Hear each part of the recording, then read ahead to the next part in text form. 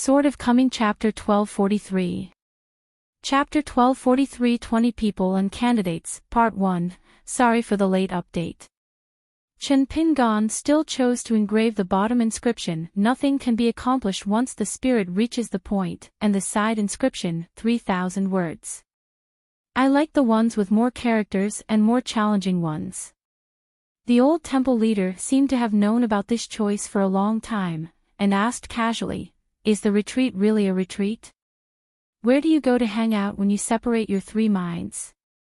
Chen Pingan replied, "With the help of Lao Zhenren's 6 talismans, we went to the Yulong sect, the Cheonglin sect in Luzhou in the north, and Dadu in the middle of Tonggishao, each with their own needs." The old temple leader smiled and said, "As the realm has increased, have you finally started to settle old scores and settle the general accounts with others? Or is it that now that Taoist monks have reached the 14th realm, Taoist Chen has become more confident and tougher?" In this way, no wonder he and Lu the pavilion master had a great conversation with us and became a close friend.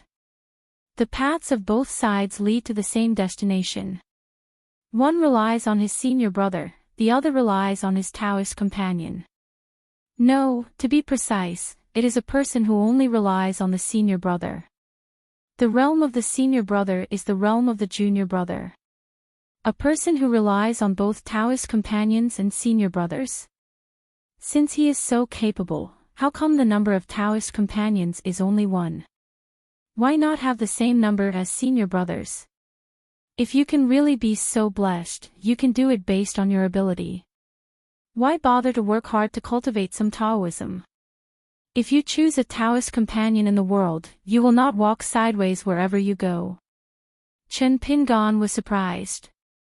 It seemed that since the last time the old temple master and Dao Zhu came to the small town, the old temple master's visit to Luopa Mountain had become particularly targeted at him. It doesn't make sense. Millet grains are entertaining guests at the foot of the mountain. That is our right protector's special skill, and it must be watertight. Last time the old patron visited Piyin Mountain, Wei Shenyu was also very experienced in entertaining guests. How could the night tour banquets be just a waste? You are still an old friend with Xiaomo, so Xiago must be considered half a sister-in-law. So Shanju Chen was puzzled. What went wrong? Have you ever met Chen Lingjun of Daozu?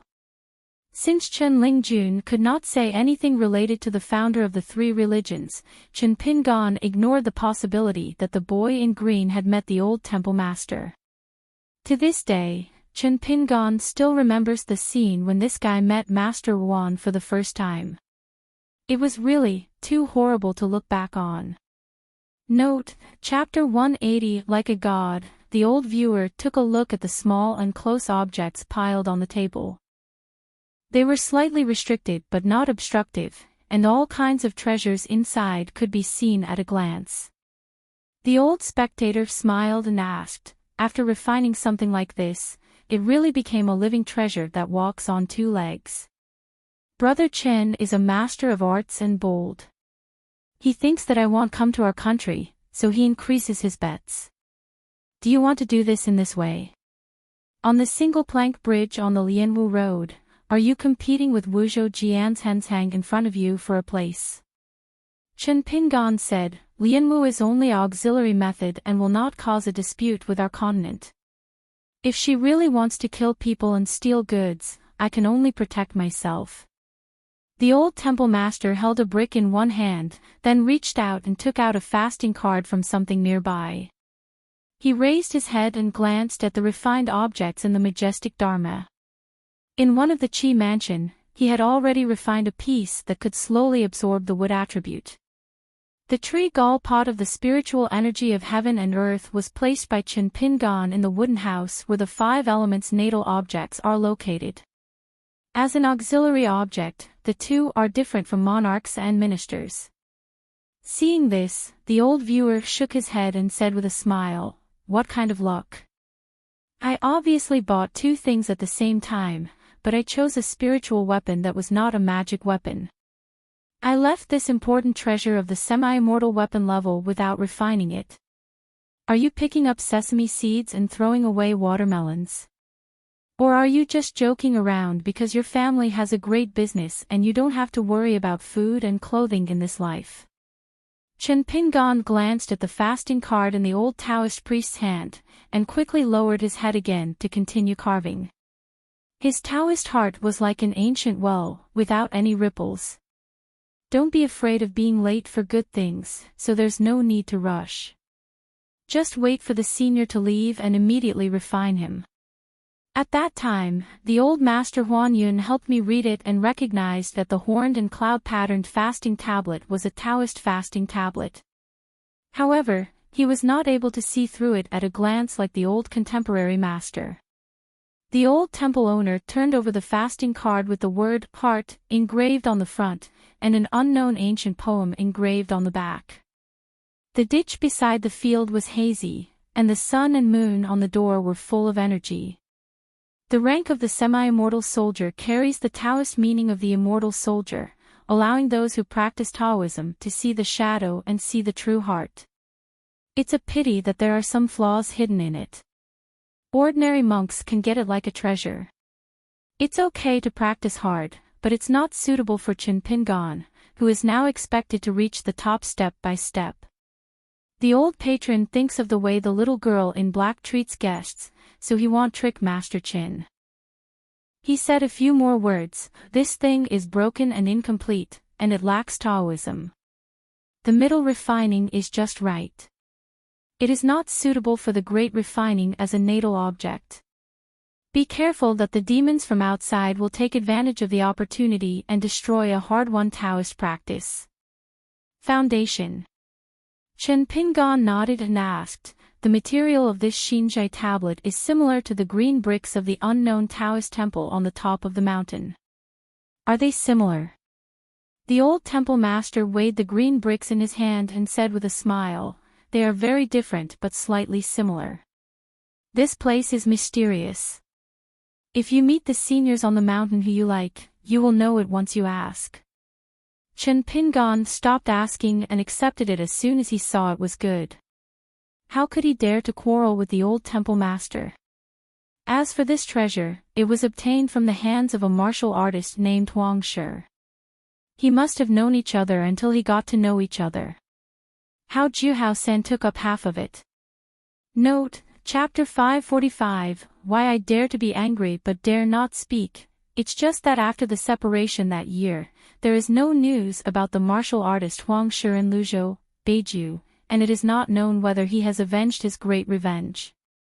The old viewer was astonished. Why do you refine so many mirrors? The proportion is a bit high. Like hairpins for women's clothing, for the sake of looking good?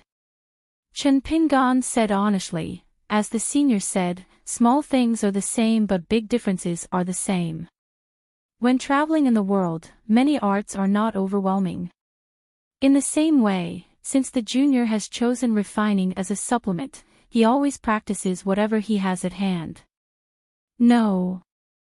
Dare to be picky. The old temple master said for no reason, that young man with long beard is a good person.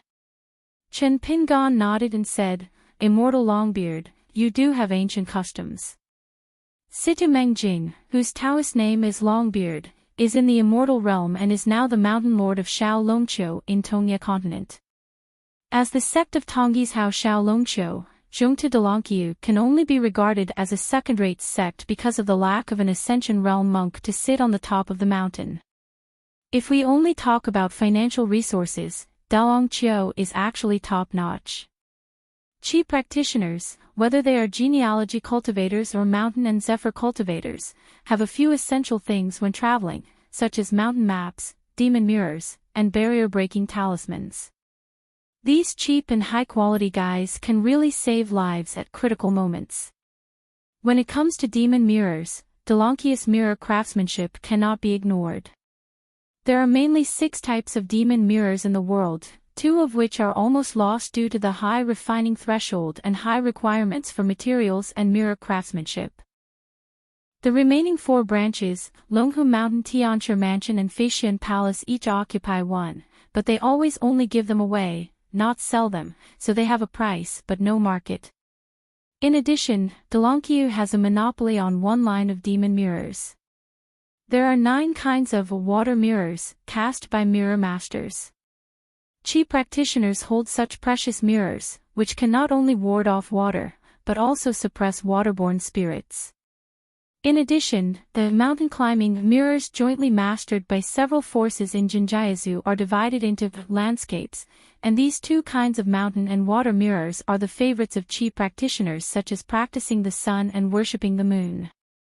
For Qi practitioners who travel through mountains and rivers to visit immortals, if they can have a regular mirror in one hand, a large dragon water mirror in one hand, a mirror from Dragon Tiger Mountain hanging on their waist, and a Fixianging talisman mirror in their arms, and a mirror in their sleeves, wouldn't it be beautiful to have 2 hidden?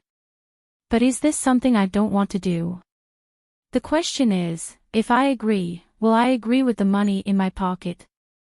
For example, Cui Dongshan likes to show off when he goes out. He is full of clothes. He doesn't know how many treasures are packed in his sleeves. He specially equipped himself with a set of 6 demon mirrors. Chen Pingan borrowed some treasures from Cui Dongshan, who was both a proud student and the leader of the next sect. Teachers and students, upper sects and lower sects, talk about borrowing and not repaying. Chen Pingan took a break from carving the knife, hesitated for a moment, and asked, "Senior, do you know that there are 20 people on the mountain?" The old viewer smiled and said, you know. If you don't say it, don't tell it. It belongs to the old almanac that has no records on one page. This kind of mystery is the same as that of one of the 3 people, Lu Jingchen. It is more self-explanatory. Be more interesting. Chen Pingan was expressionless and rubbed his wrist. On that night boat, the criminal officer Hao Su, who returned to Haoran's world, brought his disciple Du Shanin and his maid Ji Qing to meet Chen Pingan and Ning Yao. Hao Su stayed in Descriptive City for a long time, and the young city lord Xiao Baowan seemed to have trouble getting along with Chen Pingan after he appeared in Tushio City earlier. As for Xiao Baowan, of course it was a pseudonym, but he was indeed a Qi practitioner with profound blessings and great opportunities. In that Pima sect mural city, Master Chen gained nothing and did not win any of the goddess attendants. Xiao Baowan just took 1 trip and won the favor of the goddess Guayan, who was willing to follow her and serve her. After that, in the Ghost Valley and on the top of Jisho Mountain, it was even easier to take away the Thunder Pond. On the other hand, a certain Bao Fengzai who worked tirelessly had clearly discovered this opportunity for the immortal family earlier, and he also recognized the text written on the crooked stone tablet, Doshu Courtyard Sword Washing Pool, but it is a pity that the move has a lot of history. In this Thunder Pond, Chen Pingan could only dig out a few sections of the golden bamboo whip even with all his strength. Note, Chapter 495 A Good Brother.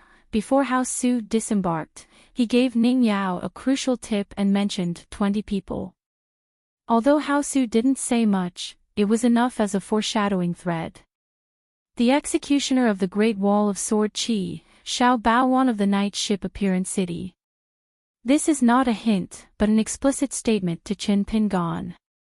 Later, coupled with the invitation from the immortal Han Yushu, the authenticity of this matter was further verified. This is why Chen Pingan does not think that Nan Guangzhou is a weak ascendant. It is not that Nan Guangzhou's ascension realm is too unreliable, but that an ascension realm sword cultivator hides behind the scenes and uses the other 19 people to help him. According to the news, Nan Guangzhuang was secretly studied and targeted by Hao Su for many years. Hao Su finally created a series of killer swordsmanship specially tailored for Nan Guangzhuang. If he is not dead, Nan Guangzhuang is not only a weak ascension, but also a dragon and a tiger. Shan Tianshi, Huolong Zhenren and others are even candidates for the 14th realm. Tang Yizhao, the leader of Wanyao sect in Sanshan Blessed Land, the immortal Han Yushu. The skin that was given to Jiang Shangzhen has fallen into Chen Pingan's hands again. At the same time, Chen Pingan wanted to ask Jiang Shangzhen about an old incident. Jiang Shangzhen smiled and shook his head and said that it was a taboo for the venerable. After all, he was still a monk of the Yugui genealogy and should not talk too much. Chen Pingan asked no more questions. Previously at Chuanzhou Mountain in Fuyazhou, Chen Pingan also asked Situ Jiu some things. The old viewer's seemingly off-topic sentence, Situ Mengjing is a good person, is actually pointing to the topic. A just right cut was made between Situ Mengjing and Xiao Longqiu. Chen Pingan lowered his head to carve words and asked, "What is it that Zhou Zi wants?" The old observer thought for a moment, and felt that this was a good question worthy of the authorities' thinking and the onlooker's answer. He slowly said, "Partial shaking, overall balance." The latter allows the former, and the former obeys the latter. Any link if there are any mistakes, Zhou Zi will feel the need to review and adjust. Chen Pingan asked with a bit of resentment, "Does he have obsessive-compulsive disorder?" The old viewer laughed loudly, a bit. "Now that I have seen several worlds, is there still a true, pure, sword cultivator in the 14th realm?" As for Tianwan of Xingyang Dogwood Peak, she, Zhou Zi's junior sister, randomly touches the Mandarin duck chart and pulls the red thread to control the destiny of a continent's swordsmanship. Lu Xianyang, Fengliuan Li Tuanjing, Fengshua Temple Wei and Jin all wanted to make wedding clothes for Jinqiu Luzhou in Beiju. Over at Luzhou in Beiju, there was also Su Xian, and the Qianglin sect and its leader Lu Miao were involved. Because Lu Jinglong reminded Chen Pingan that Su Xian was most likely the person behind the scenes of the Qianglin sect. Then the Qianglin sect, which was prospering in business, would be the money bag of the sword immortal Bai Shang, and his disciple Su Xian would be in charge of the money bag man. In Luzhou, Beiju, wherever there is money to be made, there are busy monks from the Qianglin sect. It is only said that the Tuili Mountain is a recognized cornucopia, and the nearby Baiquan Mountain is a money tree. It has many mansions and many dojos, which are the best place to watch the battle. Before both parties entered the ring, they signed a life and death declaration and went to Tuili Mountain to decide whether they would live or die. There are many such cornucopias and money trees in Qianglin Zone, both openly and secretly, large and small. In addition, Qianglin sect is also not idle in Ai continent and Aquarius continent. They were also engaged in big business. The reputations of the Lu family in Luomihi and the Yuan family in Sanlangmiao were at opposite ends of the spectrum from those of the Qianglin sect. In addition, Chen Pingan relied on the piece of natal porcelain he pieced together and made repeated calculations, and came to the conclusion that there should be 4 to 6 fragments of natal porcelain scattered around now. The suspects are the Empress Dowager of Dali, Yamada Wan of Xingyang, the Ma family of Xing, the Lu family of the Yin and Yang family in China, Zhou Zi, and the Qianglin Zong who has secretly been trading natal porcelain with the Song family of Dali for many years. Earlier, he took Xiao Mo to the imperial palace in Lijing City. The piece of natal porcelain on the Queen Mother's hairpin has now been found by Chen Pingan and hidden in Song Jisun's house next door. Tianwan had fallen into the hands of Cui Dongshan and Jiang Shangzhen once, so she had been forced to avoid suspicion. And the Lu family from China who really wanted to plot against Chen Pingan can also be excluded from this matter. Because Chen Pingan was a guest at Si Tiantai at that time, he asked Lu Shen personally, and Lu Shen personally said that there was no such thing. Chen Pingan was not a fool. He asked aggressively, "Did Mr. Lu never do this from beginning to end?" Lu Shen still said no. The Ma family on Xinghua Lane became the Ma family on Wusha Street in Yuxuangguo. Chen Pingan could not find the natal porcelain fragments. When he asked in person, it was found that the Ma family did not hide it secretly. Ma Kushuan also confirmed this.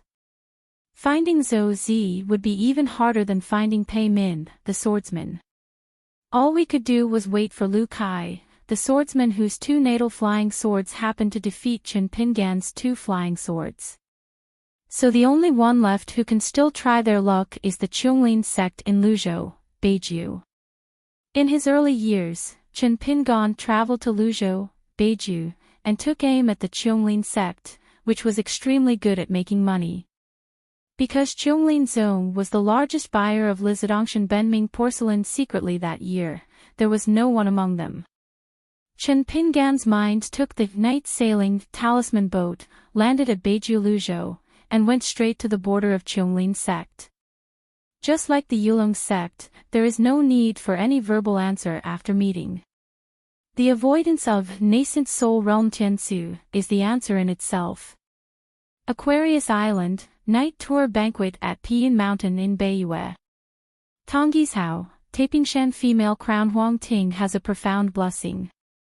In Luzhou, Beiju, the number of times the Qianglin sect's ancestor hall was asked about the sword. All famous. The wind and rain were dark, making the sky at noon look like the darkness of night.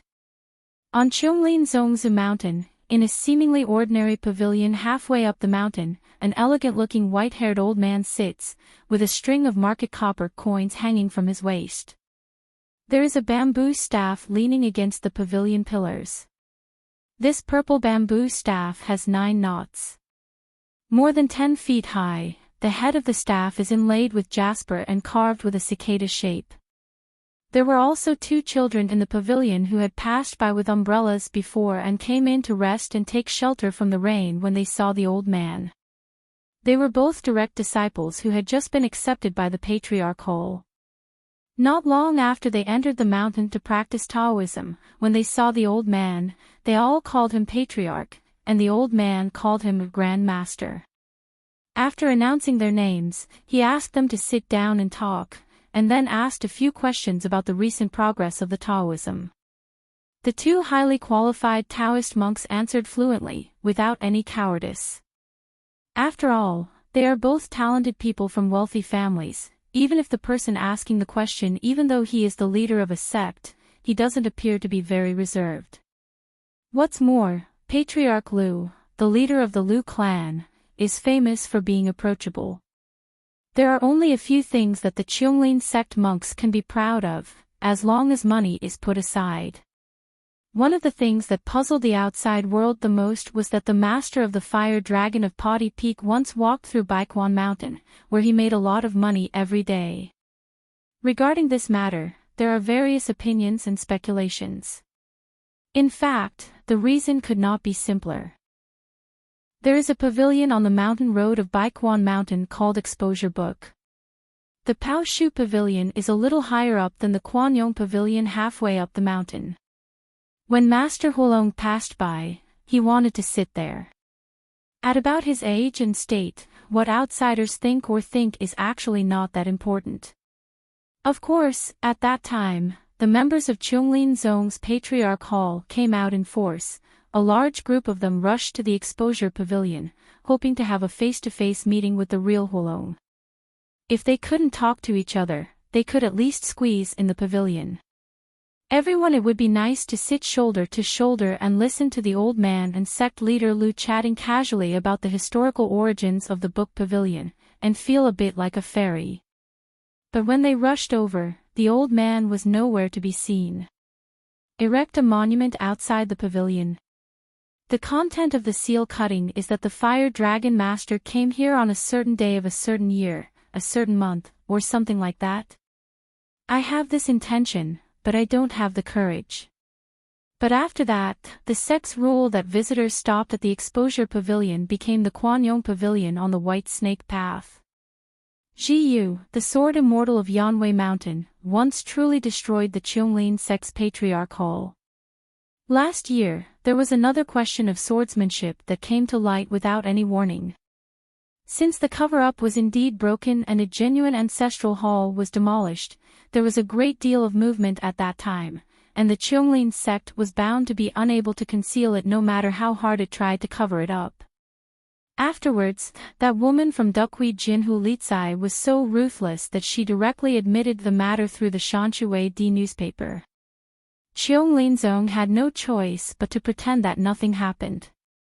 Li Kai has now fallen to the nascent soul realm, but the Cheonglin sect would rather break up with an immortal realm than dare to provoke Li Kai, who has been to the Great Wall of Sword Qi, as it would offend the public. Sword cultivators in the world are all very valuable, and there are very few who are willing to work as mountain cultivators. As for sword cultivators with genealogical status, many people actually tend to act more wildly than wild cultivators. A child asked, "Master Patriarch, is this really what Li Jianxian did?"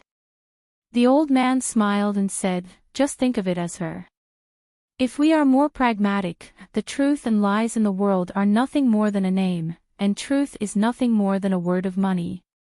From time to time, he secretly pays people to ask Jian for help in his ancestral hall. The Cheonglin sect is the only one in the world. Of course, these sword cultivators smashing the ancestral hall are all fantasies that even many direct disciples of the Cheonglin sect would mistake for reality. In fact, Lu Miao knew very well that the people who asked about swordsmanship were Lu Jinglong from Taihui Sword Sect, Rong Chang from Li Kai of Duckweed Sword Lake, and Lu Jiqing from Jinwu Palace.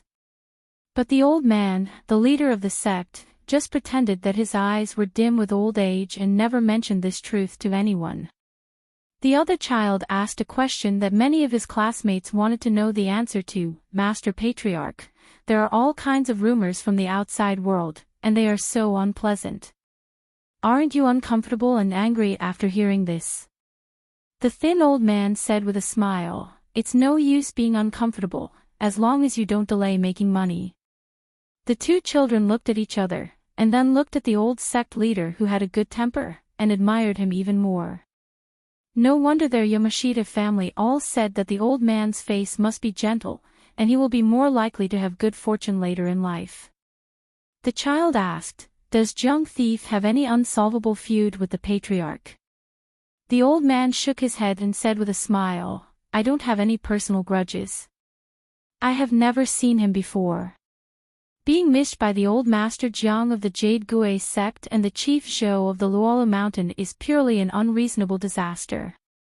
In Luzhou, Beiju, the only local qi practitioner who can compete with the outsider Jiang Shangjin in terms of reputation is Lu Miao, the leader of the Cheonglin sect. The most conscientious Cheonglin sect, who never makes money, and has a strong shoulder to shoulder the responsibility of morality, and the Lu Daizong, the sect leader, who boldly said that he would conquer a continent with one sect, and that the swordsman is like a floating cloud to me. For Lu Miao's reputation to be what it is today, Jiang Shangjin worked hard to fuel the situation, which was a huge contribution. Lu Miao's Jade Pu realm is the most precious realm. It must be a Jade Pu realm where one can crush sword immortals with real talent and practical knowledge, and has unrivaled killing power in the same realm. Otherwise, how could sect leader Lu, Yuan Lingdian of Jishuan Peak, and Yuan Yang of Erlang Temple all agree that he could easily defeat a Middle-earth immortal with his Jade Pu realm cultivation? Regarding this statement, the three people on the list are actually not happy. Maybe that Jiang Thief has a simple idea.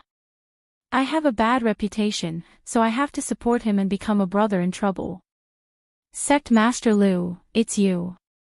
If asked why, Jiang Shangjin would probably say, "Of course you have good foundation." If it was just some humorous sayings, Lu Miao didn't care.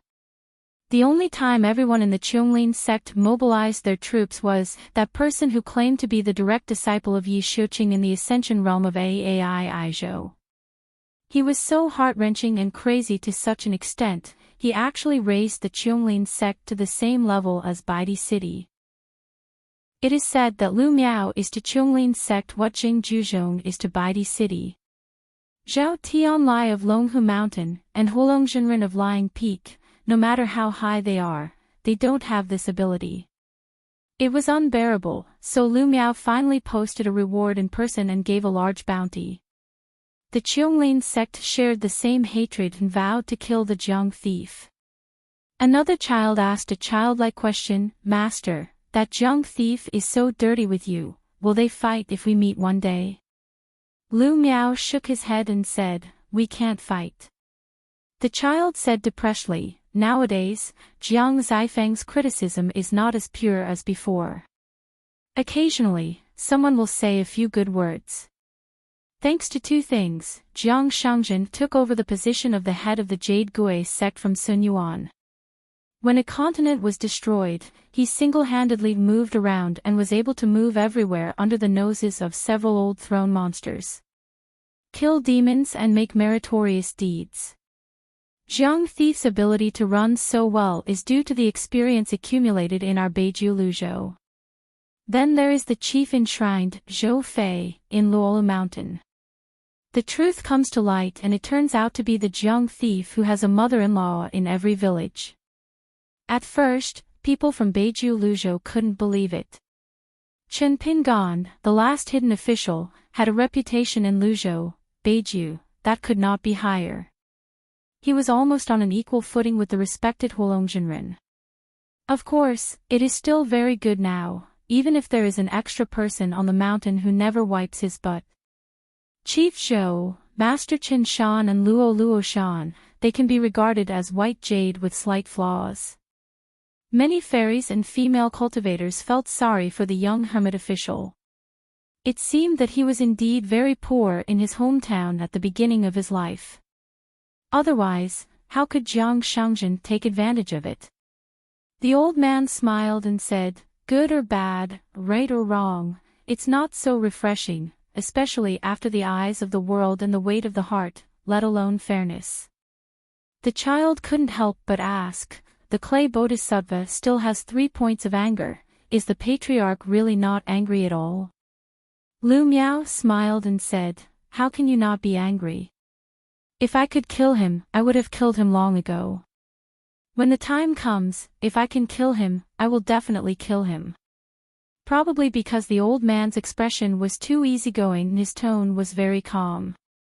Even though he said the word killed several times, it still didn't make the two children feel that there was any murderous atmosphere.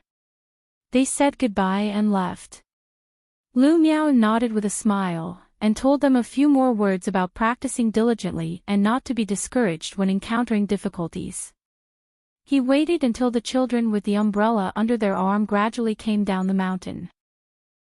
The old man suddenly stood up and looked intently at the mountains and rivers on the edge of the sect's boundary. His strange thoughts passed away for a moment. The old man hesitated for a moment and did not delve into the matter. Instead, he turned to look at Piety Peak to the north. That's where the real big deal happens. In Luzhou in the north, swordsmen are like clouds. The only flaw is that there has never been a great monk of the 14th realm who has been in charge of the mountains and rivers. Lu Miao knew that the Fire Dragon Master, who was said to be the leader of the black and white paths, had actually tried to combine the two paths without success. One time was in the Tianchi mansion in Longhu Mountain. For decades, I read all the books in the collection and studied the thunder method deeply. As a result, I came out of seclusion after a short while.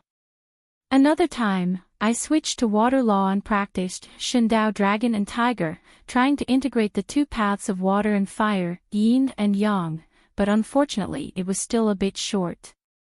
So this time when Master Huolong returned to the Taoist temple from the wild world, Lu Miao was still not optimistic about it. A torrential rain caused the founders of the three religions to spread their Taoism. Since Master Huolong was unable to join the Tao, now that the heavy rain has stopped, it is even more impossible to join the Tao. But at Piety Peak, the old man borrowed a futon and a bottle of wine. The so-called retreat seems to be that simple. Compared with other cultivators who have achieved perfection in the Ascension realm, who are serious about their work, cautious, plan in every possible way, and strive to accomplish everything in one battle, Master Huolong seems to be a man of life, accepting disciples and preaching, and never takes an ordinary path. It's just that it's dangerous, but it's not enough for outsiders to understand. When Master Hulong went to get the futon and the floor to sit on, he had already walked away once, but it was still not enough. As a great celestial master with a surname outside Longhu Mountain, Lao Zhenjin gave up his thunder magic and returned the Tao magic to heaven and earth. Then he got up and borrowed a jug of wine to drink. After finishing the jug of wine, he had another invisible walk. As time goes by, the water method that I have worked hard to practice and attain enlightenment is just like the wine bottle thrown out of the mountain. It turns out that the fire dragon master abandoned the thunder method and the water method together, made a desperate move, and fell into 2 realms in a row. Relying on the fire method alone, he rose to 3 realms in a row, reaching the 14th level, and he succeeded. Lu Miao thought for a moment, then leaned on his cane and returned to his dojo, isolated from several layers of heaven and earth, and prepared to participate in a secret meeting. Note: Chapter 692, The water has not fallen yet the stone has not emerged. The old man glanced at the jade cicada on the top of his cane, his expression indifferent, which had 2 meanings. He always reminded himself that there was no need to argue with juniors such as Bai Shang and Jiang Shangjin. For the rest of his life, he was as silent as a cicada. It has been dormant for a long time, making a big noise all over the world. A man and 2 women were walking along the coast of Dadu, which was in full swing. A thin girl with empty eyes and a knife at her waist. The girl's nickname is Cardamom. She is not only a martial artist, but also a sword cultivator. She is one of the 100 sword immortals in Tuoyue Mountain, and she ranks high among them. The natal flying sword is named Li Gui. The man looked dull, as if he was a domestic servant of the charming woman beside him. As the night fell, walking in the mountains, the beautiful woman was still cleanly dressed and her embroidered shoes were not stained by mud. She said carefully, "Qingyang, just walk a few more steps and cross the border, which is the border of Yunyan country." Her Taoist name is Xian Zhao, and she comes from the Shuoshuang tribe in Guanghan City, which is one of the 3 sects of the great demon Fei Fei. In terms of seniority, Xian Zhao can call Fei Fei the supreme patriarch, but she doesn't dare. The man said slowly, "As long as that Taoist nun is not in the capital of Yunyan Kingdom, everything is safe." If this were not the case, none of them would be willing to be around this person. The woman with the sword sneered, "What a loud tone." The man smiled and said, "Do I think I have a strong voice? I heard that a true Taoist man can make a fairy's body stand upright with a breath of Taoism, change the color of the sun and moon, and change the world." Xian Zhao covered his mouth and smiled and said, "With the current state of the 3 of us, 1 nascent soul and 2 golden elixirs, we can't talk about the Taoist and magical powers of the 14th state." The woman with the sword raised her head and looked into the distance, frowning and said, "There are 2 living people over there, do we really not need to take a detour?" Qingli curled his lips, "What are you hiding from?" 2 concubines, a pair of dewy mandarin ducks. They came to a dilapidated and abandoned temple. Someone had already taken a rest here and lit a bonfire. Several large pieces of muntjac meat were roasting, and the golden fat dripped into the fire, making a sizzling sound. The strong man was 8 feet tall, with muscles in his arms. His face was as white as paper, and his eye sockets were sunken. There was no trace of blood, but his eyes revealed a fierce light. Others can tell at a glance that he is not a kind person. The woman who had been married to the man for a while actually had an ordinary appearance. The man had just not indulged in for a long time. Nowadays, Aizhou Mountain has strict control at both ends of the mountain. She really didn't have any choice, so she hooked up with such a man who claimed to be a wild cultivator. "Woman, whoever wants to take off her dress will reveal a body of white flesh like mutton fat jade. Her skin is really like gelatin, and she is extremely charming." They are fighting on the bed, and the woman is crying softly. The so-called natural beauty is nothing more than this. At this moment, the man was putting his big hands into the collar of the woman's clothes, holding up the red belly band. How could the beautiful woman in his arms withstand such force, with his charming eyes like silk, begging for mercy from the enemy who didn't know how to show mercy? The words are as delicate as a swallow. After entering the courtyard, we went to the main hall of the Taoist temple, which is 5 rooms wide. Unfortunately, it has been in disrepair for a long time and the carved lattice windows have long been decayed. There was a large incense table with carved vermilion lacquer in it, covered with dust, and 2 worthless gilt copper stove bottles lying on the ground. The pale-faced man heard the rustling footsteps outside and immediately turned his head to look outside the hall. With just this look, he couldn't move his eyes away. He didn't look at the woman with the sword, she was skinny and not very meaty. The little girl next to her is stunning. As for the man with a reserved expression, his breathing was murky and his steps were heavy, he was just an eyesore. It's just that the world is different now. Even if you sail the boat carefully, the strong man still doesn't follow his usual temperament and commits murder. The beautiful woman moved and hid behind the skinny woman with the sword, stuck out her head, and said timidly, "This hero, the government has its own laws, and the rivers and lakes have their own rules, only those who are either thieves or bandits. People in the Green Forest also have many stipulated and customary rules, such as robbing people on the road and cutting trails, encountering business, or going to someone's house to steal when the moon is dark and the wind is high. As long as the victim does not resist or has no grudges, he will never. We are not willing to kill people easily, and it is especially taboo to commit adultery with women. Yes or no?" The man probably had never read a book, so he was immediately confused by this set of words. The woman in his arms was smiling so brightly that she didn't care about covering up the beautiful scenery on her chest. How could such a bunch of pedantic people come from this wilderness? The burly man twitched the corner of his mouth, stretched out his hand and grasped the plump thing, causing the woman to feel pain.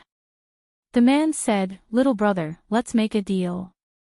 I will trade her with you for the 2 girls around me, and we will treat her as 2 wives. How about 2 instead?" Qingyang asked with a smile, "Why is it just 2 for 2? Didn't you go to school when you were a child?" The man raised his hand, pointed at the green soil, and said with a ferocious smile, "Doesn't your little life count?" Qingyang smiled and said, "This is not a good thing. If you have the ability to win over them, just enjoy it for yourself." Taking the lead in crossing the threshold of the main hall, Qingyang shook his head and said with a smile, "I think you have a strong body and are quite popular. I can fetch water and wash you myself." Qingyang was not polite, he picked up a piece of muntjac leg and started to bite it. The man looked disgusting, but his skills were good. The burly man and the woman in his arms looked at each other in disbelief. Are all the people walking in the world so wild these days? Xian Zhao followed the woman with the sword into the main hall, covered her mouth and said with a sweet smile, "Okay, Qingli, it turns out you are hiding so deeply, no wonder you are not interested in us." The woman with the sword asked in her heart, "Why are you here?" Qingyang hesitated for a moment and said, "Before entering the mountain, I noticed a spiritual consciousness that was inspecting this temple from a distance. It was very fast, and I felt that it was safer here." Xian Zhao nodded, stroking his palms and smiling, "That makes sense." The woman with the sword also nodded, sat on the ground beside the fire, and picked up a piece of muntjac meat. But at this moment, a middle-aged scholar carrying a suitcase came, holding a hiking stick, standing outside the threshold of the hall. "It's a dark and windy night, so I didn't disturb your enjoyment, did I?" Sword of Coming Chapter 1244. Chapter 1244 20 People and Candidates, Part 2. The sun sets and the river is black, and the moon rises and the mountains turn white. It was completely silent, except for the occasional crackling sound in the bonfire in the hall. Together they looked at the old man outside the hall. His appearance was in his 30s, probably because he had read a few books, and he had a somewhat calm and leisurely attitude. Qingli didn't speak, and Xianzhao was as silent as a cicada. Seeing Xianzhao looking like he had seen a ghost, Qing Rang, who was still a little unsure at first, immediately knew what was going on. At this time, this scene, like a clay idol enjoying incense in the temple, came to them. Strange to say, there are countless demon monks in the wilderness who admire the young hermit official. They must be more than those in the world, and they are particularly sincere. The sun rises and the moon sets thousands of times, and Qin Jun's name is called thousands of times. No exaggeration at all. After all, Han monks mostly just listened to the excitement, but almost all the wild monsters who had participated in the war had seen the excitement with their own eyes. To go to Tianxia, you have to pass through the chiseled gate first. As long as the demon clan raises their head, they will see the dazzling bright red robe. What's more, this man surnamed Qin also killed a Jade Pure Realm demon who was flying over his city in Yufengguo. To be precise, he tore him apart with his hands. Then he casually threw the corpse off the top of the city. It is not unusual for the wild demon clan to do such acts themselves. After winning a fight, it is common for the defeated demon clan to chew it up on the spot and eat it alive to satisfy their hunger. But for a disciple of a saint who is said to come from the vast world, it is very novel to do this. Therefore, the Taoist cultivators in the world will probably never understand the complicated mood of Qingjia, the female fairy of Jinquaqing, when she arrived at Luopa Mountain and passed the archway. A young hermit official from a foreign country, a Taoist companion of Ningyao, a man who had left the truth with his own hands, and a single person to file an account, Qin Qing was willing to entrust people with important responsibilities. The last inscriber of the Sword Qi Great Wall. There were no words in the hall, and the scholars outside the hall were not in a hurry to cross the threshold. The woman wearing the sword tensed up. She took a deep breath, stood up, stretched out her hand to hold the handle of the sword, and stared at the weak scholar outside the hall door who seemed to be on a study tour. She asked straight to the point, "How did Yin Guan find us?" Her nickname is Cardamom, and she ranks among the 100 sword immortals of Tuiyue Mountain. She must have stayed in a foreign land for a long time, and she uses Tongyi's Hao Yayan. Xian Zhao's face turned pale in an instant, as if he had been struck by 5 thunders from the sky. However, Qingyang's whole body was still relaxed, without the slightest hint of feeling like he was facing a powerful enemy. As for the 2 natives of Tongyi's Hao who were still kept in the dark, they were increasingly confused. Could it be that the latecomer dressed as a scholar in front of them was notorious in the world here? Is he a strong man who kills people like crazy, or someone with a good family background and a good teacher? Chen Pingan, however, replied with a smile in the most pure and authentic barbaric language, "Aren't there books that describe a shabby scholar who went to Beijing to take the exam, slept in a deserted temple, and met a beautiful woman? How can such a marriage be intentional, all by coincidence?" The beautiful woman chuckled, probably because she thought this man's words were funny. Look at him in his early 30s, holding a green bamboo hiking pole in both hands, standing in the bright moonlight. Chen Pingan looked at the woman whose pseudonym was Daku, since she is a young handsome man who is one of the 100 sword immortals of Tuiyue Mountain, and her rank is not low. Why do I seem to have never seen Miss Daku over there in the city? This group of young sword cultivators, who had high hopes from the wilderness, all practiced sword practice at the top of the city for varying lengths of time. During that period, sword cultivators often went to pay homage to the last hermit official of the Sword Qi Great Wall in their spare time. Said the one who watches the gate, "Help us look after our house. Chen Yingguan is a good man." The woman with the sword said in a deep voice, "I am far away from Yingguan. I am withdrawn and don't like to join in the fun. My sword skills are neither high nor low. My ranking is neither high nor low. Even if we meet, I may not be able to talk to Yingguan." This is the truth. Half of the city where they were refining their swords was also helped by Zhou Mi's personal disciple, Liu Bai, who didn't like to talk much. But Li Zhen, who was a close disciple of the great ancestor of Tuyu Mountain, was a mouthful of shit. His curse skills were getting better and better day by day, and he didn't even know who he learned it from. When dealing with those sword cultivators who wanted to join in the fun, Li Zhen always liked to sarcastically say something like, "You deserve to chat with Yin Guan." In addition, the gray robe belongs to Dragon Lord, one of the great demons of the old throne. He is an ordinary swordsman and has no backing, so he really does not dare to make mistakes. Qingyang chewed the muntjac meat, looked helpless, and said vaguely, "With Yin Guan's current luck, he will definitely not be able to find me. Which one of them has implicated me?" Chen Pingan answered the question and said with a smile, "Fellow Taoist is also a fortune teller. Can he read people's fortunes? If we meet by chance and set up a stall next door, maybe we can discuss each other and grab business." The guy in front of me almost messed up the excavation of Tongyi's Haodadu with his own efforts, and several forces, including Luola Mountain and Qingping Sword Sect, invested tens of thousands of dollars in this effort. Thousands of dollars, and all of them are Guyu money. Wei Wenlong and Mr. Zhong made some rough calculations. Because this guy smashed talismans several times along the way to Dadu, not only delaying the progress of Data's excavation, but also causing all kinds of conflicts between the forces on the mountain and the countries at the foot of the mountain.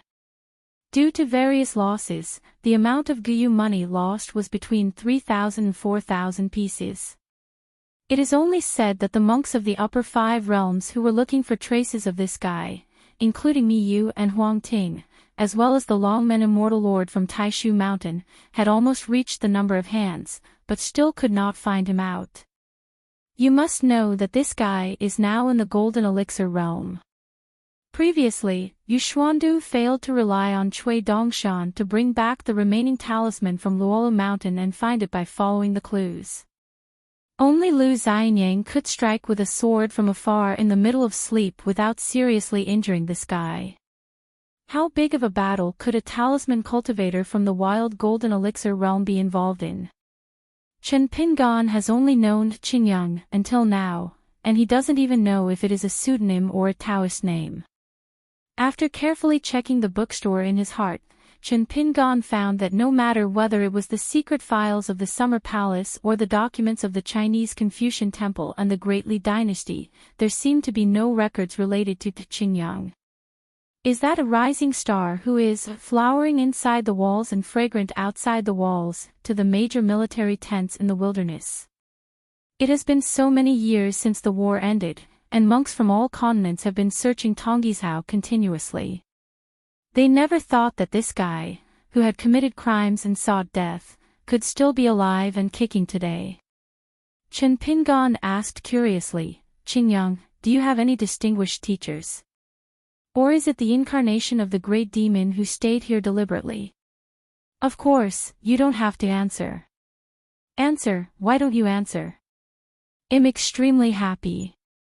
It's all a bonus to be able to chat with Yin Guan one more time." The man wiped his greasy hands and said, "It just so happens that like Yin Guan, we both have the same origin as ants. Whoever stepped on me to death would probably think their shoes were dirty." He didn't stand up, but just squatted there, stretching out his hands to warm himself up to the fire. His angular and dull face was illuminated extremely brightly by the firelight. "Since Yin Guan can do great things in the wild world, then of course I can also do small things in the vast world." This young female cultivator, whose origins were unknown, no longer looked dull, but was full of energy. "Now we finally met, and was caught by the hidden officer. Do you want to skin and cramp an unknown person like me? Drink it.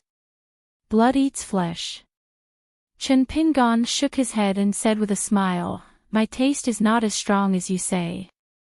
The cold and charming female cultivator named Xian Zhao asked bravely, "If you dare to ask Yin Guan, what is your current state?" Chen Pingan smiled and said, "My level is not high. I couldn't kill Fei Fei in the swinging river, but taking a step back and saying that killing a golden elixir is more than enough." Fairy Algae Qingyang had a better view and said, "According to the Great Wall of Sword Qi, he is a genuine swordsman." Xian Zhao sighed and waited for death. Otherwise, what else can she do? Even if she learns to be a hidden official, she can take a step back and say that Chen Pingan is just an earthly immortal, so she can escape on her own. This guy is famous for being cunning on the battlefield. He has many tricks, and he has a great chance of winning when fighting in the same situation. Back then, Jia Xinjiang carefully set up an ambush, and the proud men of Zhuqi, Yuxi and Tan surrounded and killed one person. In the end, if he hadn't saved the situation brilliantly, he would have killed several more. Chen Pingan asked curiously, "Miss Xianzhao, do you have a compatriot sister who is in charge of the wicker department? Her name is Yinsu. Why don't you follow your sister back to your hometown, hide in Guanghan City, and continue to take care of your snow? Shuangbu, how many days will it take for you to rest on your merits and enjoy your happiness?" Guanghan City is one of the 3 sect-headed sects under Fei Fei, and the leaders of each sect are all very qualified earth fairy cultivators. Compared to the group of noble people with good backgrounds, qualifications, and backgrounds who applied for the account in the wilderness, they are probably all unknown little people. The female cultivator with the Taoist name Xian Zhao, in terms of seniority, Fei Fei is her supreme patriarch, but this great demon from the old throne has to respectfully address the Yuxi, son of Jia Xinjiang. People are more infuriating than people. Although she and her sister Yinsu are both sword cultivators, the threshold for the 100 swordsmen of Tuiyue Mountain is so high that they really can't get in. Chen Pingan asked, "Fellow Taoist Qingyang, with your talent, there is no reason to risk your life like this. The idea of gaining wealth through danger is not suitable for people like you." Seeing that Qingyang was silent, Chen Pingan continued to ask, "Is there a grudge?" "I'm holding a breath in my heart. I can't wait any longer. I must put an end to it here in Tonggishao." They all glanced at Qingli. It's really strange. Before they met in Tonggishao, they had never heard of Qingyang, but now they looked at him with admiration. The longer we get along with him, the more I feel that Qingyang is unfathomable. If you give him another 100 or hundreds of years of monastic life, this person's achievements will be immeasurably high. There is no reason to risk one's life on Tonggishao, and it is specifically targeting Chen Pingan and Qingping Sword Sect.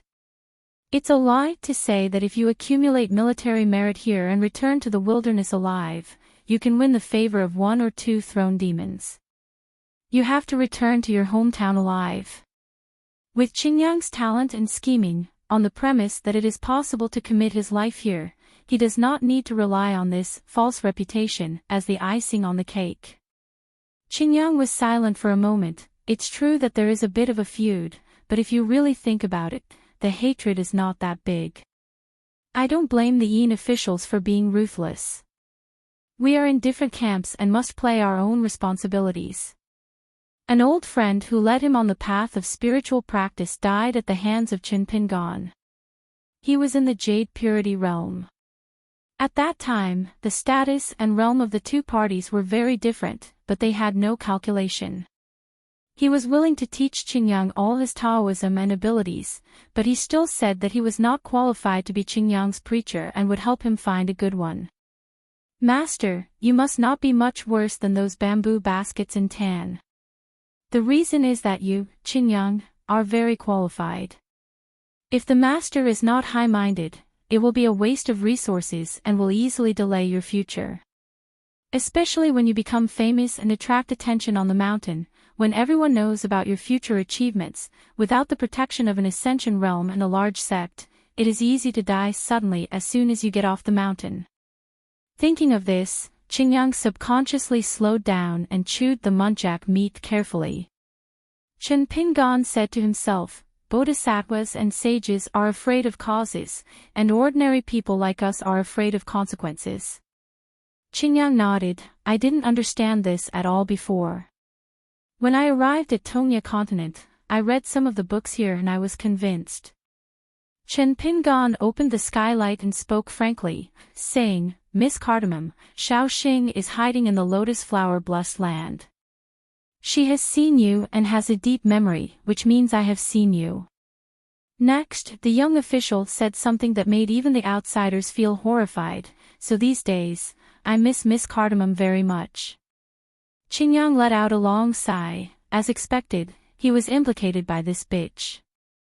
But Qingyang didn't blame her that much. Only that immortal algae is a thing that is more likely to fail than accomplish anything. Daku was horrified, but still puzzled. They had met before, so what?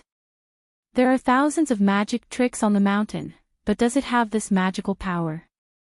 That Shaoxing belonged to the wilderness Guiyu Zhang, and was seriously injured by Ning Yao on the battlefield of the Sword Qi Great Wall in his early years. When Shaoxing landed on Tongya continent, she and Daku were good friends, so they traveled together. When Shaoxing fell into the hands of Qin Pingan, his memory was checked, and a unique mountain search took place. The picture in Shaoxing's eyes included the female nun Do Ko. Therefore, Chen Pingan had a colorful hanging portrait of Do Ko in his mind. When they met again at the Great Wall of Sword Qi, Lu Xianyang devoted all his resources to teaching Chen Pingan the ancestral sleepwalking swordsmanship. Lu Xianyang has always been like this, being a friend not being stingy. It's just that Chen Pingan couldn't learn it at all at that time. The threshold for this swordsmanship was too high. Today, even with the support of Realm, Chen Pingan can only say that he has learned a little bit. But Chen Pingan has been restraining himself and has not been in a hurry to hand over the sword. He just doesn't want to scare the snake. If Daku really walks Tongya continent with the slippery talisman monk, it will be easy to lose the big. Facts have proved that this choice is right. He had been waiting for a chance to doze off and fall asleep. But those who practice Taoism rarely have dreams. So Chen Pingan kept waiting patiently. This magical power can probably be called traveling in other people's dreams within a dream. With the same kind of swordsmanship, Chen Pingan and Lu Xianyang still have different ways of getting started. Shaoxing knew that she could not defeat Ning Yao or Chen Pingan, so she wanted to create a plague that would sweep the world in the Blessed Land. A large part of these causes and effects must be attributed to Chen Pingan, the landowner of the Blessed Land. She opened a bookstore there, hired craftsmen, and sold those tampered in books at a low price to make a loss. In addition, she hid several mummies of the plague god. With the hundreds of thousands of books sold, plus the number of readers who did not buy the books but read them, the number is already considerable. Once a plague breaks out, it will sweep across the world in an instant.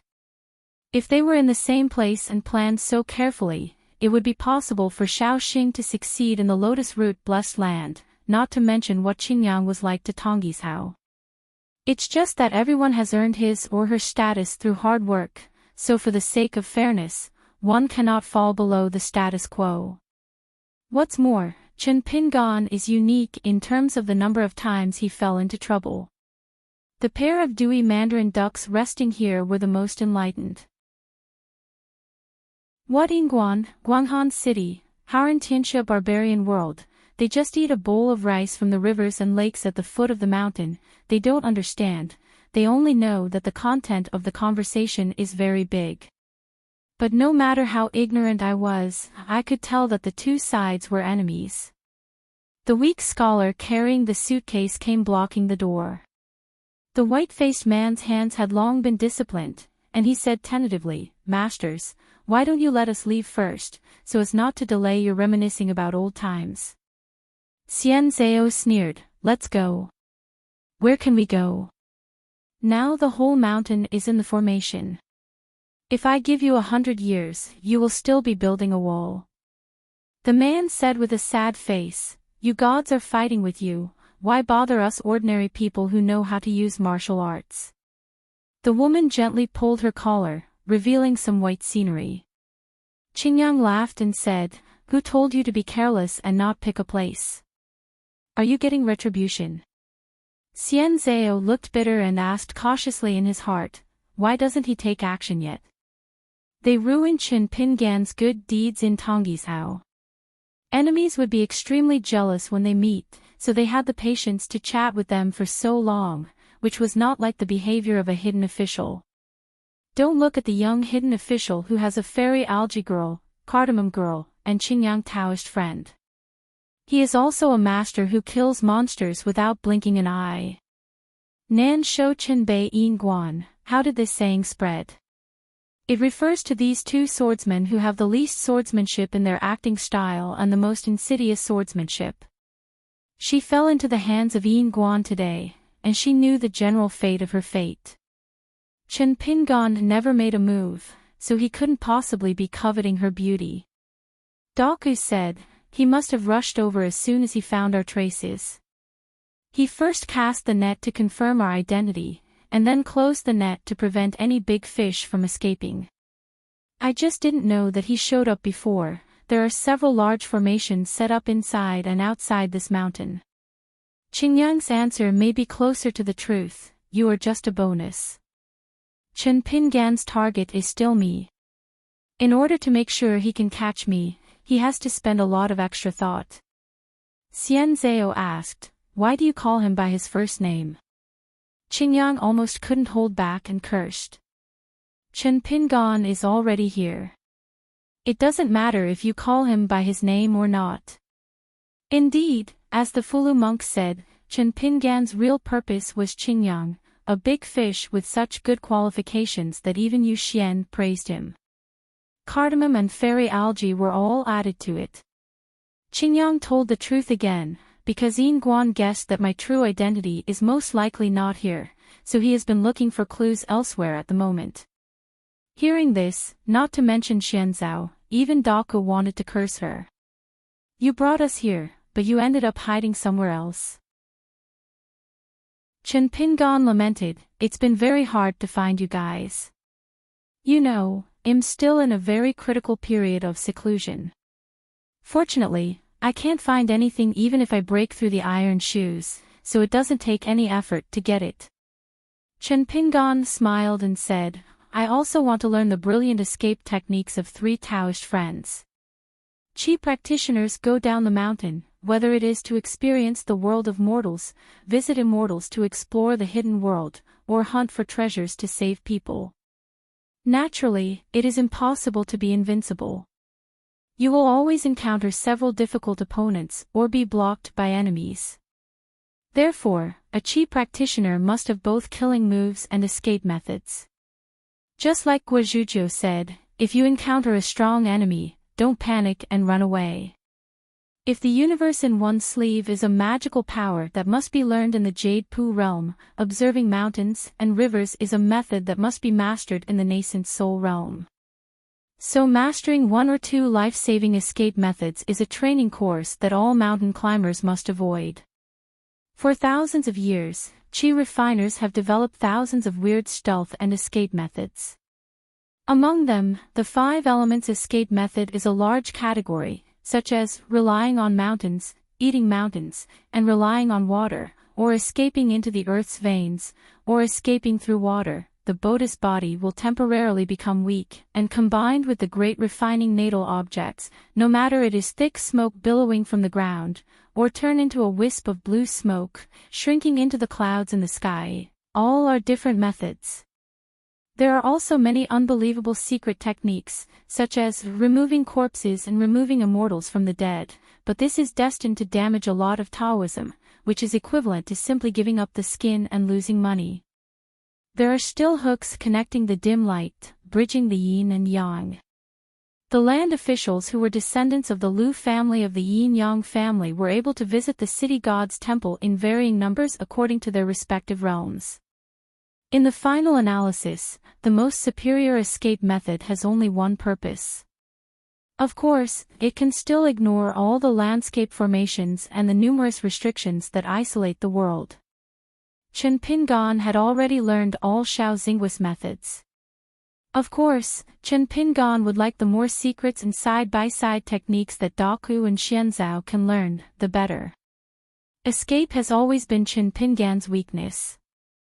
The Shuxi talisman in his early years was only reversed by the warrior Chen Pingan, changing its purpose and turning it from defense to offense. Someone once said that if you pursue the ultimate in killing power and don't pay too much attention to the escape method, you will be walking lamely. That's why Chen Pingan now practices the sword escape method repeatedly. Chen Pingan finally crossed the threshold, and the content of his words began to get to the point.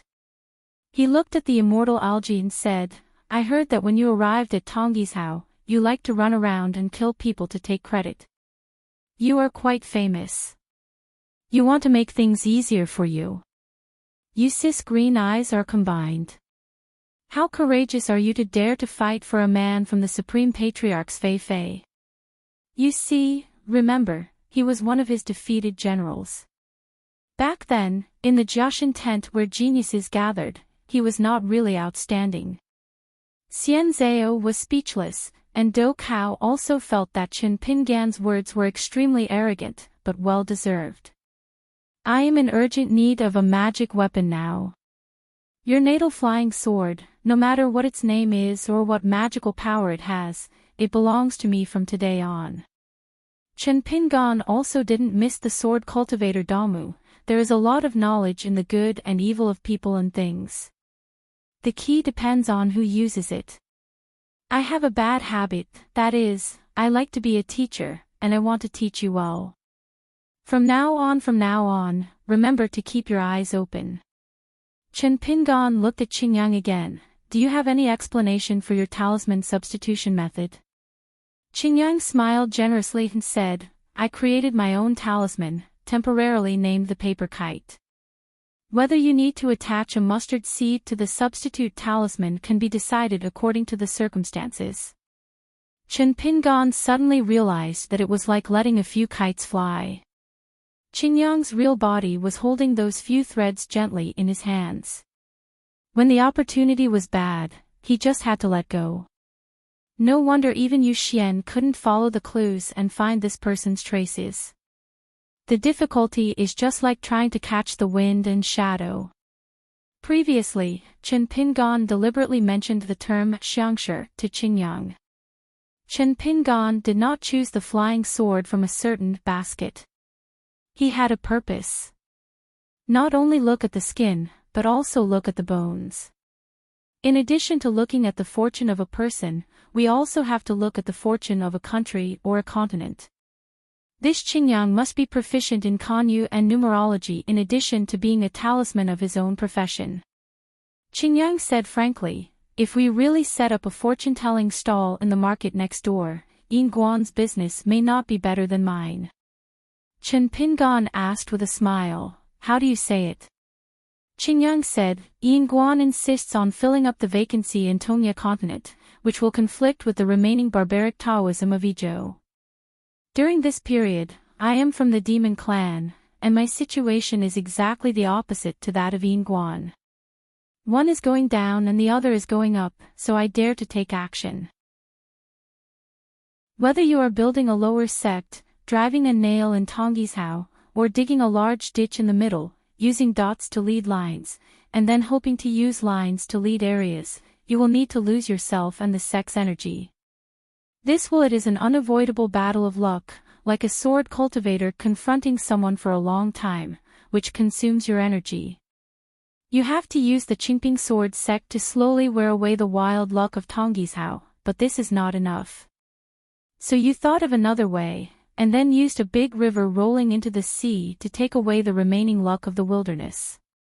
Now the Lord of the East Sea happens to be a real dragon, and she takes advantage of the opportunity to accept this luck of the wilderness. For her cultivation, on the contrary, it is a real good thing. Others cannot take it, but Wang Zhu is very stable.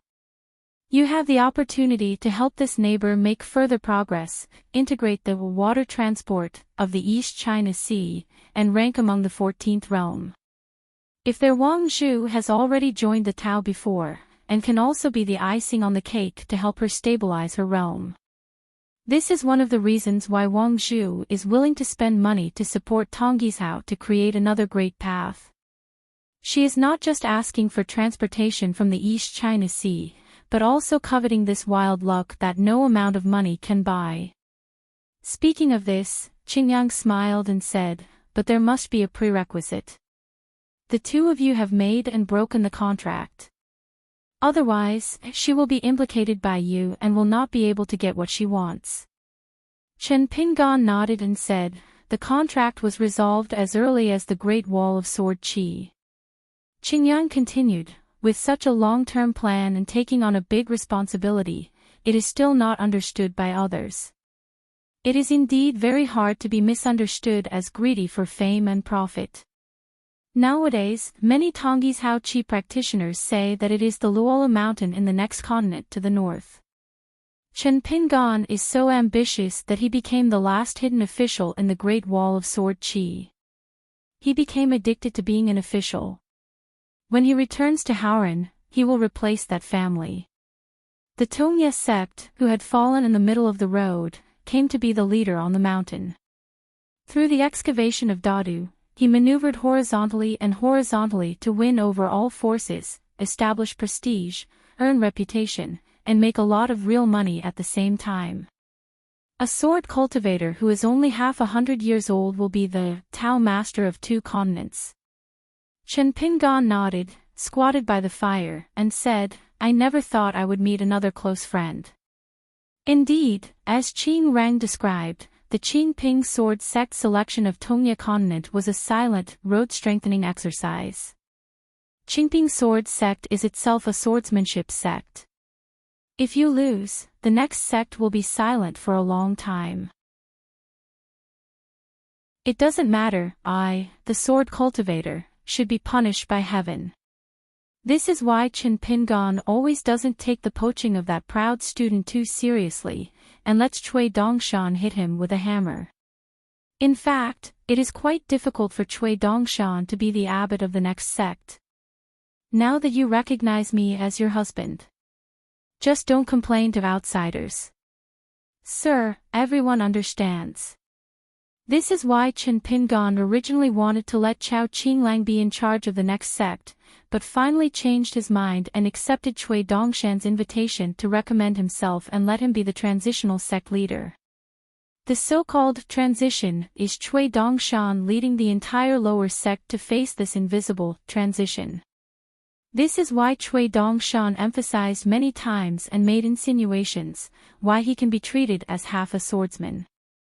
That was not Cui Dongshan trying to get close to his husband or Chief Zhou. Instead, he was making insinuations and taking the opportunity to remind Chen Pingan. The sect leader of the Qingping sword sect should either let him, Cui Dongshan, be the leader, and the disciples would take care of his duties if necessary. Or it can only be done by the husband himself. Chief Mi once saw through sect leader Cui's half-sword cultivator identity. Beside the fire, the two sides were already close at hand. Qingyang smiled and asked, Yingguan still can't find my true identity. Chen Pingan said, there is a Tongya island, how do you want me to find it? Qingyang nodded and said, it's very difficult. Chen Pingan stretched out his hand to warm himself by the fire and said, tell me something so that you can show off to your friends in the future. Qingyang said, I am all ears. Chen Pingan smiled and said, I paid a large price to find out your true identity. The green soil is waiting for the next chapter. Chen Pingan rubbed his hands. For this reason, I made a deal with the master of Bixiao Cave, the old master of Donghai Taoist Temple. Of course, you are also a big addition. If you can find this place, the old master it helped. You can imagine how difficult it is to travel freely on land, search mountains and rivers across a continent, and overcome your own destiny. You can imagine how difficult it is. There is no way, I can't continue to let you do whatever you want here. Tong Yezhou, who is the real host? Zhou once went to the Demon Town Tower and met Qing Tong. This barbarian Wenhai would never cause trouble or do anything that might lead to bad relations with the master of Bishao Cave. Zhou will not do any unnecessary things. In the same way, the old blind man was in charge of the wild Shirwanda mountain, but Zhou never went there even once, so there was no need to talk. On this matter, Savage World and Sword Chi Great Wall have the same mentality. Just like Qin Qing and Ning Yao went to the old blind man and got an unbiased answer, that's it. Zhou did not have the slightest expectation that the old blind man would choose to stand on the side of the wilderness and go to the vast world to kill everyone, or have a battle with the most proud Bai Yi in the world, just like the generals before the battle in the romance novels, catching the right pair. Such a beautiful thing is something you don't even have to think about. In addition to this, of course the most important reason is the two old 14ers, who have been together for thousands of years. Whether they are the old blind man who has not used the name Zhishi for thousands of years, or the self-proclaimed Kaizhou Taoist. The master of Luobaotan Bishao Cave, they are all good at fighting. Otherwise, with Zhou's appetite, it's not like he has never eaten monks from the 14th realm. First there was Shao Xing's vicious plan, then there was Qingli waiting for an opportunity in Tonggishao, and there was also a sneaky 14th realm who secretly stabbed the killer many times.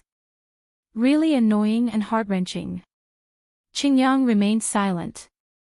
Cardamom and Xianzhao were in even more complicated moods. Chen Pingan smiled and said, "That's not all.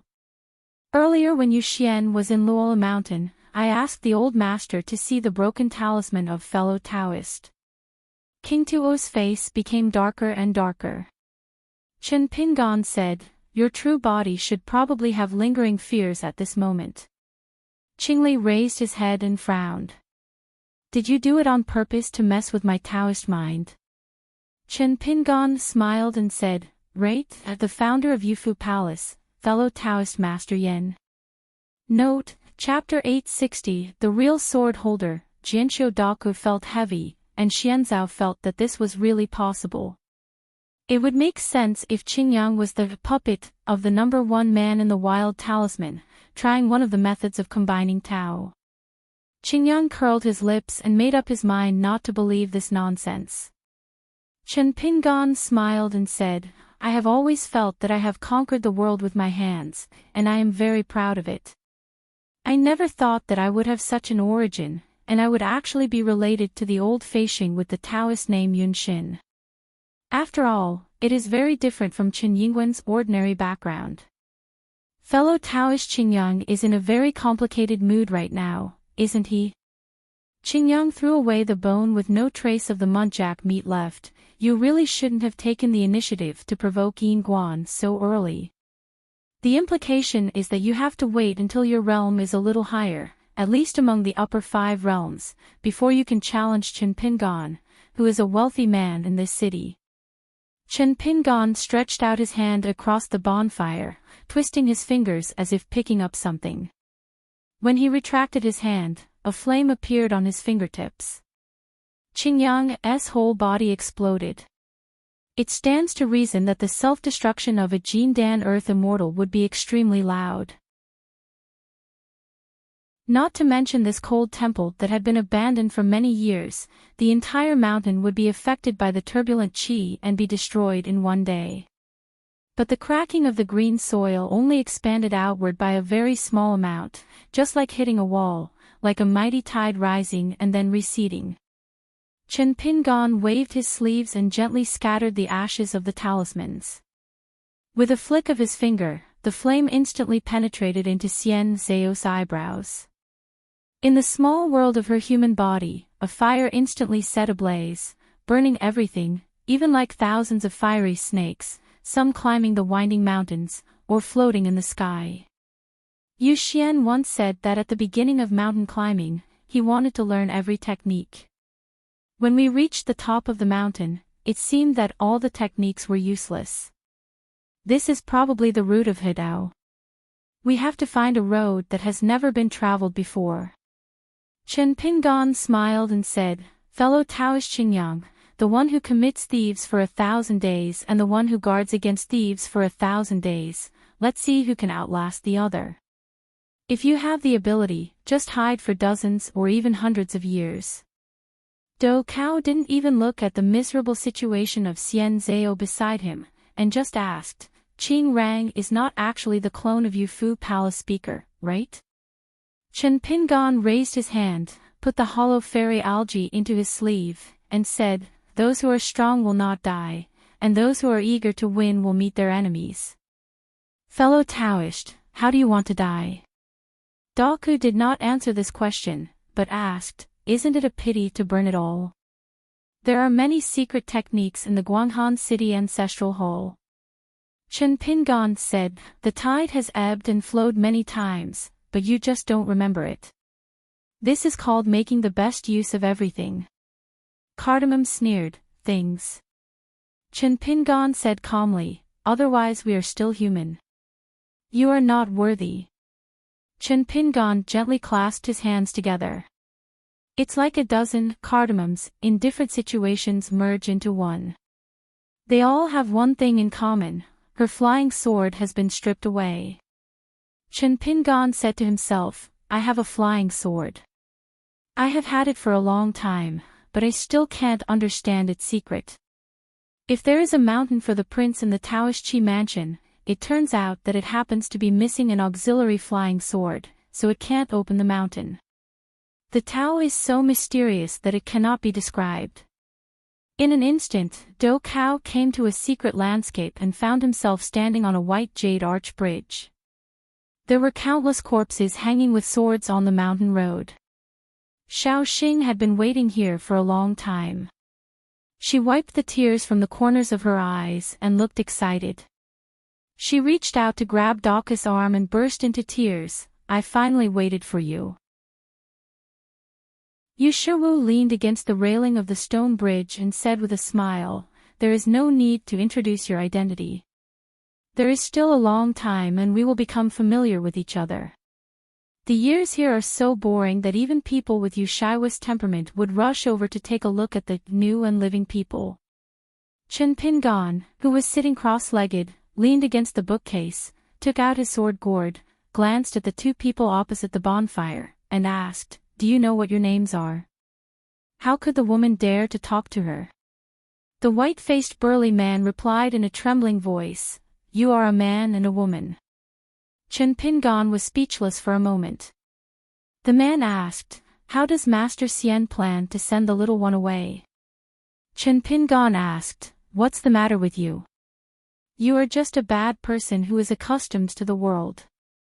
It makes people think that you are not responsible for dozens of lives, but you are so cruel. You have been a wild cultivator in Shanzi for decades, and you are like this. Have you never killed anyone in your life?" Although the man was confused, he still whispered, "I've been bleeding since I was a child. I don't dare to kill anyone unless I have to." Naturally, he had killed people before. The rivers and lakes were deep and the mountains were murky. He had encountered dangerous situations where his life was hanging by a thread on several occasions. As for why this immortal master said that he had never killed anyone, God knows. Chen Pingan raised his chin towards the woman and said to the man, "Although you are just a couple, she is not bad to you. Treat her well. If you can find a place to live a stable life in the future, don't wade into muddy waters." That woman was actually a female ghost. She was indeed unruly during her lifetime. She stole from men and died in a pig cage.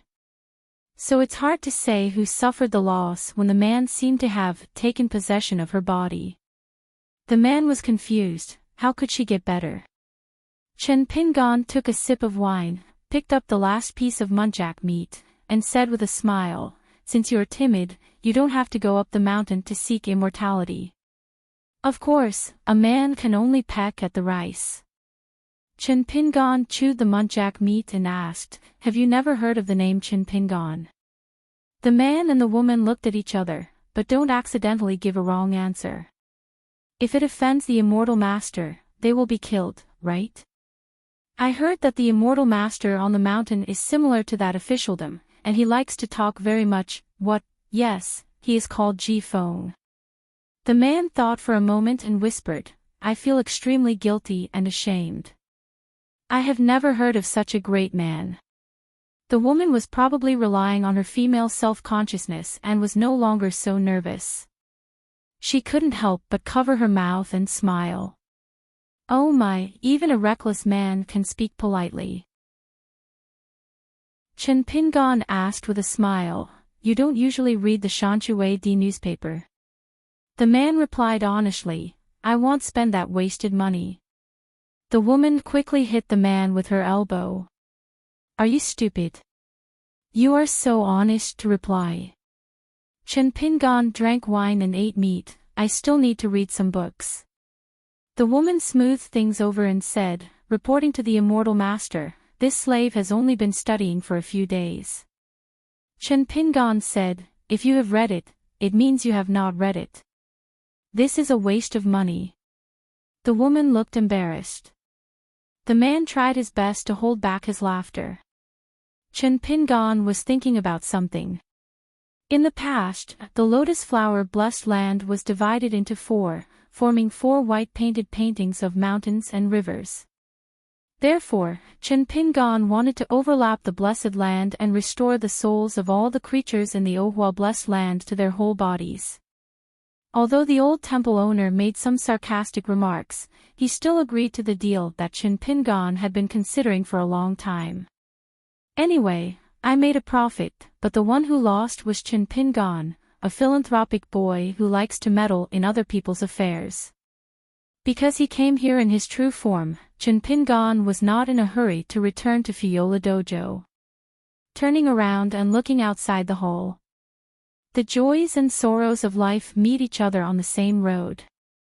Away from the world of mortals, what is the meaning of cultivating Taoism and killing bandits in the mountains?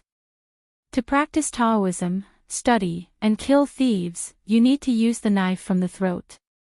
Chen Pingan was in a daze, put away his thoughts, carried his book box, stood up, and said with a smile, I ate your muntjac meat for nothing, thank you. Let's say goodbye. The man and the woman hurriedly stood up, gathered their hands together and said a few auspicious words. One person said that one conversation with you is worth 10 years of reading. The scholar holding a bamboo stick walked into the night and came out of the mountain alone. Sword of Coming Chapter 1245. Chapter 1245 20 people and candidates. 3. Under a tree with countless flowers and fruits, the young master and the burly old Taoist sit and chat, under the shade of the tree like water. Originally, there was nothing under the tree.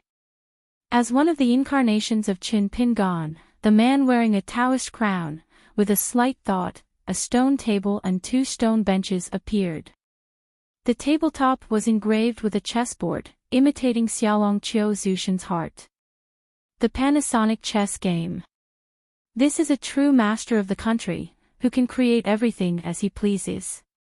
As soon as the old spectator raised his hand, 2 jars of chess pieces appeared on the table, but they were not black and white, but 5 colors, mixed together.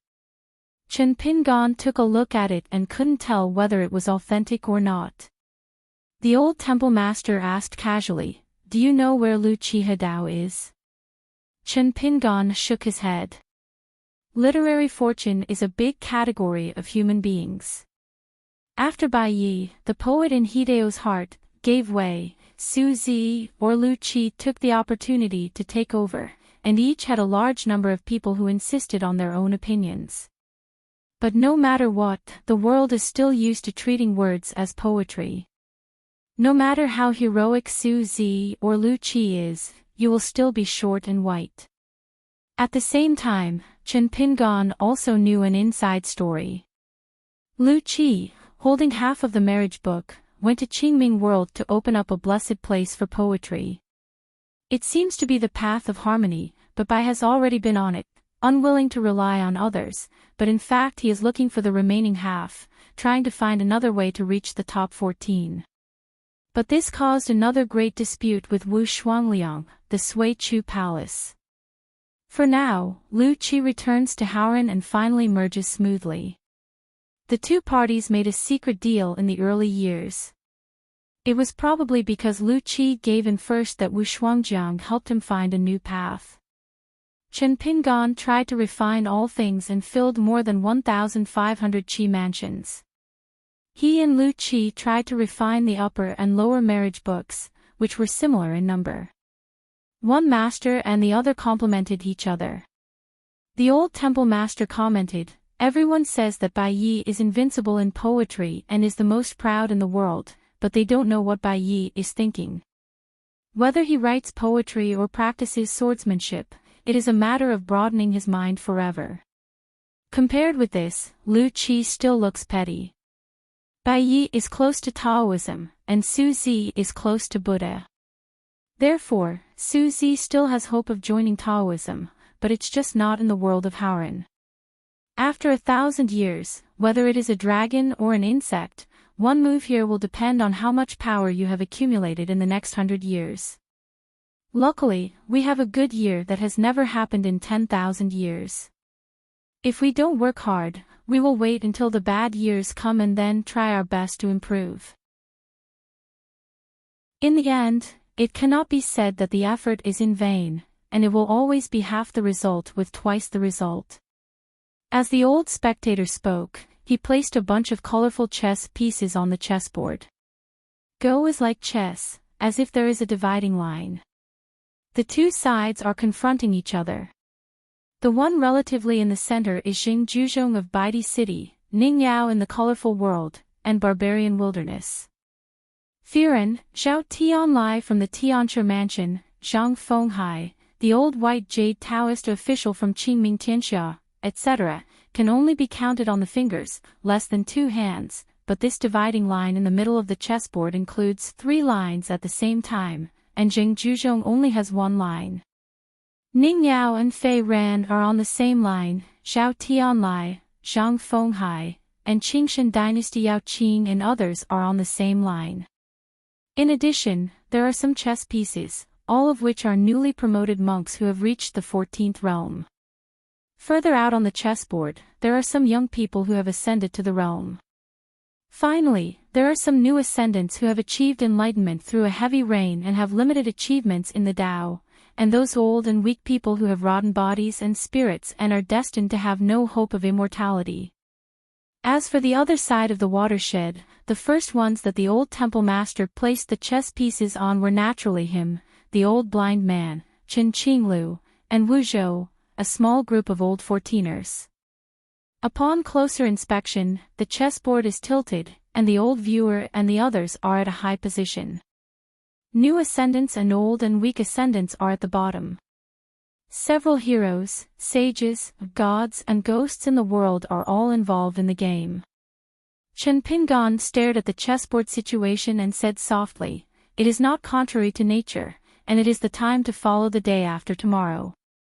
The old temple master nodded, "Yes. The Ascension realm is no match for the 14th realm. This is an iron rule that cannot be broken." Over the course of thousands of years, there may have been only 2 exceptions. It was Ning Yao, Fei Ran, who was still in the Ascension realm, the master of 2 worlds. When they have this identity, it becomes confusing. However, when Wu Shuangjiang appeared on the night sailing ship, he had no intention of testing the law and refused to personally verify the authenticity of the matter. But it is not necessarily true that monks in the 14th realm can easily crush the Ascension realm, especially those who can definitely kill them. The existence of sword cultivator is another variable. Therefore, strong ascension, especially the kind of peak ascension realm and perfect sword cultivation, has become the best touchstone for the killing power of the old and new 14 realms. If you encounter a 14th realm swordsman like Xiago or Xiao Mo whose killing power is not strong enough, you might be able to forcibly cut through the many restrictions and escape intact. The reason why Wu Shuangjiang imitated the four immortal swords was naturally because the master of the palace of Sui Chu and the worshipper of the god of death in the military and martial temple felt that his killing power was not enough. Wu Shuangjiang was clearly prepared for his trip to Haoran. After all, when Taoist Sun lent his sword to Bai Yi, all three swords were in Haoran. Although Bai Yi's fairy sword was Tai Bai, the sword body had been divided into four parts at that time, and Bai Yi allowed it to identify its owner.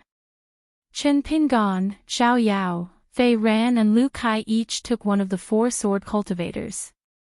The four of them come from different camps, but they are all swordsmen and young people. The most lethal tip of the sword found Chen Pingan, who was guarding the city at that time. Therefore, Wu Shuang descended on the night boat and found Chen Pingan, which can actually be regarded as finding the fairy sword Tai Bai. The hilt of the sword has the strongest meaning, and its owner is remarkable. The half of the sword with the most energy belongs to Lu Kai. The remaining half of the sword, which contains Bai Yi's swordsmanship inheritance, fell into the hands of Zhao Yao. This is why Zhao Yao, who was living on an isolated island overseas and encountered Bai Yi by chance, now has great ambitions to reunite the four immortal swords into one sword. Zhao Yao considers himself half a swordsman and half student of Bai Yi.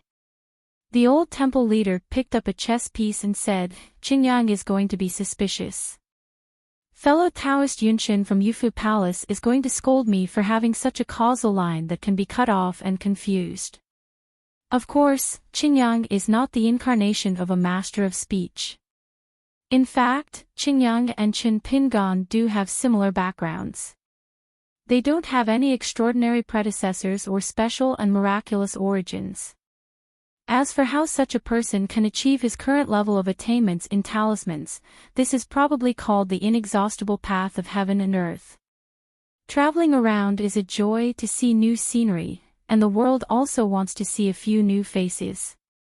Chen Pingan asked with a grimace, "Master Yan and the senior are good friends?" The old viewer smiled and said, "Or what do you think? The old guy is quite old. He used to come here to drink wine in his early years. He has a rosy nose, is slovenly, is a talkative, and is also a drunkard. But he and Xiao Mo are not the same. He doesn't get along very well, and he doesn't even speak to him when we meet him." Chen Pingan said, "I heard Xiao Mo say that he used to make wine with his seniors, and they often didn't say a word for several years." The old patron stroked his beard and smiled and said, "This is a true friend. There is no need to talk, there is a long silence, and there is no embarrassment between each other." As for Xiao Mo and Yun Xin, they seem to be silent, but in fact they have nothing to say. Their respective realms, conduct, temperaments and personalities are just there. They belong to no one and are not willing to accommodate others. They are the first to say a few nonsense. But words the teacher's luck is average. He hit here and there, but failed to avoid disaster twice. Bingjie was reincarnated. I had already advised him that a Taoist priest should not be so timid when walking on the road. It's just his nature.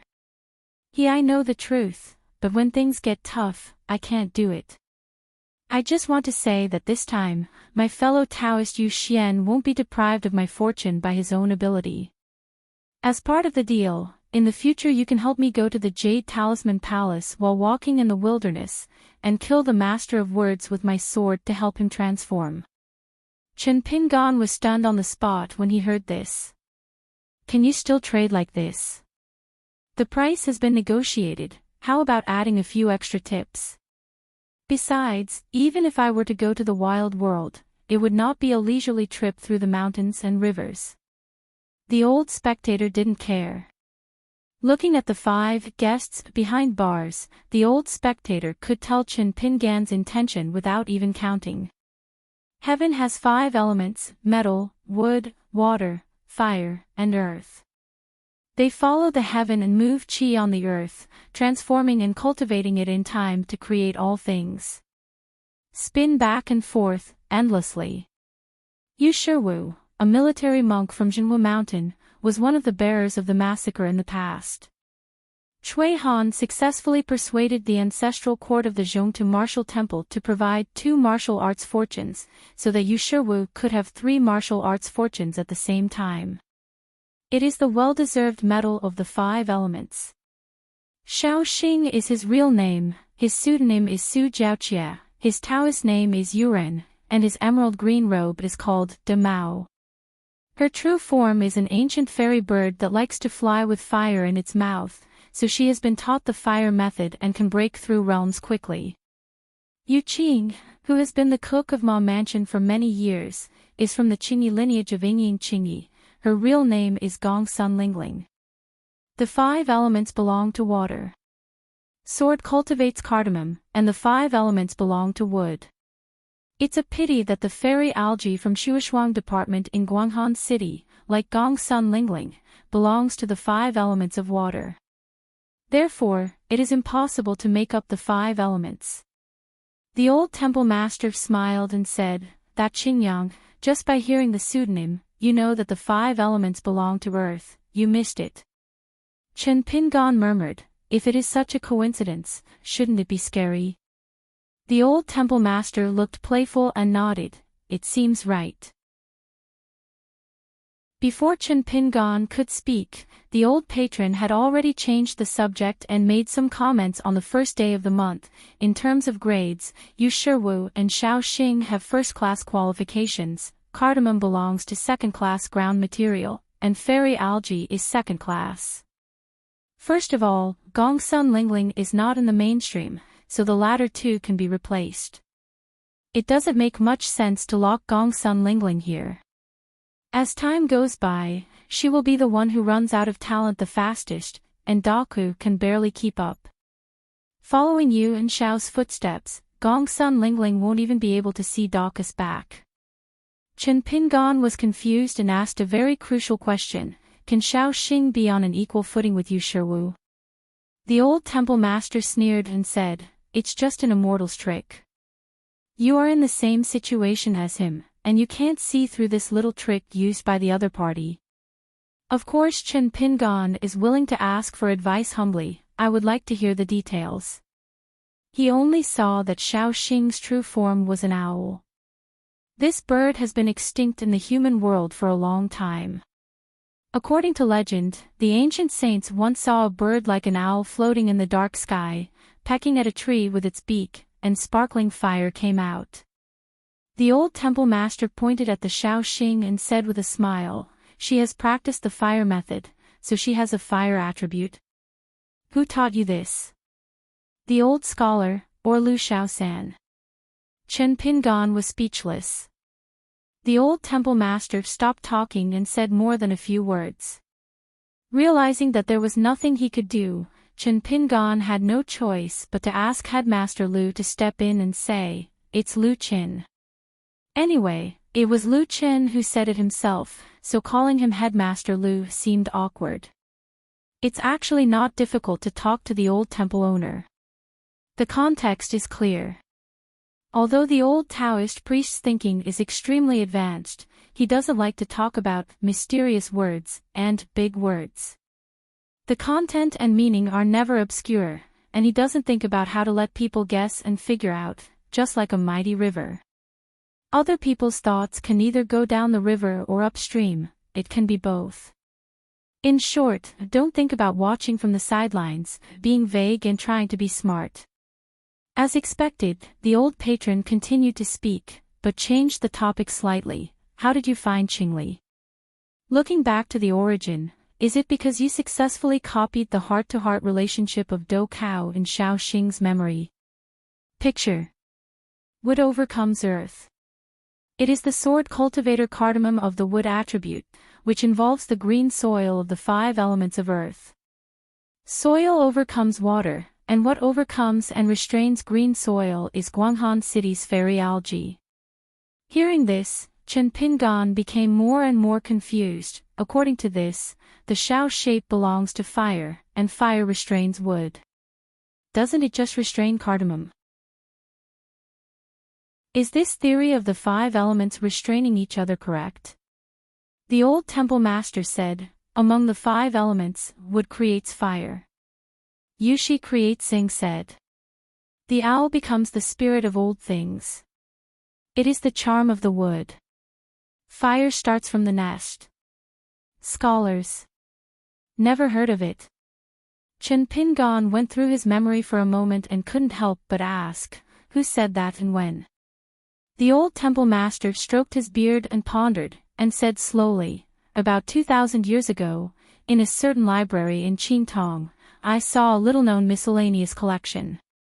Chen Pingan's expression was slightly stiff, but he could still keep smiling. Shaoxing is an almost unique type of God-given wood with the fire attribute. He has 2 fates in one body. If you say this, your effort is focused on swordsmanship and boxing www. Until novel. It's not much, but it's understandable.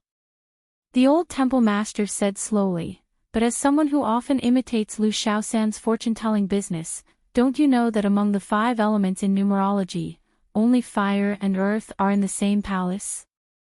In this way, a bird in a cage has its heart in heaven and earth. The remaining time is gold. Cardamom, wood. Fairy algae, water. Shaoxing is born with magical powers, and can be used by both wood and fire. Chen Pingon, who was born on the 5th day of May, has both fire and earth. This context has no branches and is clear and distinct. The old temple master gave me a neither high nor low evaluation. I finally did something serious. When I attain enlightenment and ascend in the future, it will be very impressive compared to monks in the same realm. When the 5 elements are in place, the heaven and earth's qi will have a track. It can fill the soul of those who practice Taoism, nourish the soul, and strengthen the body. Sword cultivators can rely on their natal flying swords to feed their souls and bodies. Pure martial arts practitioners can take the path of martial arts to become gods in the flesh. Coupled with the increasing number of great refining objects, there are more than 1,500 gates of Qi Mansion, each with its own treasure. It's hard to say what Chen Pingan's achievements will be in the future, and how strong his conduct will be, but I can only say that it's worth looking forward to. Don't think that Zhou Zi talks about the 5 elements and has the power to spread it, but deep down you are repelled by it. Who are you trying to scare by hanging corpses with swords in the mountains?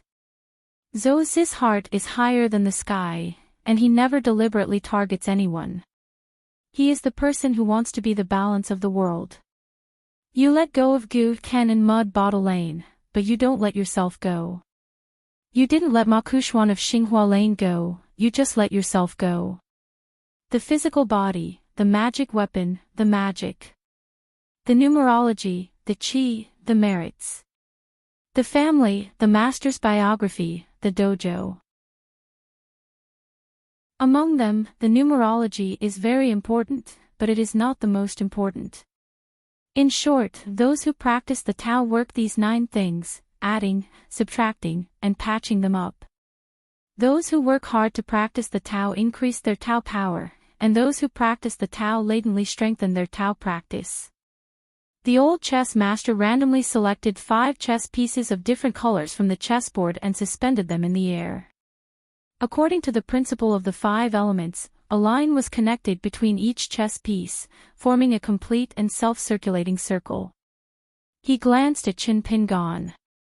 Chen Pingon understood this and picked up 4 chess pieces from the chessboard, starting with one of the chess pieces in the circle of the old patron, and then formed a circle. The old temple leader nodded, then lifted 4 more chess pieces, and a 5-element circle was created in the sky above the chessboard. 3 circles, interlocking. Chen Pingon was silent and looked back at the old viewer. The old observer then smiled knowingly, withdrew the circle that started with the 2nd circle, and placed it on the node of the 1st circle again.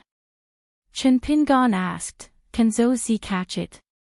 The old patron didn't give an answer, but he was so happy and angry.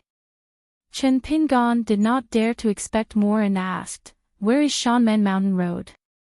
The boy in Sing Yi is still running into obstacles there. The old temple master smiled and said, "Wife, Brother Chin wants to stand up for that little river snake. It's just a nascent soul realm, and it's not worthy of being seen by the master of Bixiao Cave, who is a master of Taoism. If he ascended, he would probably be in the dojo under the bright moon at this moment." Chen Pingan said tentatively, "The younger generation unintentionally offended the seniors. How about a small punishment but a big warning?" To be honest, until now, Shanzhu Chen doesn't know what his family worshippers said or did, which makes the old temple master so difficult to let go. The old temple master asked back, "I teach you some secrets of cultivation, and you want to teach me how to do things?" Chen Pingan felt powerless, mainly because Chen Lingjun met the master of Bixiao Cave, which made him, the master of the mountain, feel guilty no matter what he thought. The old temple master stood up and said, "The immortal realm is okay. When one day you attain enlightenment and ascend, you will be considered a behemoth in the human world. Every time you go out, it will inevitably cause waves. A wild cultivator like Feng Shuatao has nothing to do with the cause and effect of the mortal world. The fire dragon, there is a secret method for the powerful ascension of the real person in the past. You can play in the human world as much as possible without getting involved in cause and effect. I am afraid that if you don't rely on both ends, half a bucket of water sloshes and splashes, in the human world, it may be a long-term battle. Drought, rain, or a flood caused by natural or man-made disasters. The 1,000-year-old king and the 80,000-year-old turtle. The former talks about land gods in a general sense, and the latter talks about the Ascension realm and the 14th realm. If a monk in the Ascension realm wants to live a long life, he must have a turtle shell. It would be better to have an alternative dojo. The old viewer suddenly said, "I know that sissy kiln worker. If we don't talk about the long-term cause and effect and just talk about his life, why would he choose to commit suicide? Is he really killed by a few words?" The ancient female rainmaster from heaven turned into a man. Su Han, a worker in the fire kiln, suffered so much that he escaped. Chen Pingan was silent for a moment, then nodded and said, "It took me a long time to really understand that Su Han made that choice because of my existence." The old temple master nodded, being able to recognize this truth clearly and dare to admit it shows that you are somewhat responsible. It is not in vain that I have given you the chance to get close to the road. If you want to be a good person, you must do good deeds. Good things done by good people must have good results. Don't have a clear conscience. This matter will still take time to think about.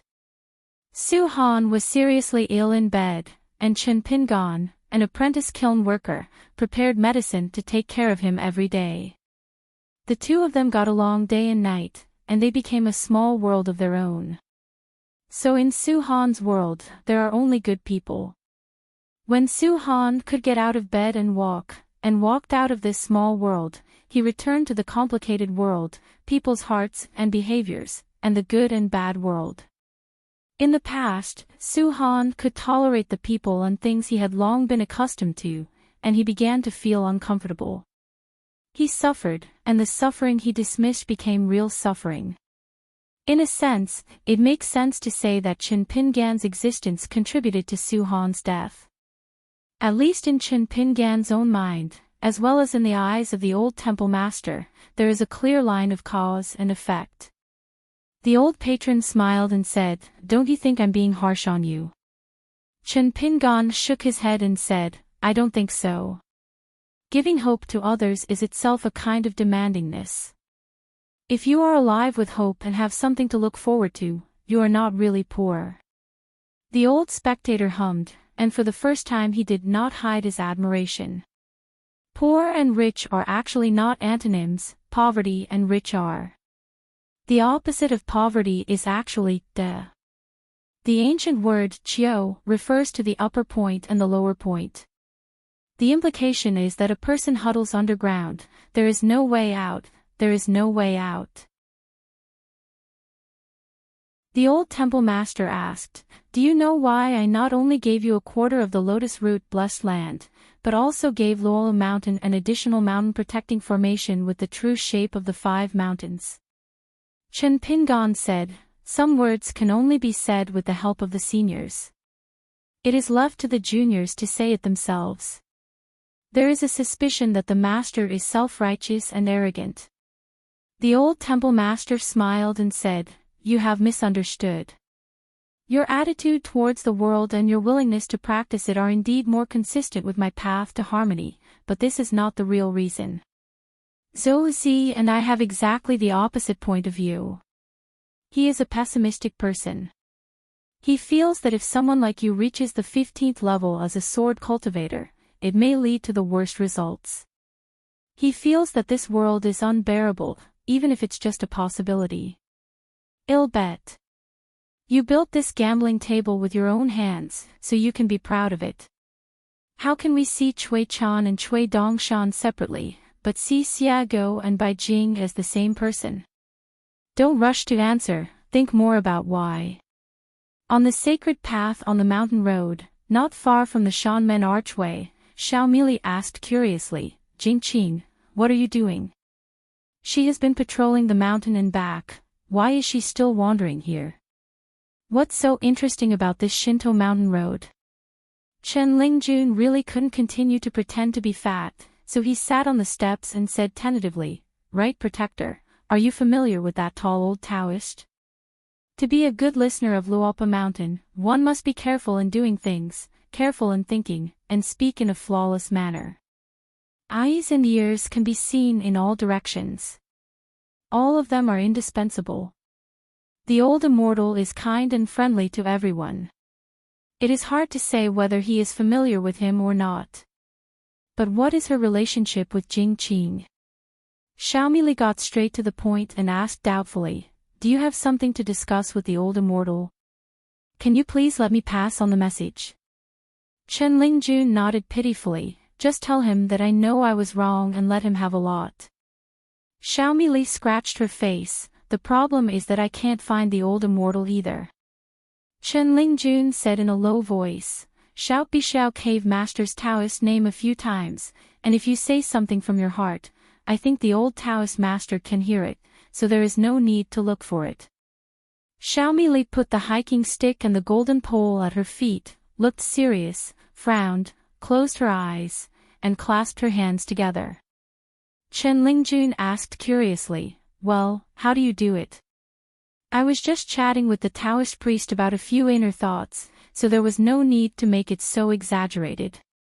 Xiaomili opened his eyes with his hands clasped together and complained, "Jingqing, be sincere, be sincere. Remember the good mountain master said that a sincere heart can connect to the gods, and a single thought will echo in the mountains." Chen Lingjun really remembered half and asked doubtfully, "Isn't this what Taoist Xianwei said to us last time?" Xiaomili, who had just closed his eyes, had no choice but to open his eyes and stare, saying, "Can't it be the good mountain master and the Taoist priest Xianwei who said this?" Chen Lingjun suddenly realized. There was a slight slur in my heart. Damn it, Mr. Xiao Mo is such a good friend. This time, even relying on his own master showed signs of being unreliable. But before Xiaomili could sincerely make a wish, the old Taoist priest and Master Qin appeared on the Shinto together. Although he is not his real body, Qin Pingon, the Taoist champion, still changed his attire. The old temple master looked kindly and rubbed the head of the little girl in black, while Master Qin smiled and pressed the head of the kid in green. Chen Lingjun carefully assessed the situation and discovered that he was determined and immediately took Xiaomili away with him. Looking at the Taoist priest with a wooden hairpin reading a book at the door at the foot of the mountain, the old temple master asked, "Why don't you take him up the mountain?" Chen Pingon said, "I can't afford it." The old temple master said, "If he were on the mountain instead of guarding the door, then within 100 years, inexplicable blessings would come to Luola Mountain one after another. Everyone who sees it will have a share. There is no such thing as the 14th realm. Qingyang has been found by Huang Ting a long time ago.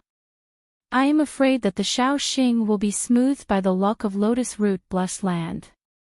You don't have to protect Taoist Ding.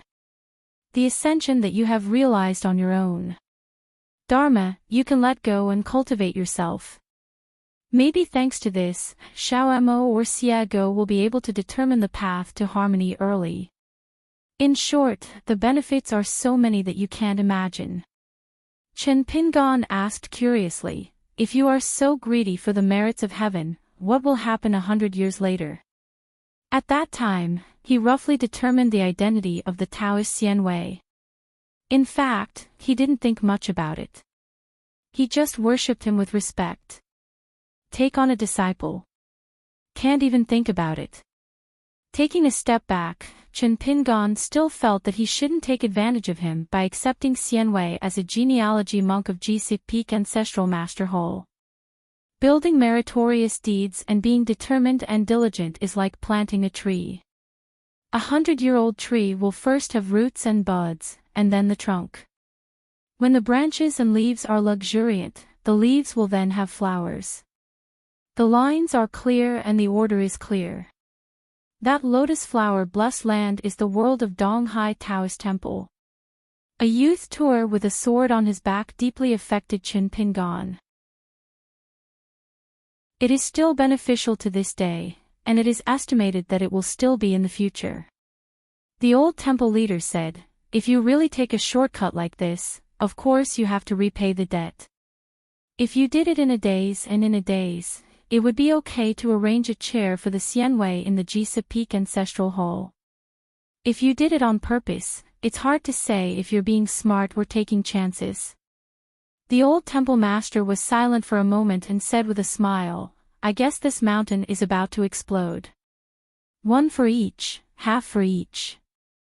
The heavenly master was surrounded by the founders of the three religions who had abandoned Taoism in the ruins of Heavenly Court. How could the local Chen Pingan not be tested? Since everything happens to you, it happens to you. How to deal with yourself is actually simple. Walking along the Yangguan Road, a gentleman works all day long. Chen Pingan said, Senior is going to return to Qingming World now. The old spectator nodded. Chen Pingan said goodbye and left. Just as the old temple master was about to return to the Taoist temple, he saw that the Taoist priest with a wooden hairpin at the foot of the mountain had already stood up and made a proper Taoist gesture again. We had to walk a few more steps and walk down the mountain. The old temple master passed the mountain gate archway and returned the bow to the Taoist priest. Xiago is sitting on the steps watching the excitement, and the girl in the mink hat is mumbling something, feeling ashamed to be carrying a dagger just to see the mountains. That's all we have learned, we can't use it over and over again. Xiago clicked his tongue and was surprised. On the Taoist side, they didn't see how sincerely the Kaizhou Taoist paid respect. He just couldn't beat him. As for why the master of Bixiao Cave is on the side of Taoist Muhan, there is actually an inside story. Xiaoma said it himself. On the ancient road, there is a winding line. No matter the wind blows or the sun shines, or the rain or snow blows, the Taoist priests are like dragons in the wild. The old Taoist master at the door thought for a moment. Instead of going to the trouble of Taoist Qin, he laughed heartily and took the initiative to report his Taoist name to the dojo. This was the first time he had met someone in thousands of years and introduced his identity to Liu Beit in Bixiao Cave. The Lord claimed to be the master and took the initiative to say goodbye to the Taoist priest Xianwei Ji. The Xianwei was confused and had no choice but to follow Jishou and return the courtesy. When the weird old Taoist who was slightly stooped, probably because he was too tall, disappeared out of thin air, Xianwei rubbed his sore neck, shook the sleeves of his Taoist robe, and read too many serious books. Sword of Coming Chapter 1246.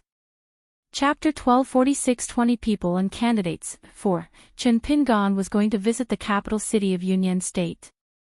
He first sent a letter from Feijin to Zhongqiu, briefly describing the process and results of his meeting with Qingyang and others, and asked Zhongqiu to send a message to the temporarily formed city.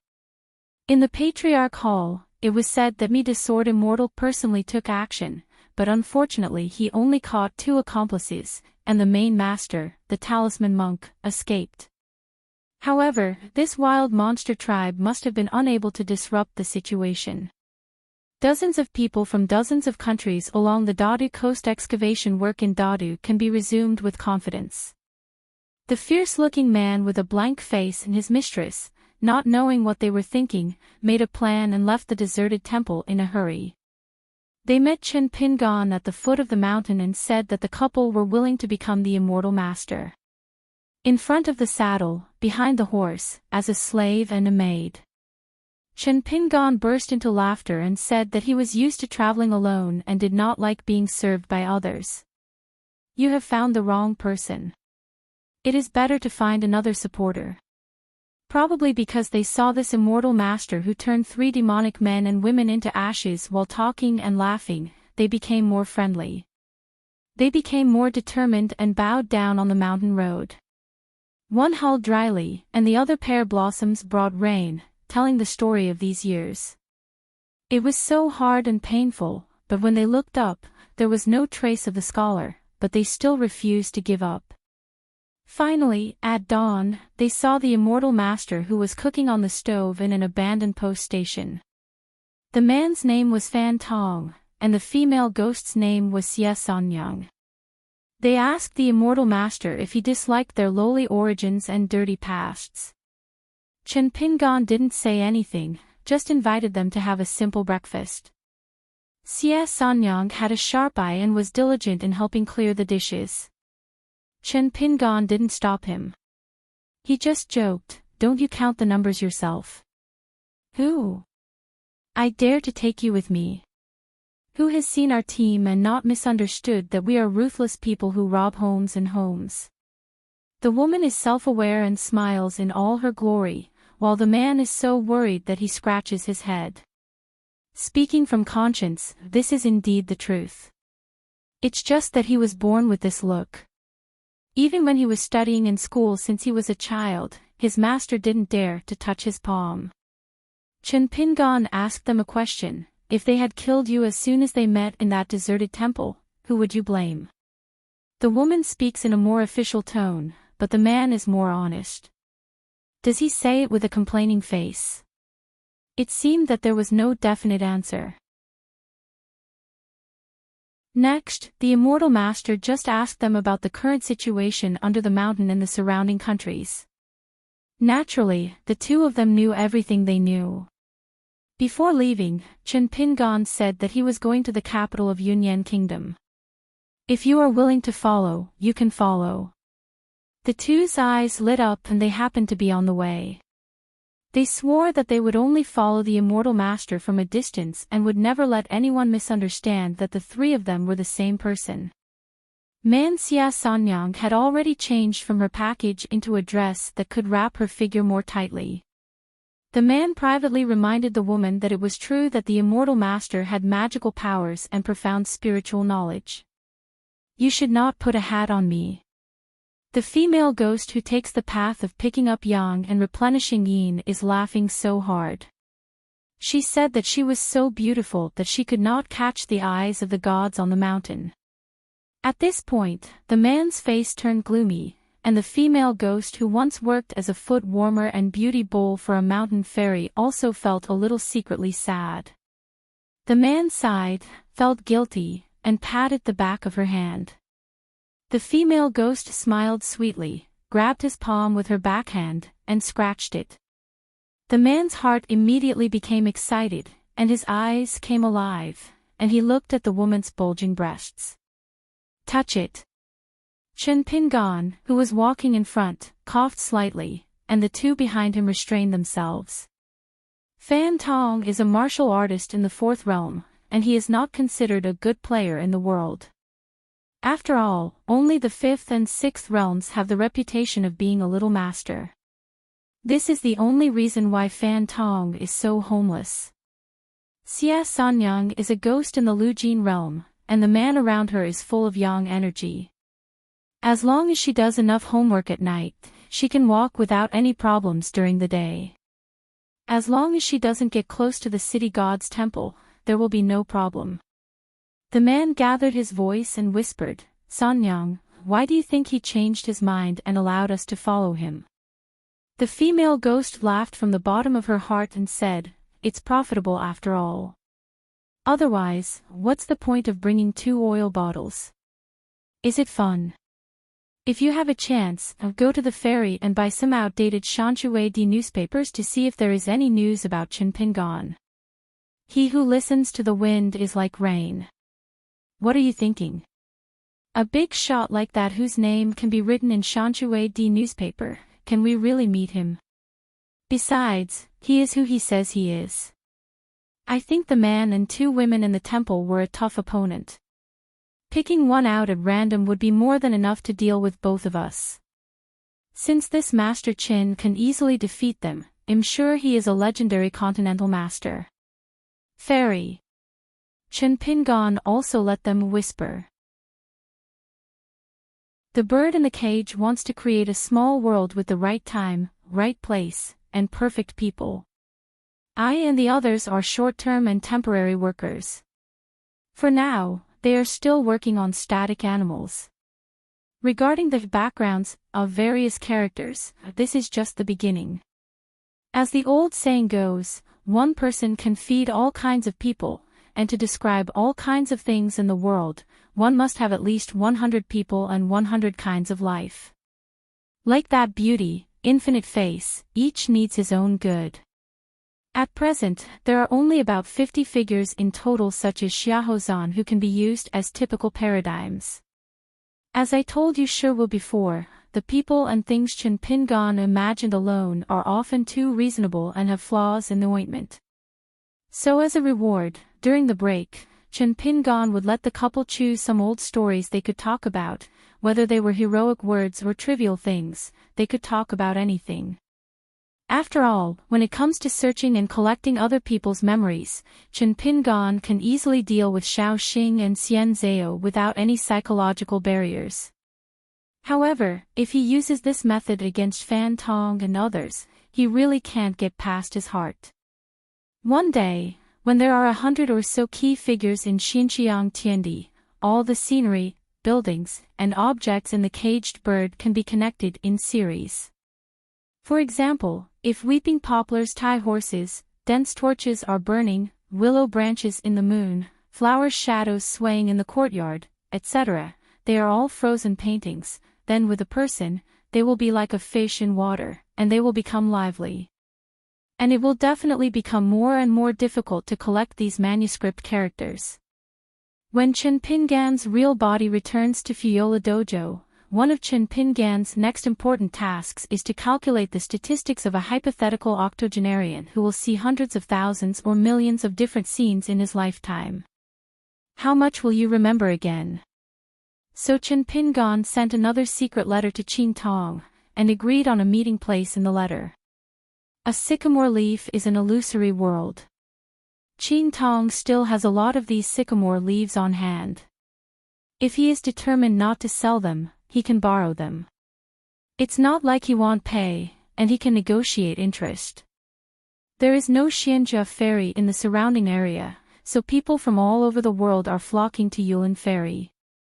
It can be seen that after these years of recuperation, Tonggishao has undergone great changes, and the market has revived. It may be too early to say that the world is peaceful, but there is no doubt that the chaotic world has become less. Along the way, there are short pavilions with willow trees and long ones. Occasionally, there are well-dressed women and green girls who are going out for an outing, standing gracefully among them. In the countryside and villages, chickens crow and dogs bark, and smoke curls from cooking stoves. During this period, Chinpingan received a reply from Master Zhong, saying that at least half of the members in the ancestral hall were skeptical about the matter. Therefore, after receiving the news, many small countries braved the courage to desecrate it again. It is not difficult to understand that Mi Yu was the one who pursued Qingyang most diligently before. Now that Zhong Qiu has given the result of killing 2 and escaping, the members of the Zushi Hall do not doubt that the killing power of Mi Dajiangxian is not high enough, but they cannot trust Mi Yu. There is such good luck. Could it be that Huang Ting, who is in a lower realm but has deep blessings, would be more able to convince the public? However, Zhong Qiu also said with a smile in the letter that as long as the mountain master shows up once at Yulindu, all the doubts of all the forces will be eliminated. Probably because of the shadow of the famous tree, Yin Guan personally came to Tonggizhao to kill the demon, which was indeed more of a reassurance. Stopping on a mountain plank road that day, Fan Tong finally couldn't help but wonder, Master Chen Xian, do those trivial things we are talking about sound interesting? The woman was also very curious about this and pricked up her ears, wanting to know the answer. Chen Pingan said casually, scholars like to write literary notes, recording what they have seen and heard about the landscape, anecdotes about the government and the public, as well as secrets about the palace, inside stories of the officialdom, and so on. In addition, there must be some daffodils, mountain ghosts, foxes, flower demons, and plant and tree spirits. No. It must record major events, trivial matters are also acceptable. Chen Pingan never expected that just such a casual joke would make the couple excited as soon as they heard it. It was as if they had been given a shot of chicken blood. The 2 people who originally felt that they had exhausted the story suddenly became enlightened. After confirming that she could talk about anything, the woman even took out a pen and paper, and helped the man count the years together. A good memory is not as good as a bad pen. She muttered first, put pen to paper, and waited until several pages were filled. Then he went to Master Chen Xian and became a storyteller. While Chen Pingan was recording, he jokingly asked them why they became so full of ideas. She smoothed her hair on her temples and said that it would be a wonderful thing to have her own name and story in a book. He clenched his hands into fists, his eyes sparkling, and said that he had never dreamed in his life that he would be able to become a person named in the book. I see. Hansi began to dislike his name as it sounded ugly and he had been laughed at since he was a child. He asked Master Chen if he wanted to change it. Master Chen Xian said no, this name is not popular outside the book, but it is good in the book because it is easy for readers to remember it at a glance. In the mountain villa of an old luxury home, there are ruins and overgrown weeds. It suddenly rained, so they took shelter here. When the rain stopped, the water in the pond gathered again and formed a nest of mercury. From time to time, the couple would quietly walk away, spending a quarter of an hour or 2 each time. When they came back, their faces were full of red and their faces were glowing. Chen Pingan moved a chair under the eaves and sat under the eaves. Behind the old house was a large 5-couplet bookstore with thousands of books. There were many bookcases inside, which were collapsed and crooked. The books were scattered on the ground, and they were all moth-eaten and moldy. The paintings hanging on the walls in the past all fell to the ground, and the canals were broken. Many years ago, there might have been an old man here who was full of poems and books. They were arranged vertically and horizontally like a wall. The paintings hanging on the wall changed according to the 4 seasons and the flowering period. Whenever a visitor came to the house, I don't know. When the master is there, he needs to shout his name loudly. The master stoops and walks out after hearing the sound. Sitting on the Grand Master's chair, Chen Pingan began to look through the trophies captured in the Battle of the Desolate Temple.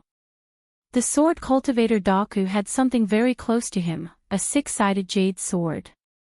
Immortal algae only has 1 square-inch object, which is an ancient mirror with a special shape that even Chen Pingan has never seen before. However, in terms of the wealth inside, the latter is more substantial. There are more than 200 immortal coins alone. Guyu money, and 2 magic weapons. On the other hand, over at Cardamom, there were only a few scattered old-fashioned items that were discarded and were not of high quality.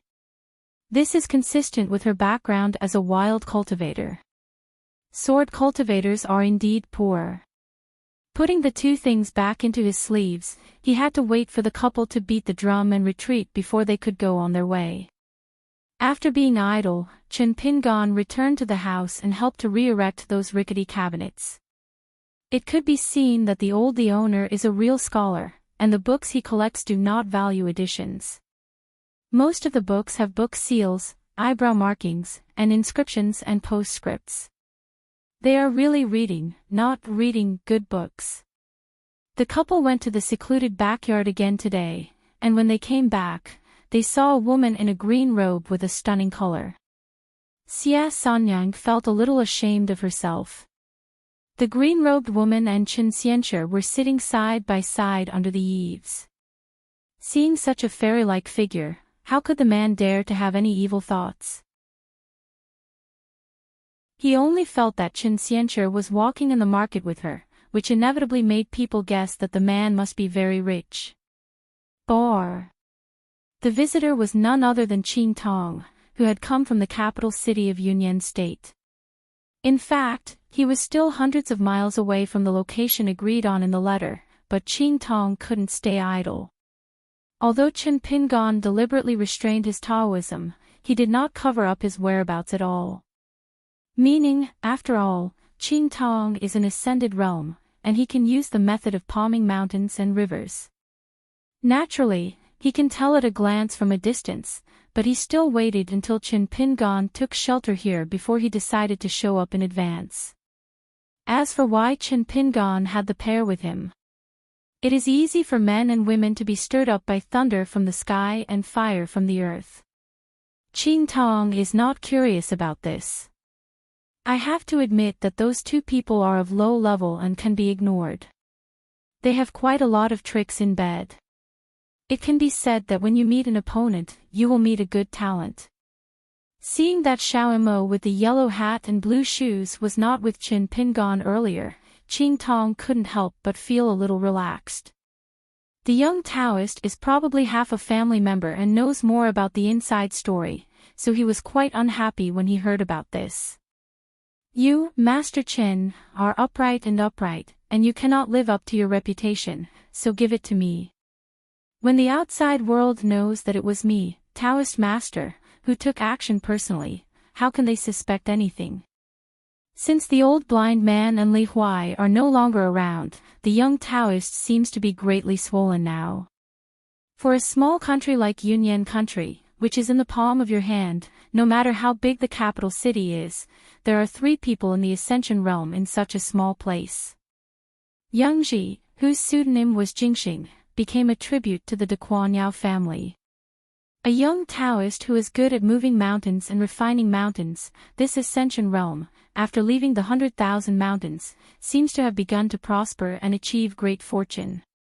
In addition, Feng Shuetao, whose Taoist name is Qingmi, is now implicated by Jiang Shangzhen, and his reputation in Tonggishao is considered bad. He is unwilling to go to Yugui sect or Yunku Blessed Land, so he can replace that Taoist priest. Zhang Finggu of Lao Xiang stayed here in Yunnan Kingdom, making offerings. Zhang Finggu is the highest-ranking and oldest patriarch of the Yugui sect today, and is Sun Yuan's junior brother. Whether it is Jiang Shangzhen or Wei Ying, the 2 sect masters one after another can be said to have grown up under the watch of the old man. Someone has to help Yuguizong keep an eye on this place and be responsible for specific affairs at the same time. Yuguizong does not dare to use an ascended realm person to worship him, so Jiang Heng, the young master of Yunku Blessed Land, needs to be stationed in the capital. His father could talk freely with this senior Qingmi, but Jiang Heng did not dare to show any slightness. After all, he was an ascended person with profound Taoism. Du Mao, who had been a guest in Tonggishao decades earlier and was as unruly as the leader of a continent's immortal masters, probably would not have dared to quarrel with a wild cultivator like Feng Shuetao. However, Qing Tong deliberately ignored Chen Pingan, who was only a few steps away from Yulindu. Chen Pingan just pretended not to know. Qing Tong said, "Thank you." Chen Pingan smiled and said, "Being convenient for others is also convenient for yourself. There is an old saying in my hometown, do something good that doesn't cost money. Do it if you can, and do it more. It is easy to have good fortune when you are old." It turns out that in addition to moving away from the central boundary of Tongya continent, there is actually another good place for the local demon monks in Ijo to go recently. It was a sect with the first name that came out of nowhere, named Wudong Mountain, and the sect leader was named Xingyu, and he was an unheard-of Jade Pure Realm monk. Wudong Mountain announced to the outside world that the sect only accepts chi practitioners from the Shanzi Zhuliu, who were born in Shanzi's spirit monster. Of course, Chen Pingan helped to get the share of the new sect in Tongyi's Hao. In fact, according to Qing Tong's qualifications and resume, if he really wanted to send a letter to the Chinese Confucian Temple saying that he wanted to found a sect and become the founder of the sect with the title of Zong, it would be between two choices. It's just that Qing Tong can't wipe out this face, let alone accept the result of being rejected by the Confucian Temple. Therefore, Chen Pingan, or to be precise, Mao Sai of Liji Academy, became the Ice Man who attacked for a time. The Zhongtu Confucian Temple allowed Qing Tong to build a new sect, open the door wider, and accept the local demon clan in Tongyi's Hao. Help these Shanzi monsters who are always worried and miserable to have a place to stay. There are often some shady scandals about the search of mountains by chi practitioners from various continents. They are obviously hiding from disasters. The genealogical monks have come to light again and rebuilt the dojo, but they have to hide everywhere. There is a lot of resentment. Now Dafu Academy dealing with various conflicts, I was very busy. Therefore, to a certain extent, Tongyi's excavation of large areas, large-scale construction, and clarifying the boundaries of mountains and rivers in various places are invisibly helping Wudong Mountain, driving fish from the abyss, and gathering local monster monks. Therefore, the only highlight of Qing Tong's slightly shabby sect founding ceremony was that Chief Qing Shan of Dafu Academy came to congratulate him in person. As soon as Qing Longzhou arrived, the demon chi practitioners who had surrendered to the Wudong tree were completely relieved. This kind of official article is actually the same up and down the mountain. Fan Tong and Xia Sanyang were a little at a loss and just stood under the eaves holding their breath and concentrating. No matter how blind they are, no matter how ignorant they are, just talking about Qing Tong's demeanor is enough to shock people. After spending time together day and night, I became familiar with Master Chen Xian, and I couldn't help but ask a few questions about the realm. Mr. Chen claims to be an earthly immortal who uses a sword. Previously, he used flying swords to kill the big demon in that deserted temple, but you guys are not good enough and haven't opened your eyes, so you can't see clearly. Since this woman can sit on an equal footing with Master Chen Xian and talk happily, she must be an unattainable land deity. Qing Tong got straight to the point and said, "You know the purpose of calling me here this time, tell me, I want some phoenix leaves." Chen Pingan was a little embarrassed and explained, "Don't get me wrong, favors are favors, business is business, let's calculate it separately." Qing Tong asked, "Then it will be calculated separately." If he hadn't owed this favor, Shanzhu Qin, who had long coveted the sycamore leaf, would never have thought of stealing a sycamore leaf from himself. It is true that those sycamore leaves in his hands are probably not even worthless, but they are Qing Tong's favorite, and he uses them to nourish his eyes whenever he has nothing to do. Just like here, the wealthy and noble families have never tired of opening up villas in the mountains and forests and building urban courtyards. The fairy families on the mountains are also working tirelessly to create vassals down the mountain. So isn't a sycamore leaf in the sky more precious? Chen Pingan rubbed his chin and said nothing.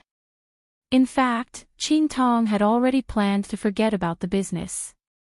It didn't mean much, so he just made up a round number and sent 10 sycamore leaves to Chen Pingan. At this moment, a dazzling rainbow light fell from the sky and hit the pond with great force, but it was still more than 10 feet away from the water, and then it fell like a feather. The girl in the mink hat said carelessly, "Fellow Taoist Bixiao is right.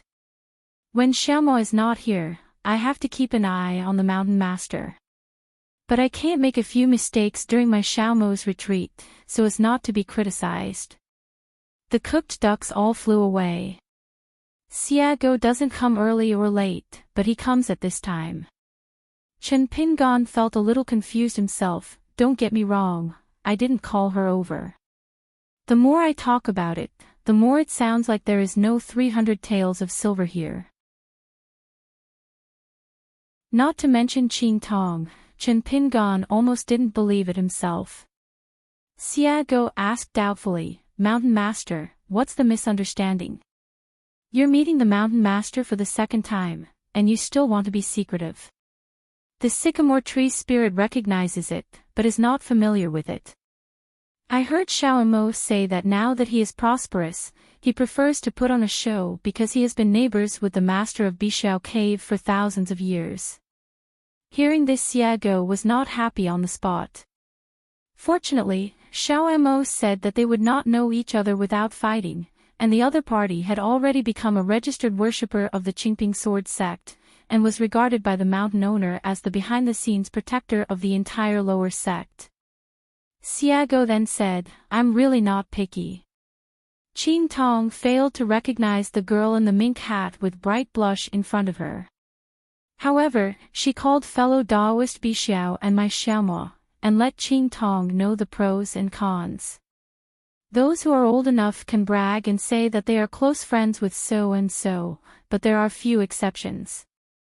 They dare to casually say that they are familiar with the master of Bixiao Cave, and the title is suffixed with the word fellow Taoist. Once known to the master of Bixiao Cave, this kind of person will really become familiar. Seeing that Chen Pingon didn't recognize Xiago's identity, he didn't say anything else. Otherwise, wouldn't it be a case of coercion and coercion? Qing Tong did not dare to stay for a long time, so without saying a word, he took out a wooden box that had been prepared for a long time from his sleeve and handed it to Chen Pingon. Chen Pingon thanked him, and Qing Tong said he would go to Wudong Mountain to sit down when he had time. Chen Pingon said yes. However, Qing Tong did not forget to remind him that the owner of the mountain does not need to identify himself when climbing the mountain. Chen Pingon was speechless. "Have you ever invited guests to your home like this? Do you really not regard me as an outsider?" When the attentive Qing Tong walked far away, instead of shrinking to the mountains and rivers, Xiago said depressedly, "What's going on? This guy is annoying me." Chen Pingon smiled and said, "I guess fellow Taoist Qing Tong has guessed your identity." The couple didn't dare to take a breath. Chen Pingon introduced, "I have a small mountain, and she is the second worshipper." Before the two of them could say a few words, Xiago waved his hand and said, "Don't be polite." Xiago suddenly asked with a smile, "Are you two a couple?" Fan Tong and Xia Sanyang were confused and could only nod. Xiago clasped his hands in his fists and said with a grin, "Let's get married and have a son soon." As soon as Qing Tong left, another old man in yellow came to join in the fun. The Tao is profound, and he crosses many mountains in one step. The old man's feet landed on the water, his big sleeves bulged, and he was born with the magical power to divert water. The water in the pond was swept away by the agitation, just like a huge green water flower blooming, just in an instant. It dissipates and returns to the pond. The old man in yellow stepped forward, treading water towards the house. He shook his sleeves and said with a smile, he never expected to meet Shanju Qin in a remote place in a remote mountain. Taoist Nen came here following the rainbow vision here, and wanted to see if there was any chance of becoming famous. Previously in Yuanyangzu, I faced off against Haran's Ascension Realm monks, and it was quite a good feeling to become famous in one battle. When he arrived, he discovered that it was Chen Pingon, and the young Taoist was greatly disappointed. Fan Tong couldn't help but sigh in his heart. Master Chen Xian knew so many strange people. However, the woman was in a strange mood.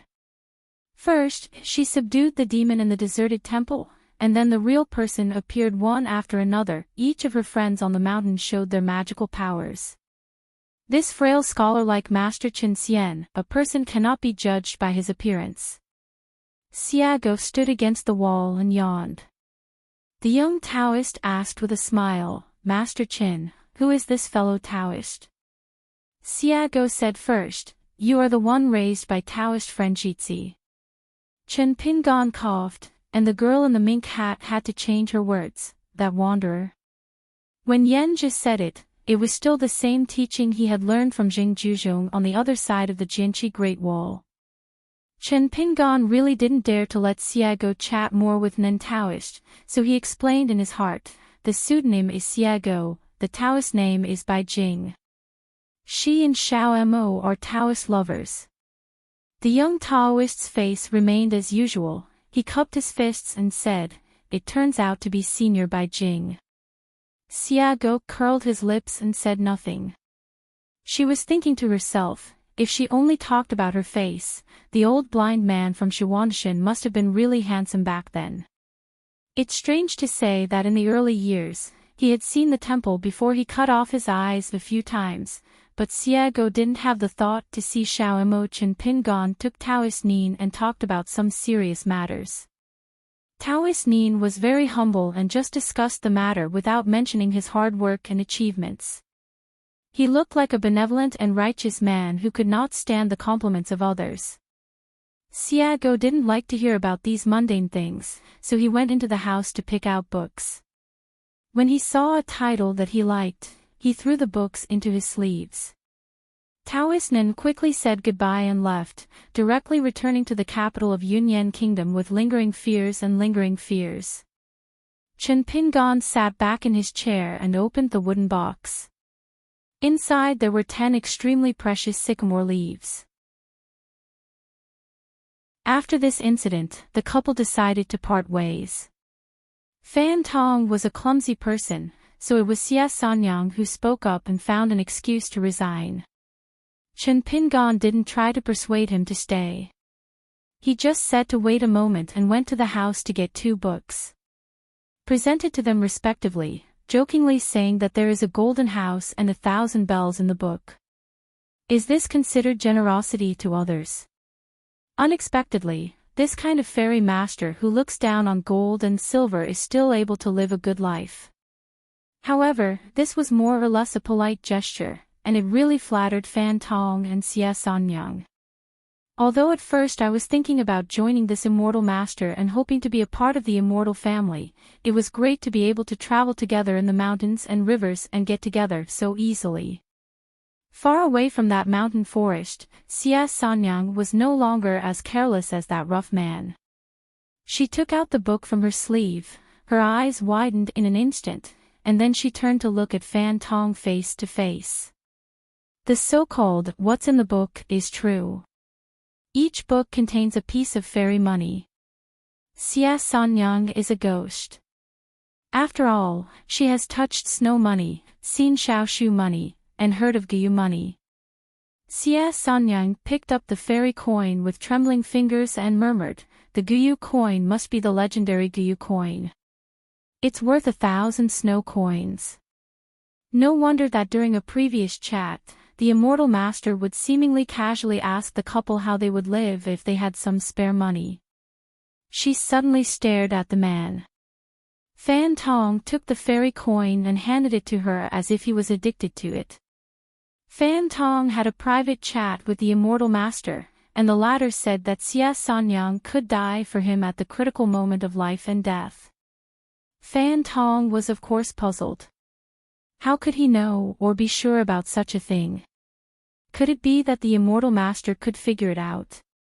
The old immortal master was there at that time and said that he had set up a fortune-telling stall before and that he could indeed read faces. Fan Tong didn't think it was necessary for the immortal master to deceive him, so he believed it. Since the woman was willing to risk her life for her, there was no reason why she should be reluctant to part with a piece of fairy money. At this moment, the woman raised her eyebrows and smiled charmingly, and the handsome man knew that new tricks were waiting for him. In fact, there is a Xiaoshu coin in Hanzi's book. If a man understands it well, he can use it as personal money. He must be someone who has been short of money when he was at home. No wonder Master Chen Xian traveled so leisurely and calmly. On the road outside the mountain, in the direction of the old house in the mountain, the woman who is now accustomed to having a plain face turned to the sky, pulled her skirt and said a blessing, and the man clasped his fists in greeting from a distance. The hurried yesterday and the slow tomorrow are all confused. Taking Xiago to the border of Yunyan country, Chen Pingan walked on a stretch of mountains with 5 steep peaks like fingers touching the sky. It was a beautiful place with beautiful landscapes and many fairy-style old sites, leaving many ruins in the mountains. There are unbearable traces of palaces, temples and alchemy refining. Unfortunately, the spiritual energy is now thin and mixed with turbid evil spirits, so it is not suitable to reopen the dojo.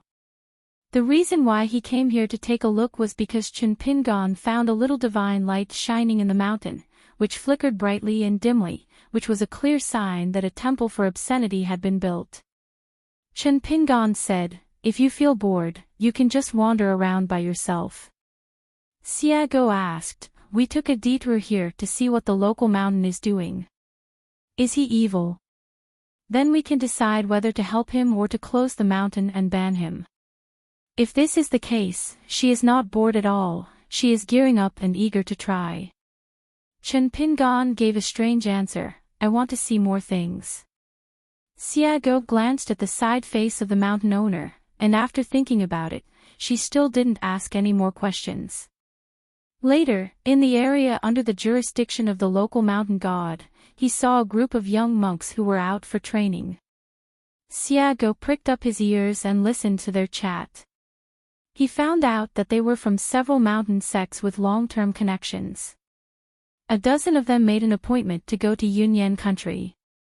In the capital city, there is a temporarily built Sherman property on the Yulin Ferry side where you can rest. Chen Pingan has never heard of the names of those sections. It can be seen that there is no guardian in this team. The one with the highest level is a red-faced man from the cave realm. He is short and strong, wearing commoners and straw sandals, with piercing eyes. The name is Xiao Taiyan, and there is an iron mace engraved with the Lei talisman on his waist. It is not a magic weapon, but one of the better quality among the spiritual weapons. For a small sect, it is probably a treasure that has been passed down from generation to generation. Sure enough, Chen Pingan listened to a few more chats next to the remains of a jade well where the immortal master made alchemy in the past. The man was the leader of a sect. He was not very old, but he looked older. The sect he belonged to was a branch of the sect. Now there are only 2 generations in total, because in the early years, many ancestors, direct descendants, and immortal family members of the main line took refuge in the colorful world with the divine master, hanging statues, and all valuable objects, so this man's palm, it's easy to take it easy, but looking back at the head brother and the senior sister who is in charge of money, they have been begging Grandma and Grandpa Gao everywhere over the years, going to various countries to beg for help, bringing back some gold and silver like swallows carrying mud. Every time the senior sister returns to the mountain, she complains endlessly, saying there was no way she could survive this day. If the sect wanted to accept another 3 generations of disciples, she would really have no choice but to engage in the business of selling sex. Every family has scriptures that are difficult to recite, so the head brother asked him to take the opportunity to travel far away to see if there was any way to make quick money and make some friends in the mountains with rich family backgrounds. As for the disciples of the sect who travel together, they are not well off. If they were really well off, they would have taken the Xianjia ferry long ago.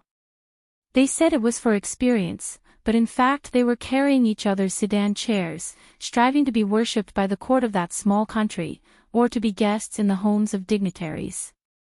During their travels, when they heard that there was a haunted house somewhere, where demons were causing trouble, and spirits were harming people, they hurried there.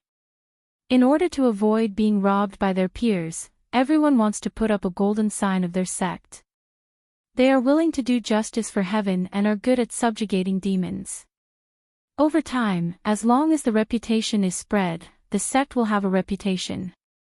It's just that after so many years of continuous mountain searching in Tongisau, it's not easy to find a few remnants of the wild monster clan.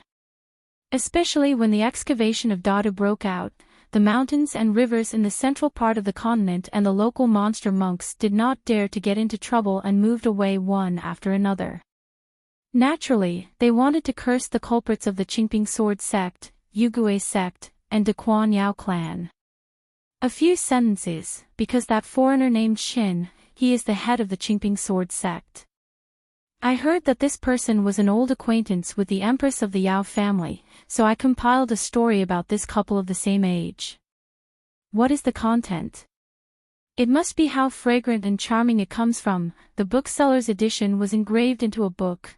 The sales volume is not bad, small profits but quick turnover.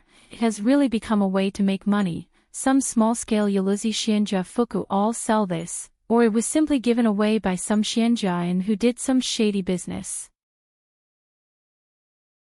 Chen Pingan seemed to be waiting for someone, or maybe for something, so he gave Xiago a suggestion.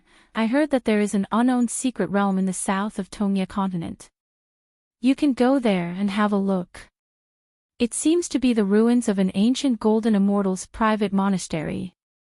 The palace is like an imperial palace. In ancient times, the places where immortals made elixirs either became immortals and left jade wells, or there were no islands of barren grass. According to the gossip that has been leaked now, that ruins, both in terms of the content of the inscriptions and the words carved on the cliffs, have a very strong tone. For example, the stone tablet erected at the mountain gate contains the words, teaching the king the recipe for immortality, which can refine the soul. Yin and yang cook the 5 colors, and water and fire refine the 3 flowers. In the ancient times, there were several well-documented real examples of taking pills to ascend. Since ancient times, for more than 3,000 years, it seems that no one has accomplished this feat. Therefore, regarding this rumored relic that there may be a bottle of elixir, the Jade Guizong has already made some moves and regards it as a must-win. Maybe the only variable is that I heard that Huang Ting from Tapingshan also went there, to try his luck. As for Cui Dongshan and Qingping Sword sect, they haven't given me any news yet. Xiago asked directly, does the Mountain Master have any idea about the ownership of that secret realm? Just wandering around. If you want to say that as a second-rank person, you can make contributions to your family's mountain, Xiago doesn't mind making a trip. Anyway, he is acting according to the order, and there are no taboos. If the mountain owners think they can fight, then they can definitely fight. The Mountain Master is still experienced in doing things. Chen Pingan smiled and shook his head. I'm just afraid that you'll be bored here, so I'll let you go out and relax. It has been proven on the mountain long ago that in this kind of land, it depends on fate, otherwise it will be like a marriage between a man and a woman, and it will be too forceful. Sweet, in the end it made a fuss all over the place. Xiago pretended to be horrified. Master of the mountain, why do you want me? Is there anything I'm doing wrong? Chen Pingan was helpless. Who did he learn this from? Xiago clasped the back of his head with both hands and said doubtfully, you always want to get me away. Is there something shady to do? To be honest, my heart is for the Mountain Master, and I absolutely shouldn't see it. Look, never say anything you shouldn't say. Chen Pingan explained, I'm just thinking about your level and age. If you haven't seen anything and follow me around all the time, you will definitely feel bored. Xiago said, no, it's quite interesting to just wander around aimlessly like this. In the final analysis, whether our marriage with Xiaomo will come true or not, and whether we can have a wedding night with flowers and candles, is not decided by you, the Lord of the Mountain. Occupied by the mountain master of an obscene temple, he is neither a spirit who occupies the mountain as king, builds a temple and enjoys the incense of the world, nor is he a hero of the previous dynasty like chiseling Bai Mao, but a wild cultivator who became a ghost. Last year, we started to post hero posts widely, inviting heroes from all walks of life to stay here and build momentum. Of course, the Mountain God Mansion will not say to the outside world that it is a temple of obscenity that has not yet been canonized by the Yunyan Kingdom Court. So much so that the female ghosts and white-faced men in the deserted temple originally planned to come here to find refuge, to find a female official or a military general here, to carry an iron rice bowl, and to eat some of the royal food. With such a small area, when traveling at night, I like to put on a parade of imperial honors, with long-handled fans, gongs and drums, and all kinds of flags and flags collected from unknown places mixed in. They are all random, without any trace. There are no rules or etiquette at all, but it is just for fun. I guess I read a few official and family history books, kept an overview of the big book, and learned the 4 characteristics. The Shanshan Mansion is a mixed bag of fish and dragons, with music and singing every night, and a banquet for guests, creating a peaceful atmosphere. This group of Qi practitioners just passed by chance. At least they didn't look like they were looking for trouble, or they came here specifically to fight the autumn wind. The officers and soldiers of the Mountain God Mansion who were responsible for patrolling the territory saw that the other party had a large number of people and did not dare to make any mistakes. The posture of not disturbing the water of the well but not the river. After hearing the report, the mountain thought for a moment and made a tactic of avoidance. There was a high-sounding reason. Now the mansion was at a critical juncture with the imperial court of Yunyan Kingdom, so it was not appropriate to cause unnecessary complications. In fact, how could he dare to ask for a border crossing certificate from such a large group of mountain gods? If they didn't go to the temple on the top of the mountain to raise troops and ask for guilt, it would be considered polite. The night is beautiful, the moon is bright and emerald. The bright moon and the beautiful lady are in the sky and on earth. A young female monk with the best appearance took out a roll of jade-colored ice cream woven from ivory, spread it out on the ground, and sat on the ground. Several male and female monks from other sects, of similar age, came here to chat, and the woman whispered to her. The man ran out of things to talk to and chatted with them about recent experiences. They would not always travel around the city together, but would often get together and meet again at a certain place at a certain time. The Taoist monks who came down from the mountain to join the world may have the appearance of the 28 beauties, but they may be 100 years old. In the rolling world, whether it is to sharpen their Taoist heart or to win over and make friends with the dignitaries in the court, it is a common thing. When people and scenery are forgotten, it seems that everything beyond the eternal life is just passing clouds. It is easy to be hard-hearted, and it seems that there is nothing you can do about it. For example, the man who was the leader of his sect immediately led 2 junior disciples to do the Qi refining lesson of breathing and exhaling. However, their minds were not on the real work, and the man had nothing to do. People who practice Taoism do not pay much attention to the beautiful girls and pretty girls in the eyes of ordinary people. The reason is actually very simple. Just because their eyesight is too good, some flaws will not be covered up in the eyes of Qi practitioners, and they will be in vain. Covering up all the ugliness has no effect on Qi practitioners. After a closer look, Yin Yuan made a decision. Another example is that if a woman in the market has a slight odor, to a Qi practitioner with keen senses, it will simply smell like a smell to the sky. Therefore, a marriage on the mountain and a Taoist couple are more important than in the market. A well-matched person, the appearance of the man and the woman is the same. Both status and qualifications are the same. Chen Pingan stood on the top of the mountain silently, looking at the group of chi practitioners on the adjacent hilltop. Xiago squatted aside and played with his mink hat. Chen Pingan suddenly asked, "Xiago, can you tell fortunes?" Xiago grinned and said, "The mountain master just calls me Guzi." Chen Pingan was shocked. "Who taught you this? Isn't that guy feeling guilty? If the old cook can't do this kind of thing, who is he who is so brave and dares to fool Xiago like this? Is it Chen Lingjun again?" Xiago was more loyal and did not tell the person's name. Instead, he helped talk and said with a laugh, "Zhou Zi and others don't all have the surname with the word suffixed on it."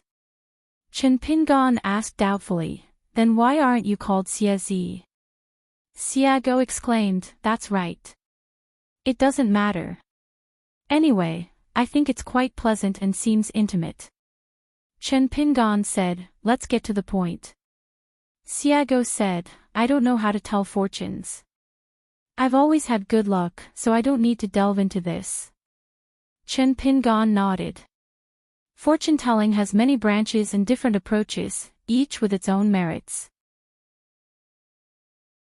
On the top of the mountain, among the great monks' techniques of deduction and creation, there is a remote method that is said to be the most accurate, but also has the highest threshold. That is to turn the word pui mentioned in derivation into its true literal meaning. Chen Pingan had always heard about it and had seen it several times in books, but had never witnessed it with his own eyes, so he consulted the old temple master for advice in the Fuyola dojo. The old temple master sneered at this and told Brother Chen not to think about becoming fat in one bite. This skill is destined to be impossible to learn. For those who are experienced in the world, even if they are lucky enough to master the superficial aspects of this magical power, their vision will become increasingly confusing and dark. Those who predict destiny by inference. The lower the realm, the shallower the path, the more veins and countless forks you see, and the scene on a line becomes blurry as you go further back, and even at some nodes, the scene disappears directly on the spot. The old temple master then slapped Chen Pingan on the shoulder and gave him a gentle push. Chen Pingan fell far away and felt dizzy. He returned to the same place and curiously asked the old viewer what he had seen. The old patron laughed but said nothing. Chen Pingan understood immediately that it was just an itchy hand, so he slapped him openly. The old temple master suppressed his smile and said, "For example, Xiao Mo and Bai Jing, not only are their realms higher than yours, they are also particularly hardworking, otherwise they would not be able to live for thousands of years, so you can't push them no matter how hard you push them." Xiago asked, "Did fellow Taoist Bixiao teach you the formula?" Chen Pingan nodded, "I passed it on, but if you want to convey the Taoist secrets, you need to spend a lot of spiritual energy. In the small world of the human body, there is a lot of movement. I will engrave it on the leftover scraps of a square seal." Xiago stretched out his hand and said, "Let me take a look." Chen Pingan took out the seal with the content of the Taoist formula from his sleeve. Xiago took it, glanced at it a few times, and threw it back to the mountain master. Chen Pingan put it back in his sleeve and asked, "The threshold is relatively high, is it not easy to learn?" Even if there are Taoist masters who carry divinity as the basis for intensive study of this technique, Chen Pingan can only dare to say that he has learned a little bit, and he cannot be outside the realm of entering the palace and entering the house. She had tried her best with Qingyang and immortal algae a few times before. Indeed, as the old contemplative master said, relying on the vast disparity between the two sides, she could only push some of the immortal algae, foreseeing her reunion with Xiao Xing in the heart of Heart World. Only on this line, hundreds of fairy algae stand on this long golden line, with clear veins. On the other hand, looking at green soil and cardamom, we cannot see the long term. Fan Tong and Xia Sanyang each had dozens of spreading threads. Their relationship with the veins was like an ancestral mountain and its branched dragon veins. Among them, two relatively solid long golden lines may represent their two different destinies. One goes directly to the mountain temple here. One of them spread to Zhao Taiyan and Jian Xiu, and they were entangled together, as if they were tied in a knot. In the end, Fan and Xie died. That's why Chen Pingan chose to enter the game in person, took them with him, and then gave them 3 fairy coins, slowed down, and waited for the scene where the two of them seemed to be connecting with each other.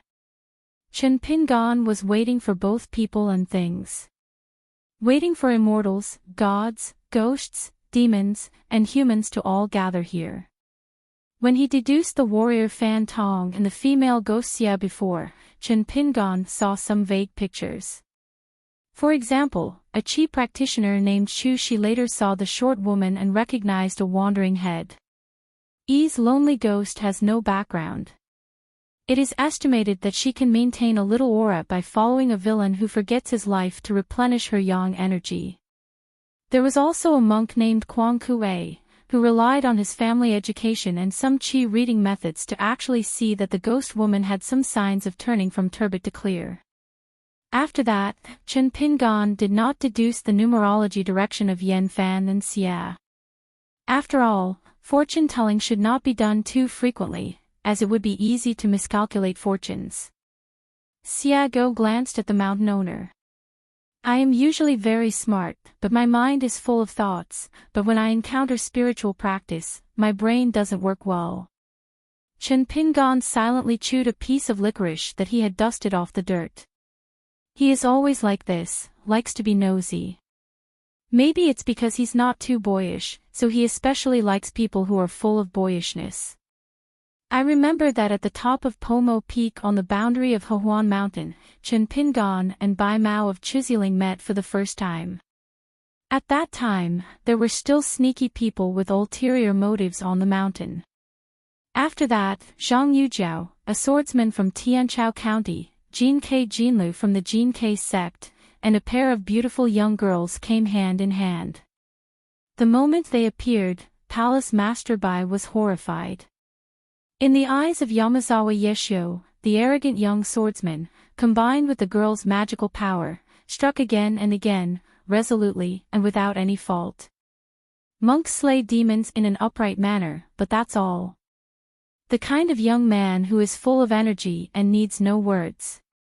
Despite their last reunion in the capital of Qingxing Kingdom, Chen Pingan and Zhang Yujiao looked like strangers, and they probably had an arrogant impression on the young man.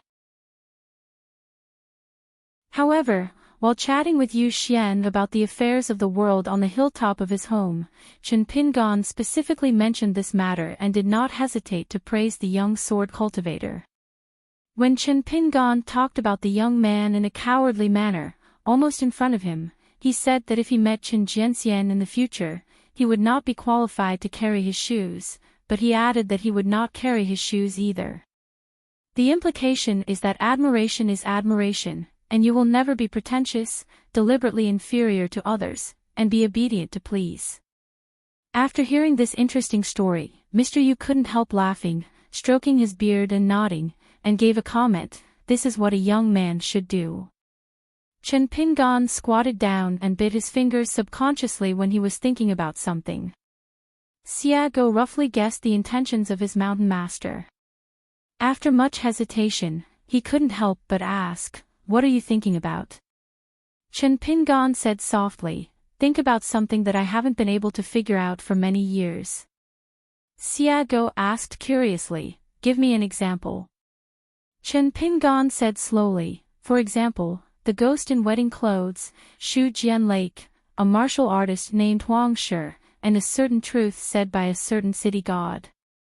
Xia Go said, "Since you can't figure it out, then just don't think about it." Chen Pingan said calmly, "There is only one way to walk at night in a back alley, and there is no way around it. Once your eyes are black, you can only kill the thief when you meet him, otherwise this road will be blocked." Xia Go lamented, "You scholars just like to get into trouble." Chen Pingan murmured, "There was once a swordsman who had a sword and told a little story to a boy with straw sandals.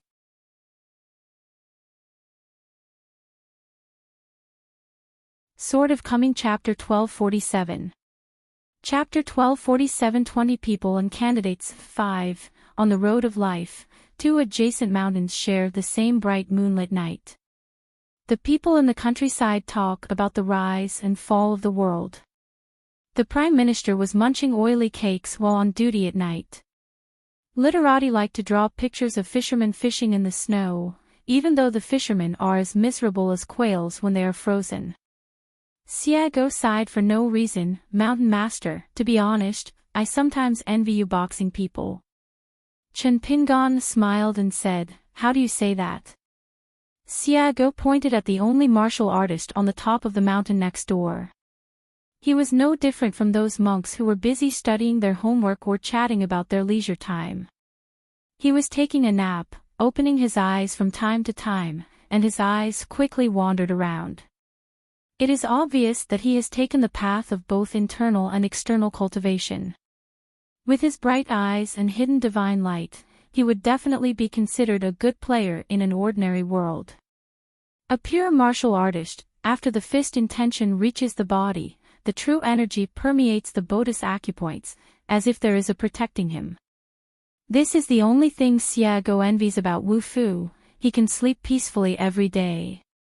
Unlike Qigong practitioners, except for those who can carry a dojo on their backs and wander around, everyone has to worry about being noticed and ambushed by enemies when going out, and whether they will get a sap anytime and anywhere. As long as you open a large distance, let's talk about the acuity of your spiritual consciousness. As a martial arts master, no matter how far you are, how can you compare with an earthly immortal who can use his palms to see mountains and rivers?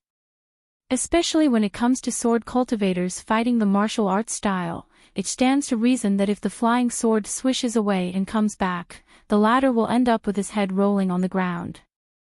But in fact, just because Wu Fu has such an invisible protection of pure qi, it can offset the first mover advantage of many unscrupulous methods. Just talking about Qin Pingon, if it were not for the immortal realm sword cultivator who is naturally able to use flying swords to repay the physical body, coupled with the physique of the end warrior, the 14th realm that acted sneakily would be replaced by the ordinary ascension realm, and the body, soul would be slightly weaker. The same sneaking 1 or 2 times can guarantee serious injury even if you don't die, which ruins your Taoism. How can I leave the dojo alive and kicking and come to Tongyi's house to hang out? When it comes to sneak attacks, Xiago is definitely a good player. That wild and unnamed person who was the best in immortal arts and martial arts. Xiago and he were actually old acquaintances. They had never known each other until they had fought. The nameless person didn't even have a name. Of course, there was no title for Xiago to covet.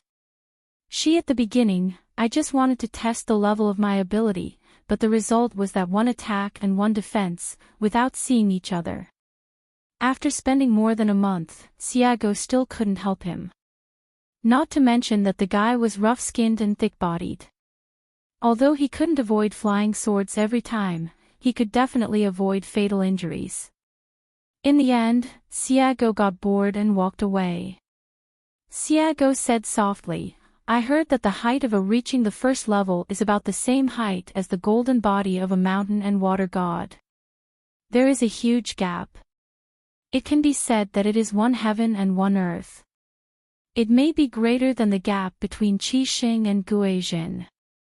As for the specific situation, we have to experience it personally before we can make a conclusion. Chen Pingon nodded and said, so the only chance of victory for me and Chao Ci is to compete at the Guizhen level. I failed to seize this opportunity, and of course Chao Ci would not give me this opportunity. Xiago asked, why aren't you more sure of being in a higher level than him? Chen Pingon asked back, why don't you just say that you are 2 realms higher than Chao Ci? If you ask about boxing, wouldn't I be sure to win? If you ask such an unconscionable question, you deserve to be tempted by someone to call yourself a dog. Xiago laughed. Xiago suddenly asked, if one day, the mountain master reaches the 14th realm, is there anything missing? Chen Pingan said honestly, it's not that something is missing, but that it's lacking too much. Due to personal circumstances, the lack of high enough killing power has turned everything into an illusion. It's really helpless. Xiago let out a sigh. Talking about being helpless to outsiders is not like the style of a mountain owner who always thinks about the word calmness.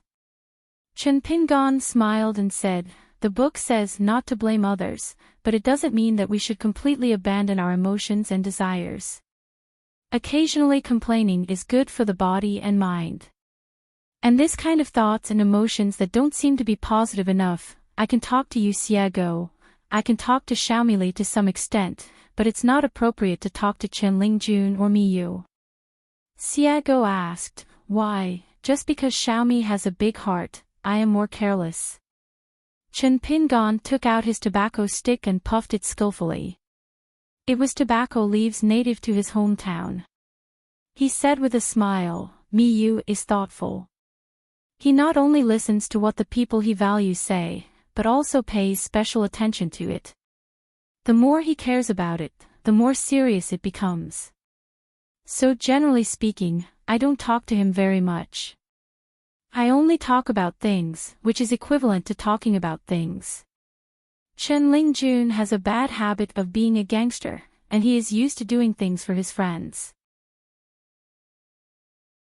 Likes to take care of things, maybe one or two unintentional words from me will make him get into trouble, and make a person who usually doesn't like to use his brains suddenly become preoccupied.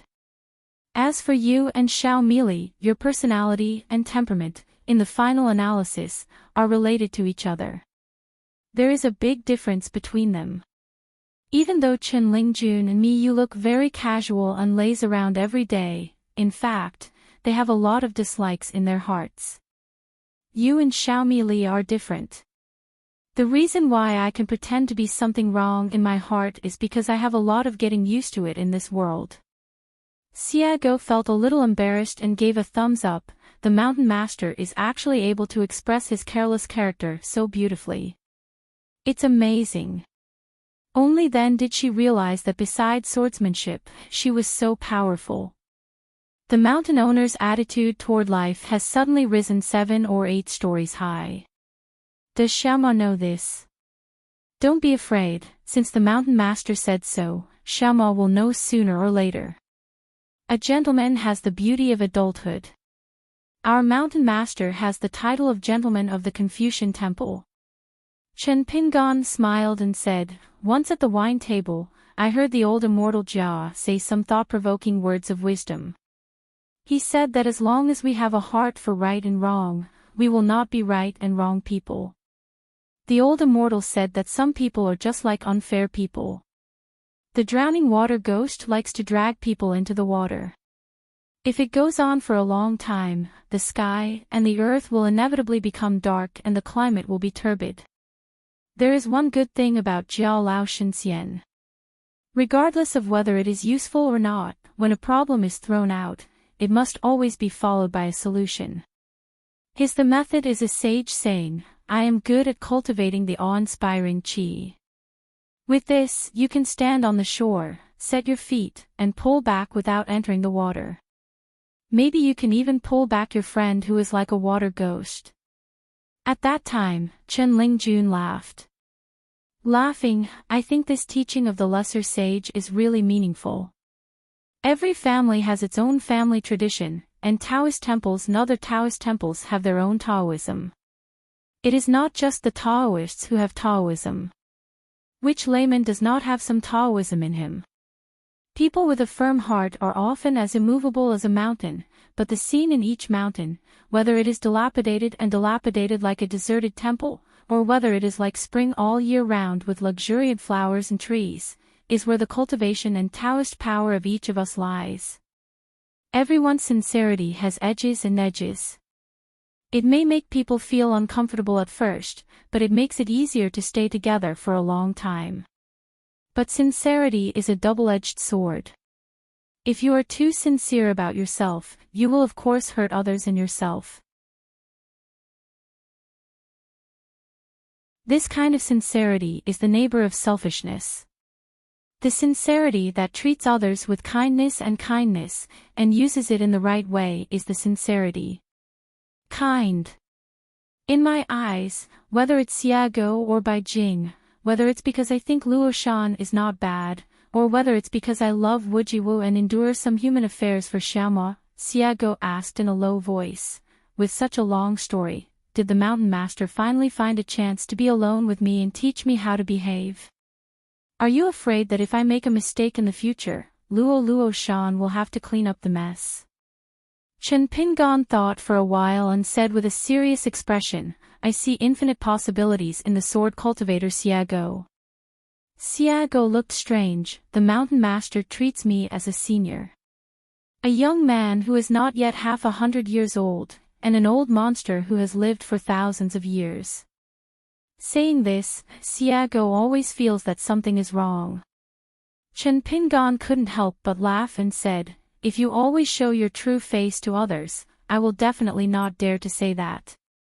At least it will be more avoidant of suspicion. I would never take her on this mountainous journey alone. It's not a secular view of how a lonely man and a widowed woman should behave, but it gives Xiao Mo a big problem. Regardless of whether it matters or not, there is a big problem on Xiago's side. It doesn't matter, don't worry, you can't trust me. It doesn't matter, I'm so relieved. Do you like me or not? Xiago didn't have much trouble with this matter. She had her own reasons to convince herself. If you say, Beijing, the practice is too smooth, resulting in success in practice and frustration in love. If it is replaced by Xiago, can it be replaced by a bumpy life in practice and success in love? This deal is a good deal.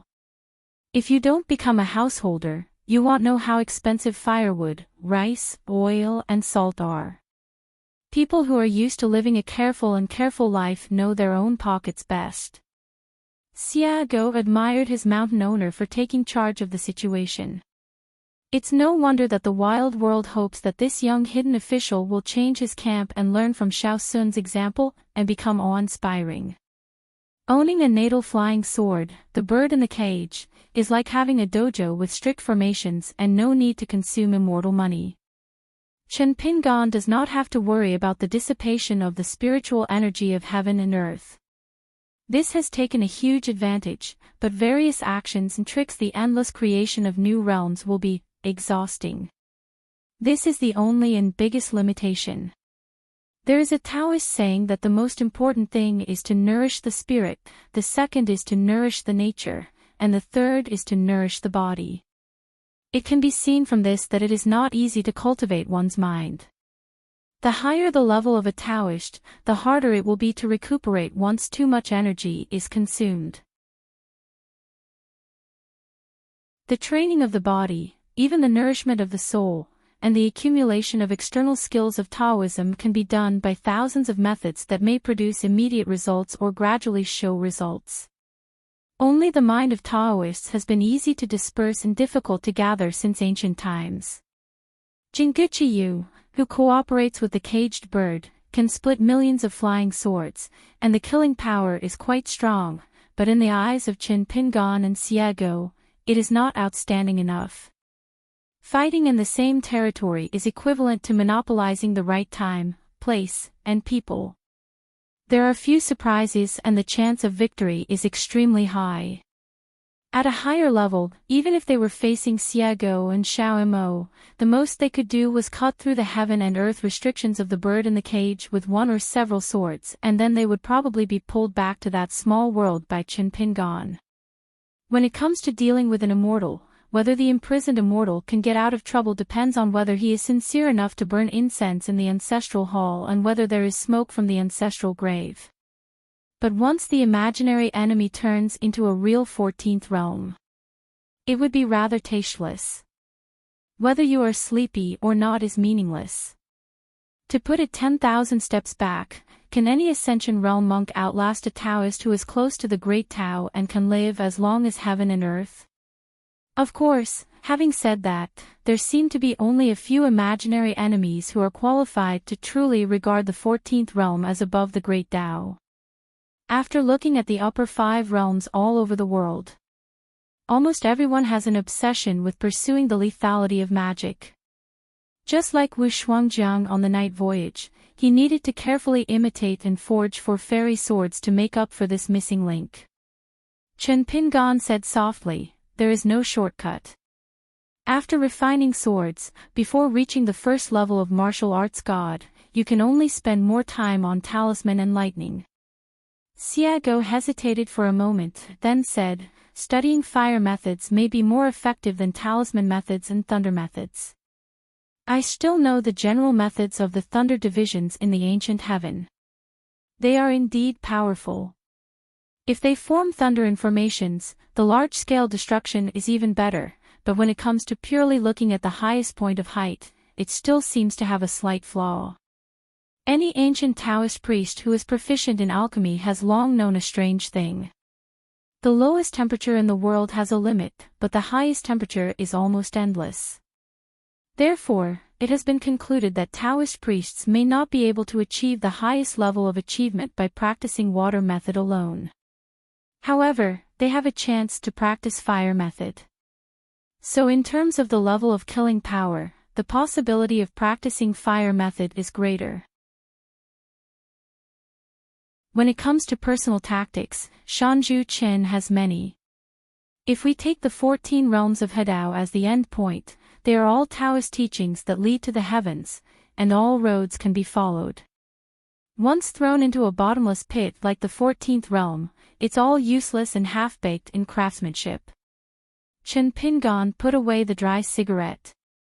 There were a few people on the mountain who were fond of smoking it, such as Tong Shanjun and the female sect leader of the Shanghai sect.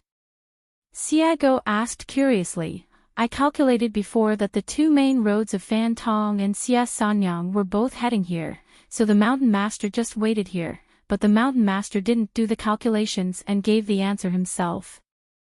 The approximate result after the fairy money." Chen Pingan shook his head, "I don't count this." Xiago put his palms on his brows, raised his eyes and looked up, and said, "Then I can give you an accurate answer. Fan Tong and Xia Sanyang will definitely not come here. Looking at the route, they seem to be heading for a fairyland ferry. There are 2 grain rain coins in their pockets, which is a huge sum of money. They are probably afraid that the mountain here will take advantage of the wealth. Don't be careful and lose your head instead of getting an iron rice bowl. Don't be here, Lord of the Mountain. It's a waste of time here." Chen Pingan nodded and said, "Then let's sit down for a while and then continue on our way." When Xiago saw the mountain master, he took out a blank book like an account book and recorded the details one by one. A good memory is not as good as a bad pen. Of course, Xiago understands this simple truth. In addition, Xiago understands the layout of the little world in the cage. While she was helping guard the gates at Fuyola Dojo, she would chat with Chen Pingan as he walked out of the house in her free time. However, she didn't quite understand that the Qigong practitioners on the hill next door were just like the flowers and plants that can be seen everywhere on the roadside. They were worthy of him. Is this such a big move? Looking at the content of his notes, it seems that there is a consistent purpose, which is to find something extra, different, for each character, such as an old sachet hanging on Duan Yuhuan's waist and Liang Jing's thick accent with a slight stutter. So Xiago couldn't help but ask, the mountain owner has traveled a lot, so he will remember a lot of people and things. Why bother with these mediocre people? Chen Pingan explained, "At that time, I didn't pay much attention to it. I didn't look at personnel comprehensively, and the overall impression was superficial. Without counting, it was difficult to use it as a draft." Xiago hesitates, "Do you think I am a fool?"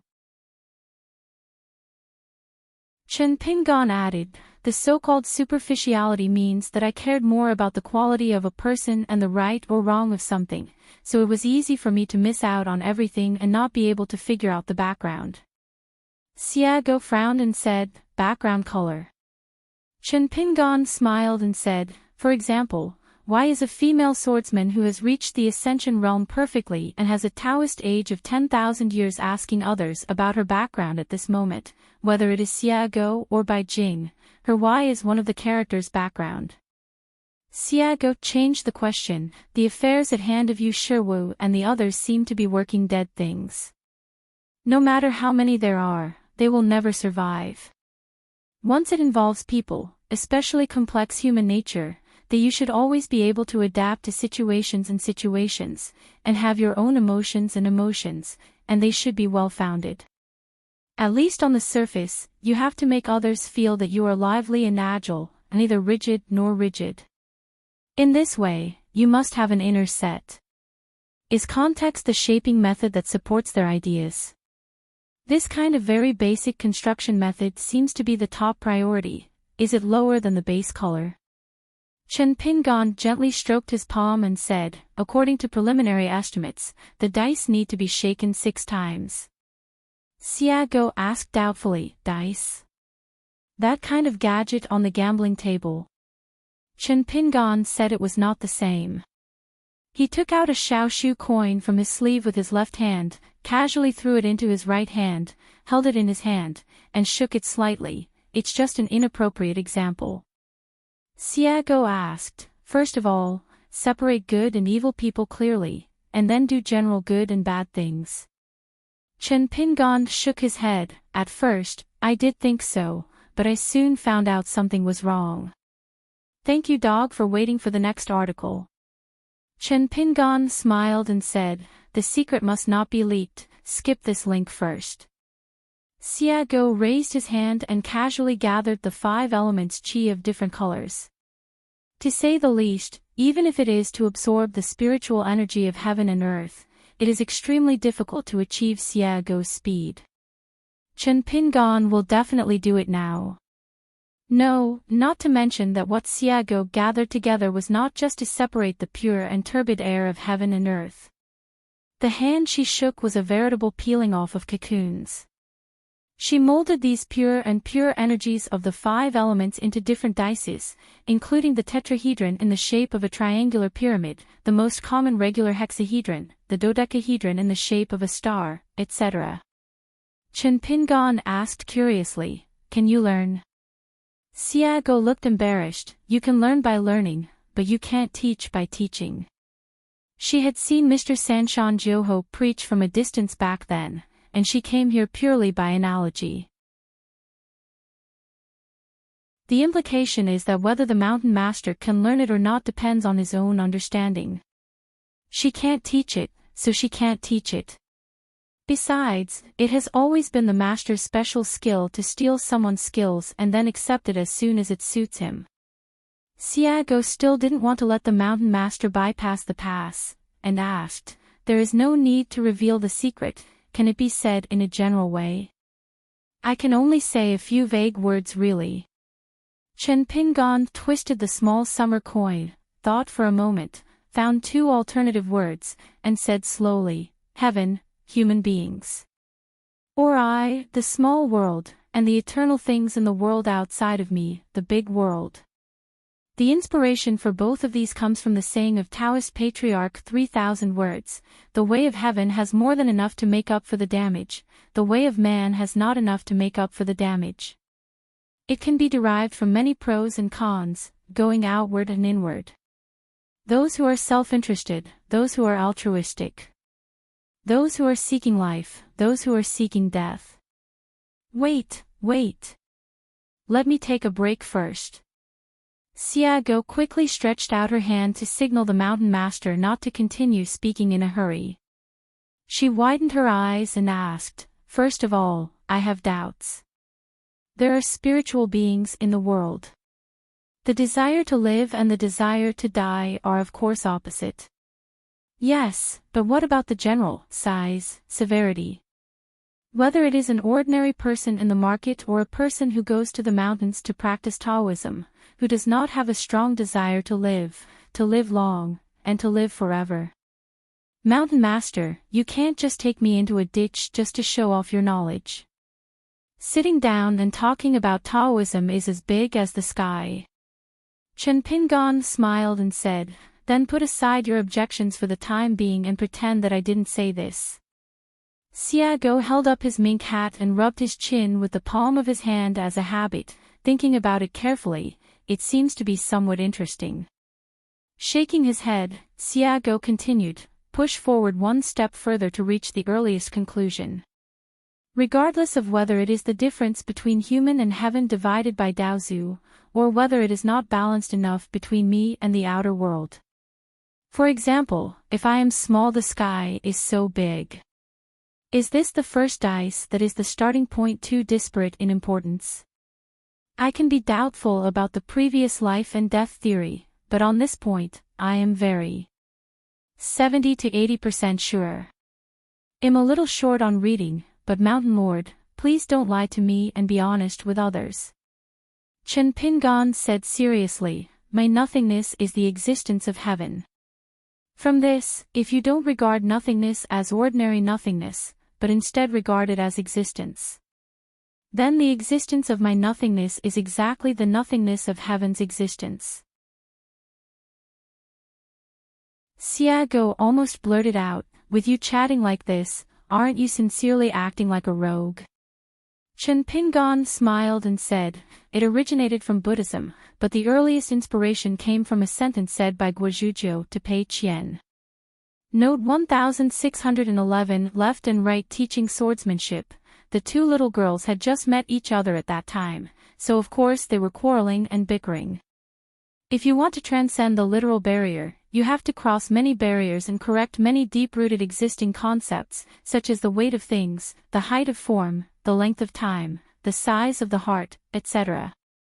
While there are still spirits existing between heaven and earth, spirits and monsters are refining their shapes, and Taoist magic can be manifested into magical arts.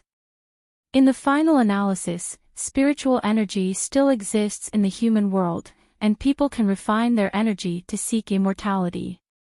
Xiago suddenly asked, "Chen Pingon, have you seen the real Taoist yin-yang fish?" Chen Pingon asked doubtfully, "How to say it? Is there anything to say?" Since Xiago chose to call him by his first name, it meant that it must be an important matter. But Xiago blinked, immediately changed the subject, and was full of admiration. What a great beginning! The difference between heaven and man and the unity of heaven and man. This is the beginning of the 14th realm. Chen Pingon smiled and said, "Either from high to low, building a high-rise building, or from low to high, building a mountain.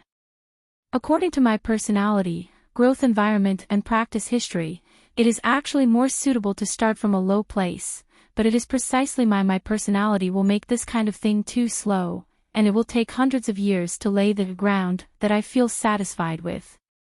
Now is the time of great changes that have not happened in 10,000 years. After all, I can't tolerate my meticulous work. Work slowly. Now there are so many new 14 realms. In 100 years, there will only be 1 or 2 ascension realms in each continent of Hauran in the past. God knows what the number will be in the future. The old temple master said that Qing Ming Tianxia 14 states. In the future, one state will have 14 realms. It was just a dream in the past, but it will no longer be surprising in the future. When I am really free in the future, maybe I can tear it down and rebuild it, and do the opposite.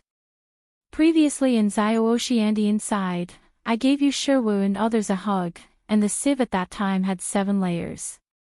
Xiago grinned and said, "Listening to what the mountain master said is much more interesting than sweeping the floor with 2 shoes on your feet."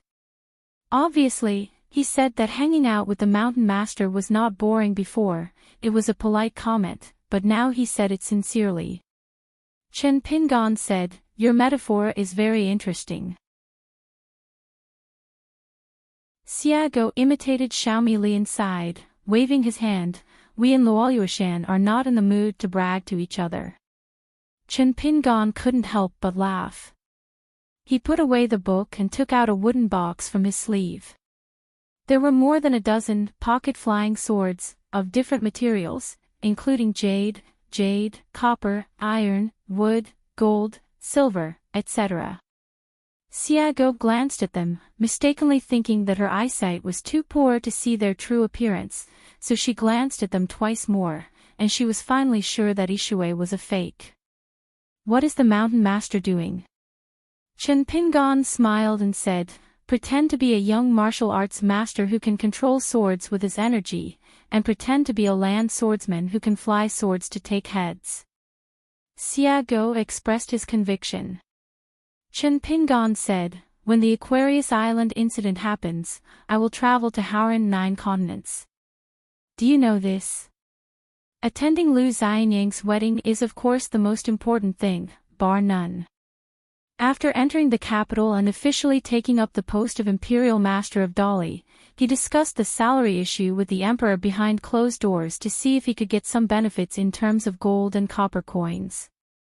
During the Qingxing Kingdom and crown ceremony celebrations in the middle of the year, we strive to help Taoist Ding achieve enlightenment and ascend as soon as possible, and create a new and unprecedented method of ascension. Collected the remaining dragon-slaying platform from Jialyo Mountain from Jinwu Mountain, refined the sword and mended the robes, and created the prototype of the first small world of the caged bird. He made an appointment with Zhang Shanfeng to have a drink with Su Yuanxia, and invited Su. "I asked my son to help me write a preface and find a bookshop to have the travel notes printed." Another trip to the colorful world.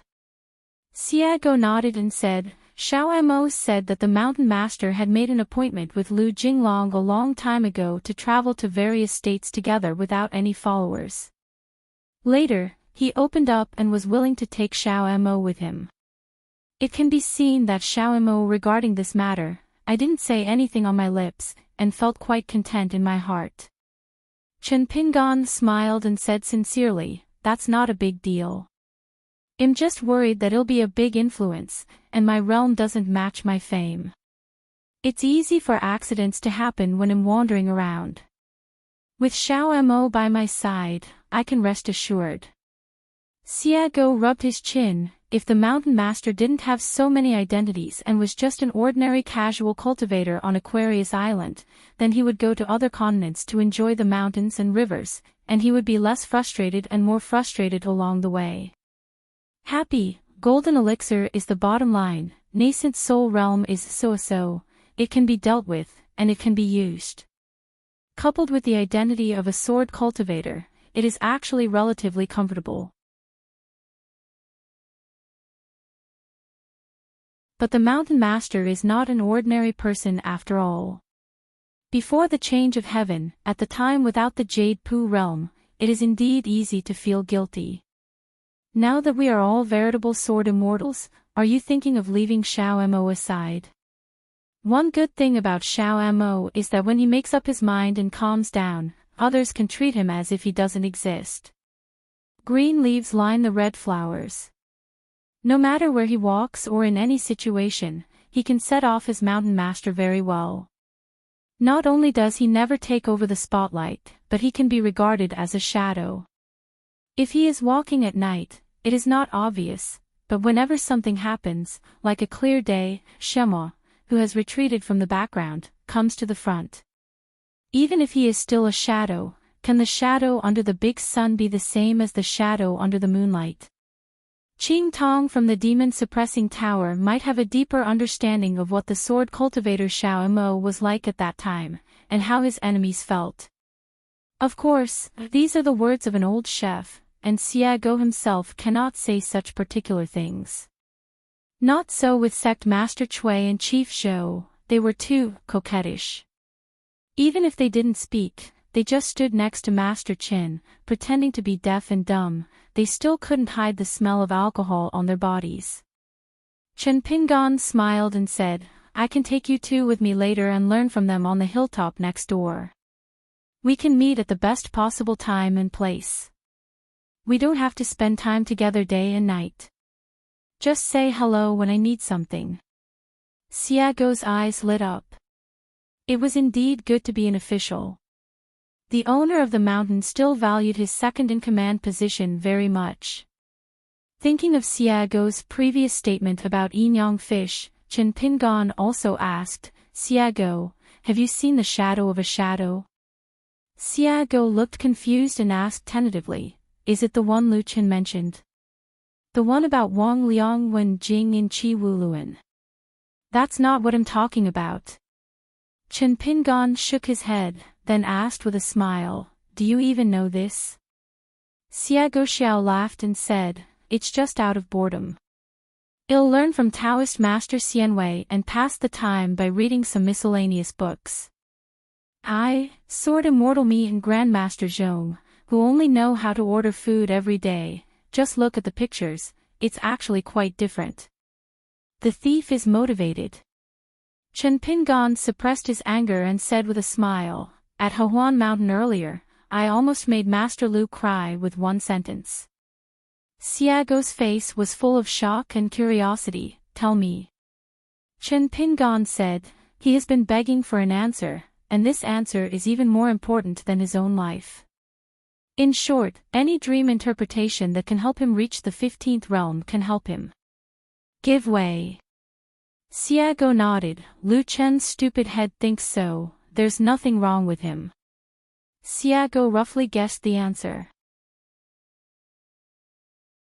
The co-master of the ancient heaven, who was rumored to be in existence in the 16th realm, was the one that Lu Chen was pursuing, or the Tao in the mind of the Taoist ancestors. Why he did that in the first place, why he disappeared, whether he did it intentionally or out of necessity, whether he was just watching from the sidelines, or where he was, are all eternal unknowns that are almost impossible to explore.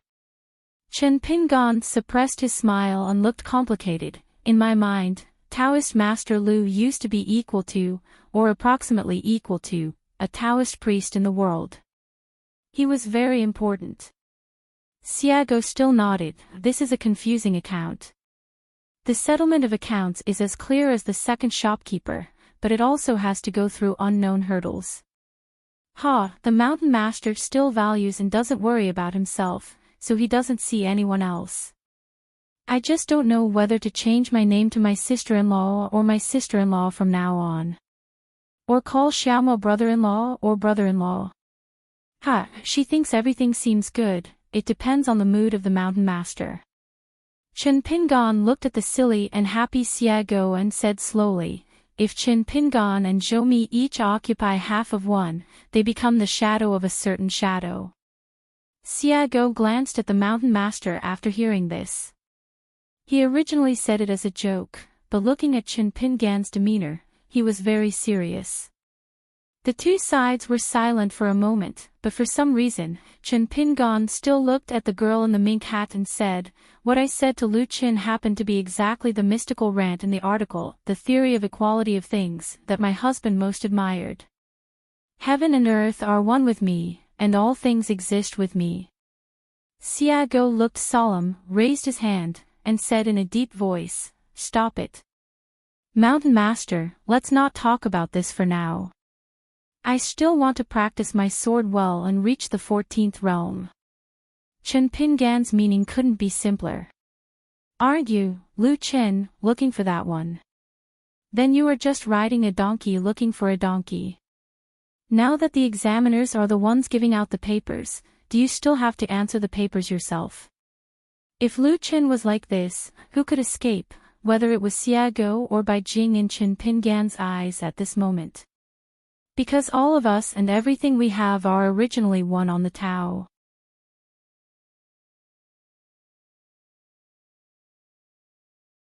Sword of Coming Chapter 1248. Chapter 1248 20 People and Candidates 6. Previously, Chao Ci took his two newly acquired disciples and entered the territory of Daduan dynasty via the palm-printed ferry. During this period, they entered Yunzhuang County. When the ferry docked, Chao Ci got off the boat in advance and took them to explore the mountains and rivers on foot. The Dou family is the sky of this ancient county. It so happened that the two senior sisters were here now, so Chao Ci wanted to let the two apprentices get to know their elders. Because the old man of the Dou family is going to celebrate his 90th birthday. Chao Ci calculated the time and still had some spare time, so he thought of letting Ji Jia and Bai Yuk slowly strengthen their bodies on this stretch of road. They had been recognized on the ferry earlier, even if Chow Si thanked the guests behind closed doors, without saying anything. Those who knocked on the door only said that there was an endless stream of people walking in the corridor outside to watch the excitement. Chow Si was really annoyed. He himself didn't care, but the two disciples had already been undecided. After a few days, I felt an inevitable sense of alienation from his master, which was no longer the same as when I first met him. When they first boarded the ship, they were simple-minded, lively and free-spirited. They practiced whatever Chow Si taught them, and their boxing skills became more pure and agile, which was a good sign. After they roughly understood the weight of the name Chow Si, their fist intentions began to stagnate. The same pile boxing move became extremely heavy after learning and practicing it again, as if every punch was weighing down on Master Chow.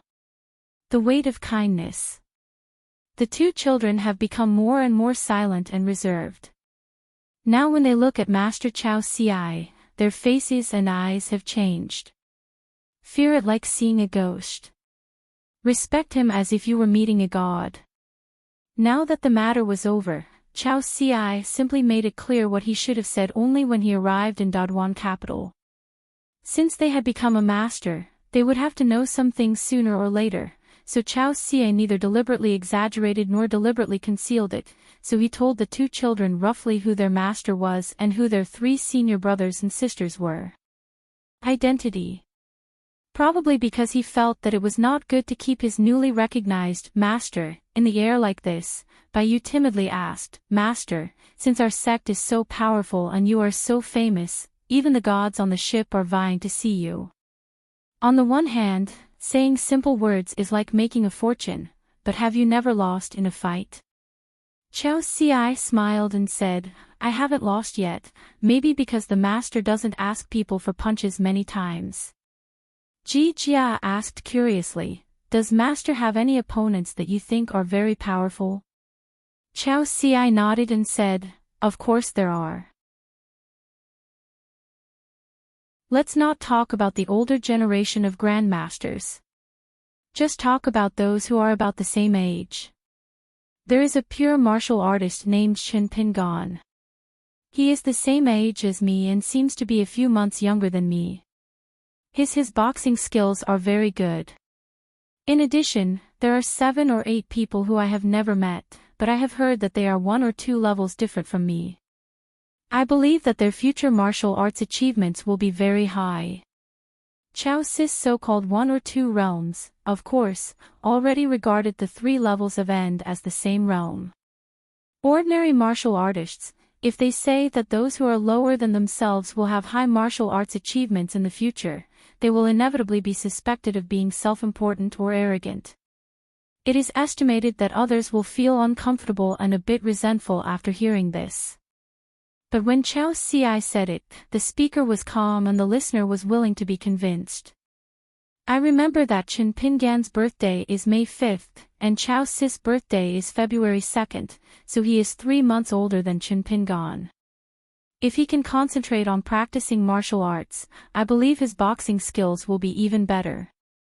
It's just that he has many identities, so he can't help but feel relaxed. There are actually many more rumors and deeds about him in the world than me. He is a big celebrity.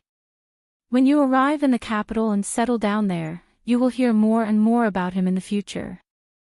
Generally speaking, people with great reputations tend to it's actually hard to match him. Chen Pingan is different, he is worthy of every status. People who are both talented and willing to work hard are often high-spirited. Such people are not discouraged when they lose. They become more courageous the more frustrated they are. It sounds simple, but it is actually very difficult. His boxing skills are complex, but he can master the key points and melt them into one furnace. His martial ethics is average. Listening to Chow Si's eloquent words, the two children looked at each other a little strangely. In the past, except for imparting boxing techniques and explaining boxing principles in a strict manner, the master was usually not so talkative. Therefore, Bai Yu and Ji Jia felt that this guy named Chen Pingan was not simple except for his average martial arts ethics. Chao Ci is indeed a very boring person. He doesn't talk much and has few friends. He doesn't like drinking or socializing. Besides learning boxing, Chao Ci's only interest is reading. And he usually only reads one kind of books, counting. It was the first time for the two children to be apprentices. It was not the first time for Chao Ci to be a master, so he wanted to use the help of traveling together to visit the great mountains and rivers to ease the complicated mood of the two direct disciples. People who learn boxing take their master's status and ancestral boxing techniques too lightly. They are prone to have a vain mind, are not good at learning skills, and rely too much on themselves and external objects other than boxing techniques. But if it goes to the extreme, it is not a good thing for Wu-Fu to take both of them too seriously. It is easy to underestimate himself and regard the word "I" too lowly and too lightly. Along the way, we saw many different scenery, but Chao Ci spoke little. He only talked to the two children about the customs of various places. In his spare time, Chao Ci would take out 3 old and yellowed pictures. They were drawn by his own hands when he was practicing boxing at the Great Wall of Jianqi when he was young. They depict the muscles, tendons and bones of the human body, as well as the acupuncture points and organs of the body. The route of qi and blood flow. Let the two disciples observe the 3 scrolls so that they can have a more intuitive feeling. There are various annotations and small auxiliary diagrams written in small capital letters in the blank spaces of the scrolls. In fact, Chao Ci still has a few volumes, but he is just worried that he will bite off more than he can chew, without taking it out in one breath. Perhaps few martial arts masters can imagine that martial arts can also be related to mathematics, arithmetic, organizational structure and other matters. It even involves the Dao Hua and Dao marks of the immortal family. This is Chao Ci's unique understanding of martial arts. For example, the memory of the muscles in the whole body is a dry river bed waiting for a breath of pure qi to flow like a flood at any time. For example, if the fist is like an arrow, which describes a general martial arts master, then Chao Ci's fist is like a crossbow. At the top of the city, Chao Ci and the boss Sword Immortal were neighbors. The latter occasionally told Chao Ci some insights. For example, the end of the mountain is a static temple on the top of the mountain. The strength of the aura determines the size of the foundation, and the purity of the incense is determined by the true nature. It is a complete, spiritual path that leads from the mountain gate to the main hall to offer incense. Based on this, if you want to reach the end, you have to walk step by step to the mountain top. This is naturally a far journey, and the golden body is the prototype of the future statue of the in that temple, so a statue the clay bodhisattva not only has to cross the river, but also has to go up the mountain. A breath of pure qi from a martial artist is like a stick of incense. It's a pity that whenever Chao Ci raised a question, the boss Jianxian would always excuse him by saying that he was not a martial artist. The 3 masters and apprentices came to a waterside ferry today and planned to cross the river by boat. The shore was full of vendors selling river fresh food, and they smelled fishy. When he actually learned boxing, his 5 senses became more and more sharp, and Bai Yu pinched his nose hard. The little girl had an experience before, saying that the scene of heaven and earth is like a painting that comes into view. Before you learn boxing, it is a fake. After learning boxing, the picture gradually changes from blurry to clear, and every detail is revealed, becoming an authentic painting. Their master said at the time that this metaphor was vivid, but not necessarily appropriate. As for what was inappropriate, Chao Ci did not have a specific explanation. Bai Yu asked a question he had been curious about for a long time: "Master, in learning boxing, is talent more important, or hard work?" Chao Ci replied, "They are all important. Uncle Ma, you have never made an analogy. Practicing martial arts is like a hungry man cooking rice to eat. Without talent, he can only rely on hard work to get in. It is a skillful woman who cannot make a meal without rice, and her achievements are limited. For example, the ceiling height of a house is very low. If you have talent and are not willing to practice boxing diligently, even if you have a granary and a large pot stand, and prefer to cook rice in a small pot and eat in a small bowl every day, your martial arts achievements will not be very high. Ji Jia became more and more curious and asked, Master, do you have the ability you have today because of talent or hard work? Chao Ci said frankly, I practice boxing quite diligently, but in the final analysis, it still depends on talent. The two children looked at each other, one was happy and the other was sad. Pian felt that she was very similar to her master, while Xian felt that there was probably no chance of him becoming a peerless master. Chao Ci added, the martial arts realm is an obvious watershed. Before that, talent and hard work are both important. After that, talent is even more important. The little girl grinned and said, after all, talent is the most important thing. Chao Ci smiled and said, another master Liao said that learning to work hard will first prevent you from taking the wrong path, and secondly, you can go faster on the right path. Isn't it an invisible talent? Ji Jia asked in confusion, Master, there are not one man and two women of the same generation as you, so where is the other master? Chao Ci smiled and said, I forgot to tell you, the masters and uncles in the rivers and lakes and mountains can be called men and women. The king of heaven and earth is the master. Scholars are used to calling their teachers and respected seniors sir. In fact, some knowledge a woman who is very tall and has high moral standards will also be addressed as sir, which carries even more weight. They suddenly realized that they remembered that at the martial arts gym in their hometown, the gym owner also accepted a female disciple, but her face was scratched all over by his wife that day. The gym owner did not dare to fight back from the beginning to the end. Bai Yu asked, how come it's all their truth? Master, don't you have your own opinion? Chao Ci said, learning boxing to me is just a common thing like breathing. Of course I can't explain the big principles. Before I accepted you as my apprentice, I never thought about the principles of boxing. Now I'm making up for it. After a pause, Chao Ci said, if you want to learn the kind of boxing theory that is qualified to be put down on paper, I can introduce you to someone in the future who is better at it. He had sparred 4 times with his founding disciple, so it would not be too much to ask him to discuss boxing principles with his 2 direct disciples later. Bai Yu asked, Master's friend must know a lot about boxing and have average fighting skills. Chao Ci said helplessly, you can't say that. Ji Jia said, it's that Chen Pingan who has martial virtues, right? Chao Ci suppressed a laugh. We, master and disciple, can just talk about this kind of thing in private, but don't say it in front of others. Standing by the water, Chao Ci suddenly asked, actually, Master has also figured out a boxing theory, do you want to listen to it? The 2 children nodded in unison.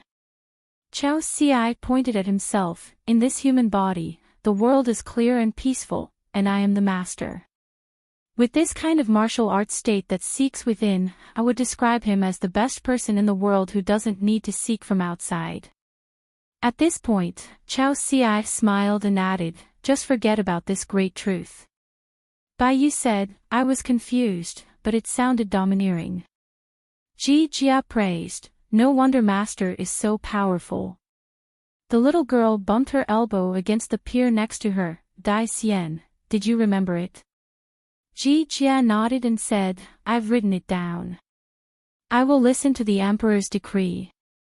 Chao Ci laughed dumbly. After getting on the boat, business was deserted and there were only a few passengers. There was a thin girl singing with a good voice by the window on the boat. Next to her, there was a man playing the arrow. He would stop from time to correct the flaws in the girl's singing. It was probably the kind of rural grass stage troupe. Business is about making money through acting. Chow Si ordered 3 bowls of shredded pork noodles with pickled mustard. Sitting at the next table was a kind-faced but official-looking old man, accompanied by 2 capable followers. He sat upright, with a straight back, and his eyes often wandered around the cabin, wary of assassins. The old man probably regarded the gentle Chow Si as a scholar and took the initiative to invite him to share the table with him. Chow Si wanted to decline politely, but seeing that the 2 children were really bored, he agreed. The old man was quite talkative, and Chow Si happened to be not very good at socializing, but he was a good listener, so he was a good match. The old man said that he had been in high and low officialdom for most of his life. He was often released as a local official, and his favorite thing was traveling on rivers and boats. It is even more leisurely to retire and return to one's hometown now, especially since the eunuch's purse is still abundant. The old man laughed and said that there are only 4 seasons in a year. There are bitter heat in the hot summer and severe cold in the midwinter. An old man like him who is dying has little and weak qi in blood, so he is boiled day and night. Chow Si always smiled and nodded. After getting off the boat and walking for a while, Chow Tsai told the 2 apprentices who were guessing each other's identity. The old man was actually a mountain who traveled around with an ultimatum. Only with a high official status could he manage the mountains and rivers. The people over there were also guessing about Chow Si's identity, but they misunderstood that he was the kind of Taoist who practiced immortal magic. He was possessed of Taoism, traveled up mountains and rivers, traveled all over the country, and could get away with strange things. The sun sets in the west, and the afterglow of the setting sun is like a ghost hanging on a mountain. I saw a mountain god, and I had seen a lot of gods earlier on the Xianjia ferry. I also saw ghosts in the dilapidated ancient temple in my hometown. The 2 children have mastered the martial arts, which is equivalent to entering the martial arts world. Even if there is no fire to illuminate the road, walking at night is still not a big problem.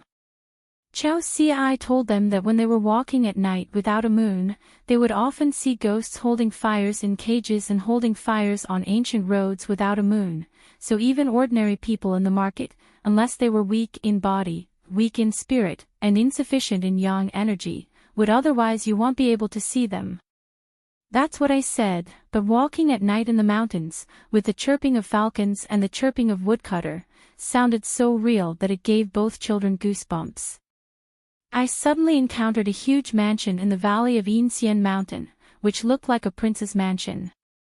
The master and apprentice either return the same way they came from, or they knock on the door and ask for accommodation.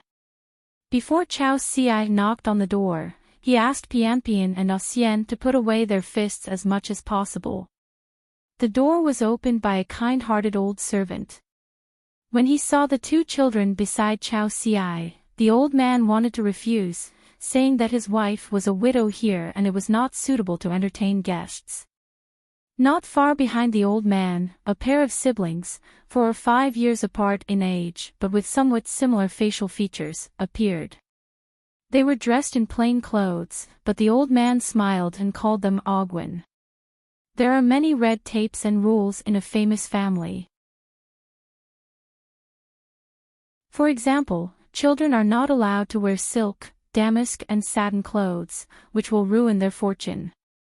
Therefore, they wear common clothes all year round and only wear remade old clothes. Ogwin is a respectful title given by servants to the master's children. It's just that these 2 wealthy siblings, who are supposed to be rich and well off, look a little sallow and thin, and their faces are dull. The girl clenched her brother's hand tightly, not daring to look at Chow Si and his group. According to the custom here, there is an ancestral sacrificial book, which clearly stipulates the types and styles of dishes, the arrangement of incense and candles, etc. When a girl reaches the age of 14, she must comb her hair, wear a red skirt, and go to the ancestral hall to worship the portraits of her ancestors, which means that she can talk about marriage from this day on. The old man claimed to be the gravekeeper, who knew how to make bricklayers and carpenters, and came here to help with repairs. The gravekeeper was the dedicated tombkeeper of the big family, responsible for the servants and their family members who managed the ancestors' tombs. The relationship between the two parties was as close as relatives. Chao Ci and his apprentice spent the night here. They had a rest and had nothing to do all night. Chao Ci turned on the light and read at night. He set off before dawn and left the huge house with his two sleepy children.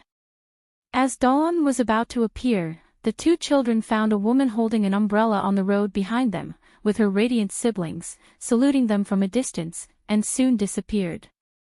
Baiyu asked softly, "Master, the whole house is full of ghosts, right?" Chao Ci nodded. "That's why I asked you to restrain your fists earlier so as not to rush into them. Otherwise, you would not be staying at our house, but you would be seeking revenge."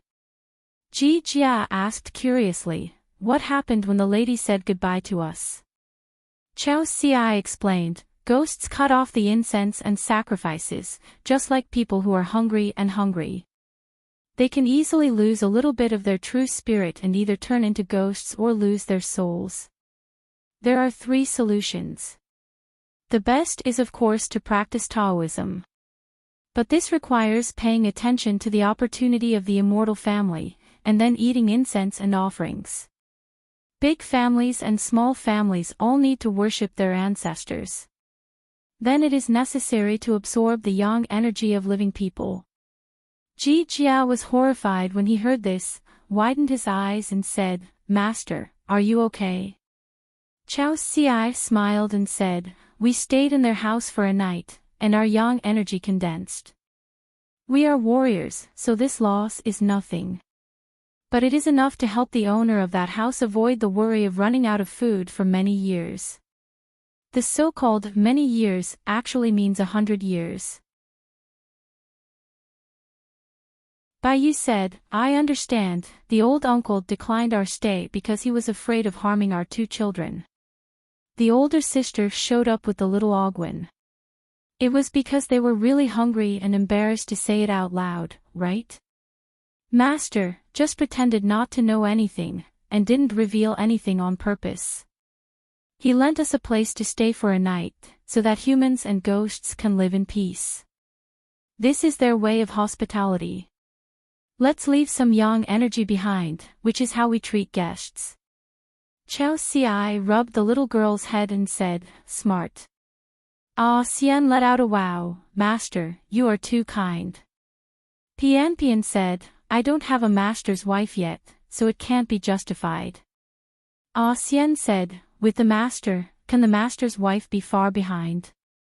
Chao Ci smiled and reached out to hold the 2 children's heads. It seems that being a master is indeed quite interesting. After such an incident, the 2 children became close to Chao Ci again. Nearing the destination, a young woman came. The 2 children looked at each other. Could it be that the future master's wife was here?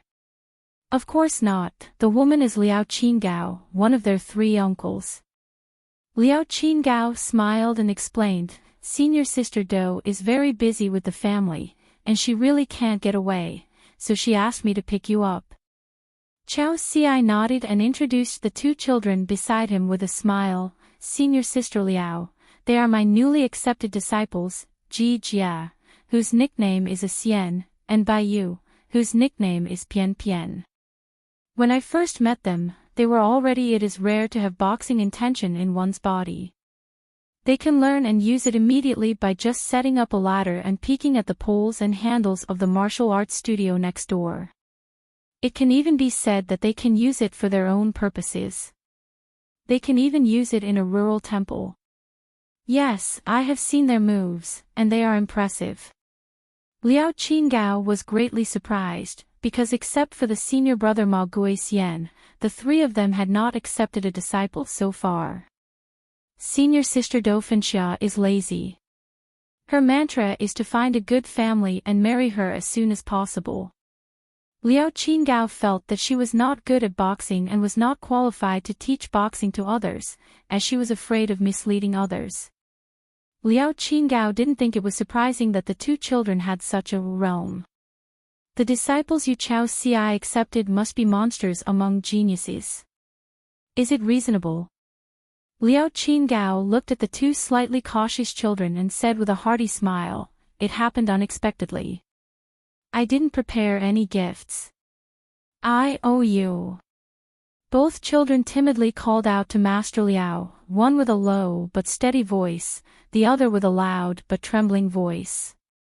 Liao Qingao thought it was funny and asked, "Do they know who Chao Ci is?" Chao Ci nodded and said, "When we came here, there was a lot of movement on the ferry, and there were many visitors knocking on the door." When Pian asked, "I gave a general overview of our sect, who is the master, and what do the three uncles do? I also talked about the 10 realms of martial arts." For these two country kids, they just had a general idea that Master Chao Ci might be a very powerful person. They worshipped this master and had great luck. For example, when I heard the name Chao Ci in the dilapidated temple, I immediately lost my fierce and arrogant attitude. At the Palm Cross crossing, I was all startled, especially on the ship where the gods gathered. On the Xianjia ferry, there was an endless stream of visitors. Looking at the eyes of these two country children, they had everything from envy to flattery.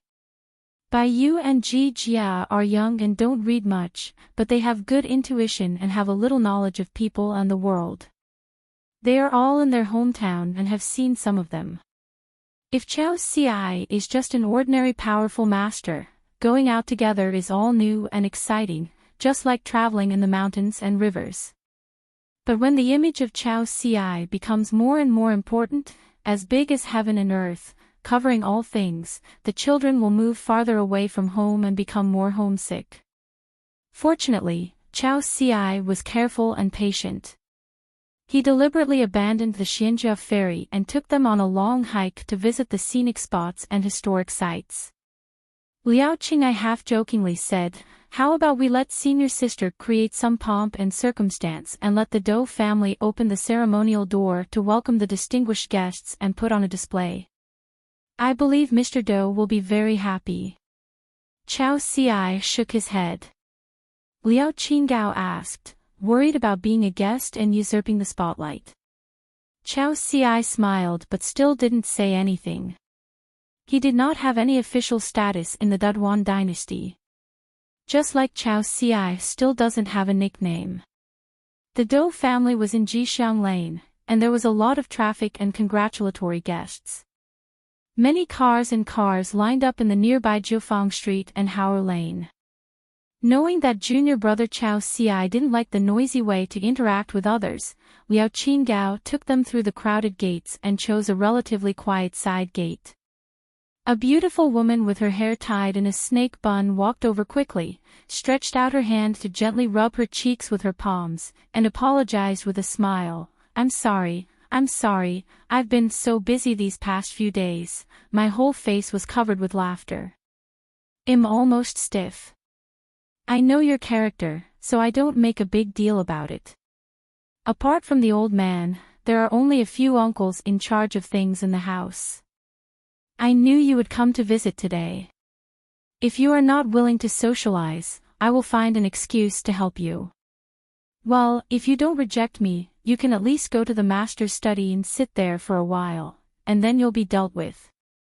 The Dou family belongs to a family of officials, and Dou Fenxia has been exposed to it since she was a child.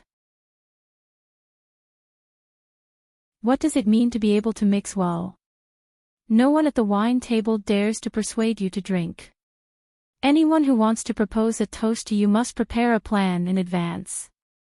She didn't think Chao Ci needed to sell anyone's face.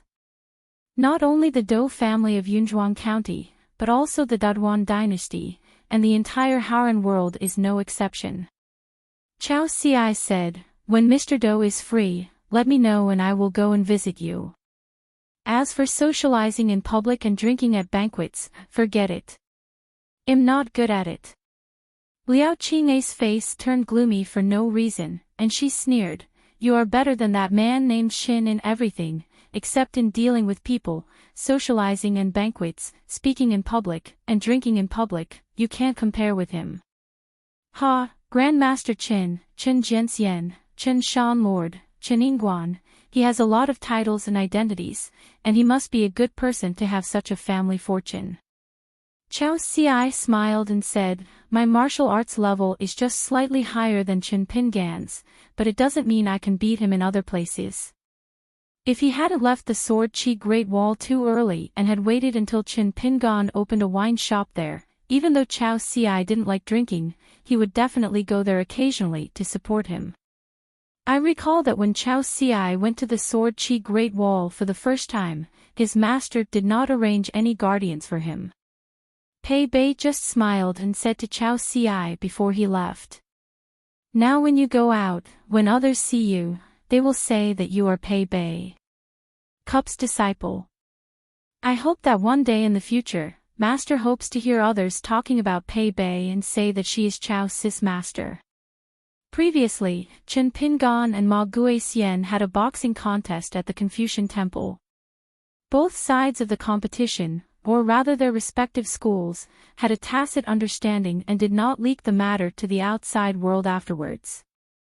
Pei Bai's nominal eldest disciple, Ma Guixian, was once at the top of the mountain and was only one step away from reaching the top. However, he fell down due to that boxing competition. Dou Fenxia, who wears her hair in a spiritual snake bun, was born in the Dou family of Yunzhuang, the most powerful family in the Daduan dynasty. Liao Qingao, who was born as a wild cultivator in Shanzi, started practicing martial arts, joined the army, and risked his life on the battlefield, but was saved by Pei Bei. Since Liao Qingao had once been involved in spiritual practice, her spiritual qualifications were quite good, and she had reached the 5th level of the middle school when she was a girl. Therefore, even though she is half 100 years old, she still has the appearance of a girl, with an extremely thin waist and a long white sheath sword. Dou Fenxia and Liao Qingao are now both pure martial artists in the far-traveling realm. There are no more than 5 masters and disciples in total. In the eyes of the outside world, is it possible to have a 5-person limit? Liao Qingao said angrily, "How did it get spread about senior brother's fall?" "It didn't cause an uproar, but the news was eventually leaked and learned by the mountain." What she meant was that Qin Pingan was secretly causing trouble. Chao Ci smiled and shook his head. Qin Pingan didn't even bother to do this. Dou Fenxia said, "There is no airtight wall in the world, not to mention that there were so many people around the Confucian Temple at that time, it was inevitable that someone would watch or listen to it and use it as conversation material." Junior sister Liao didn't really think so, she was just angry and had nowhere to vent her anger. Before Chao Ci came here, the 2 fellow apprentices had spoken ill of that man. At that time, before senior brother Ma Guixian started fighting with Qin Pingan, Dou Fenxia used a trick that was similar to playing rogue, saying that she wanted to ask Qin Pingan for advice on 1.5 moves, not counting boxing. After all, the 2 sides are in a different level of martial arts. Strictly speaking, it is not fair, whether it is a sparring match or a debt settlement.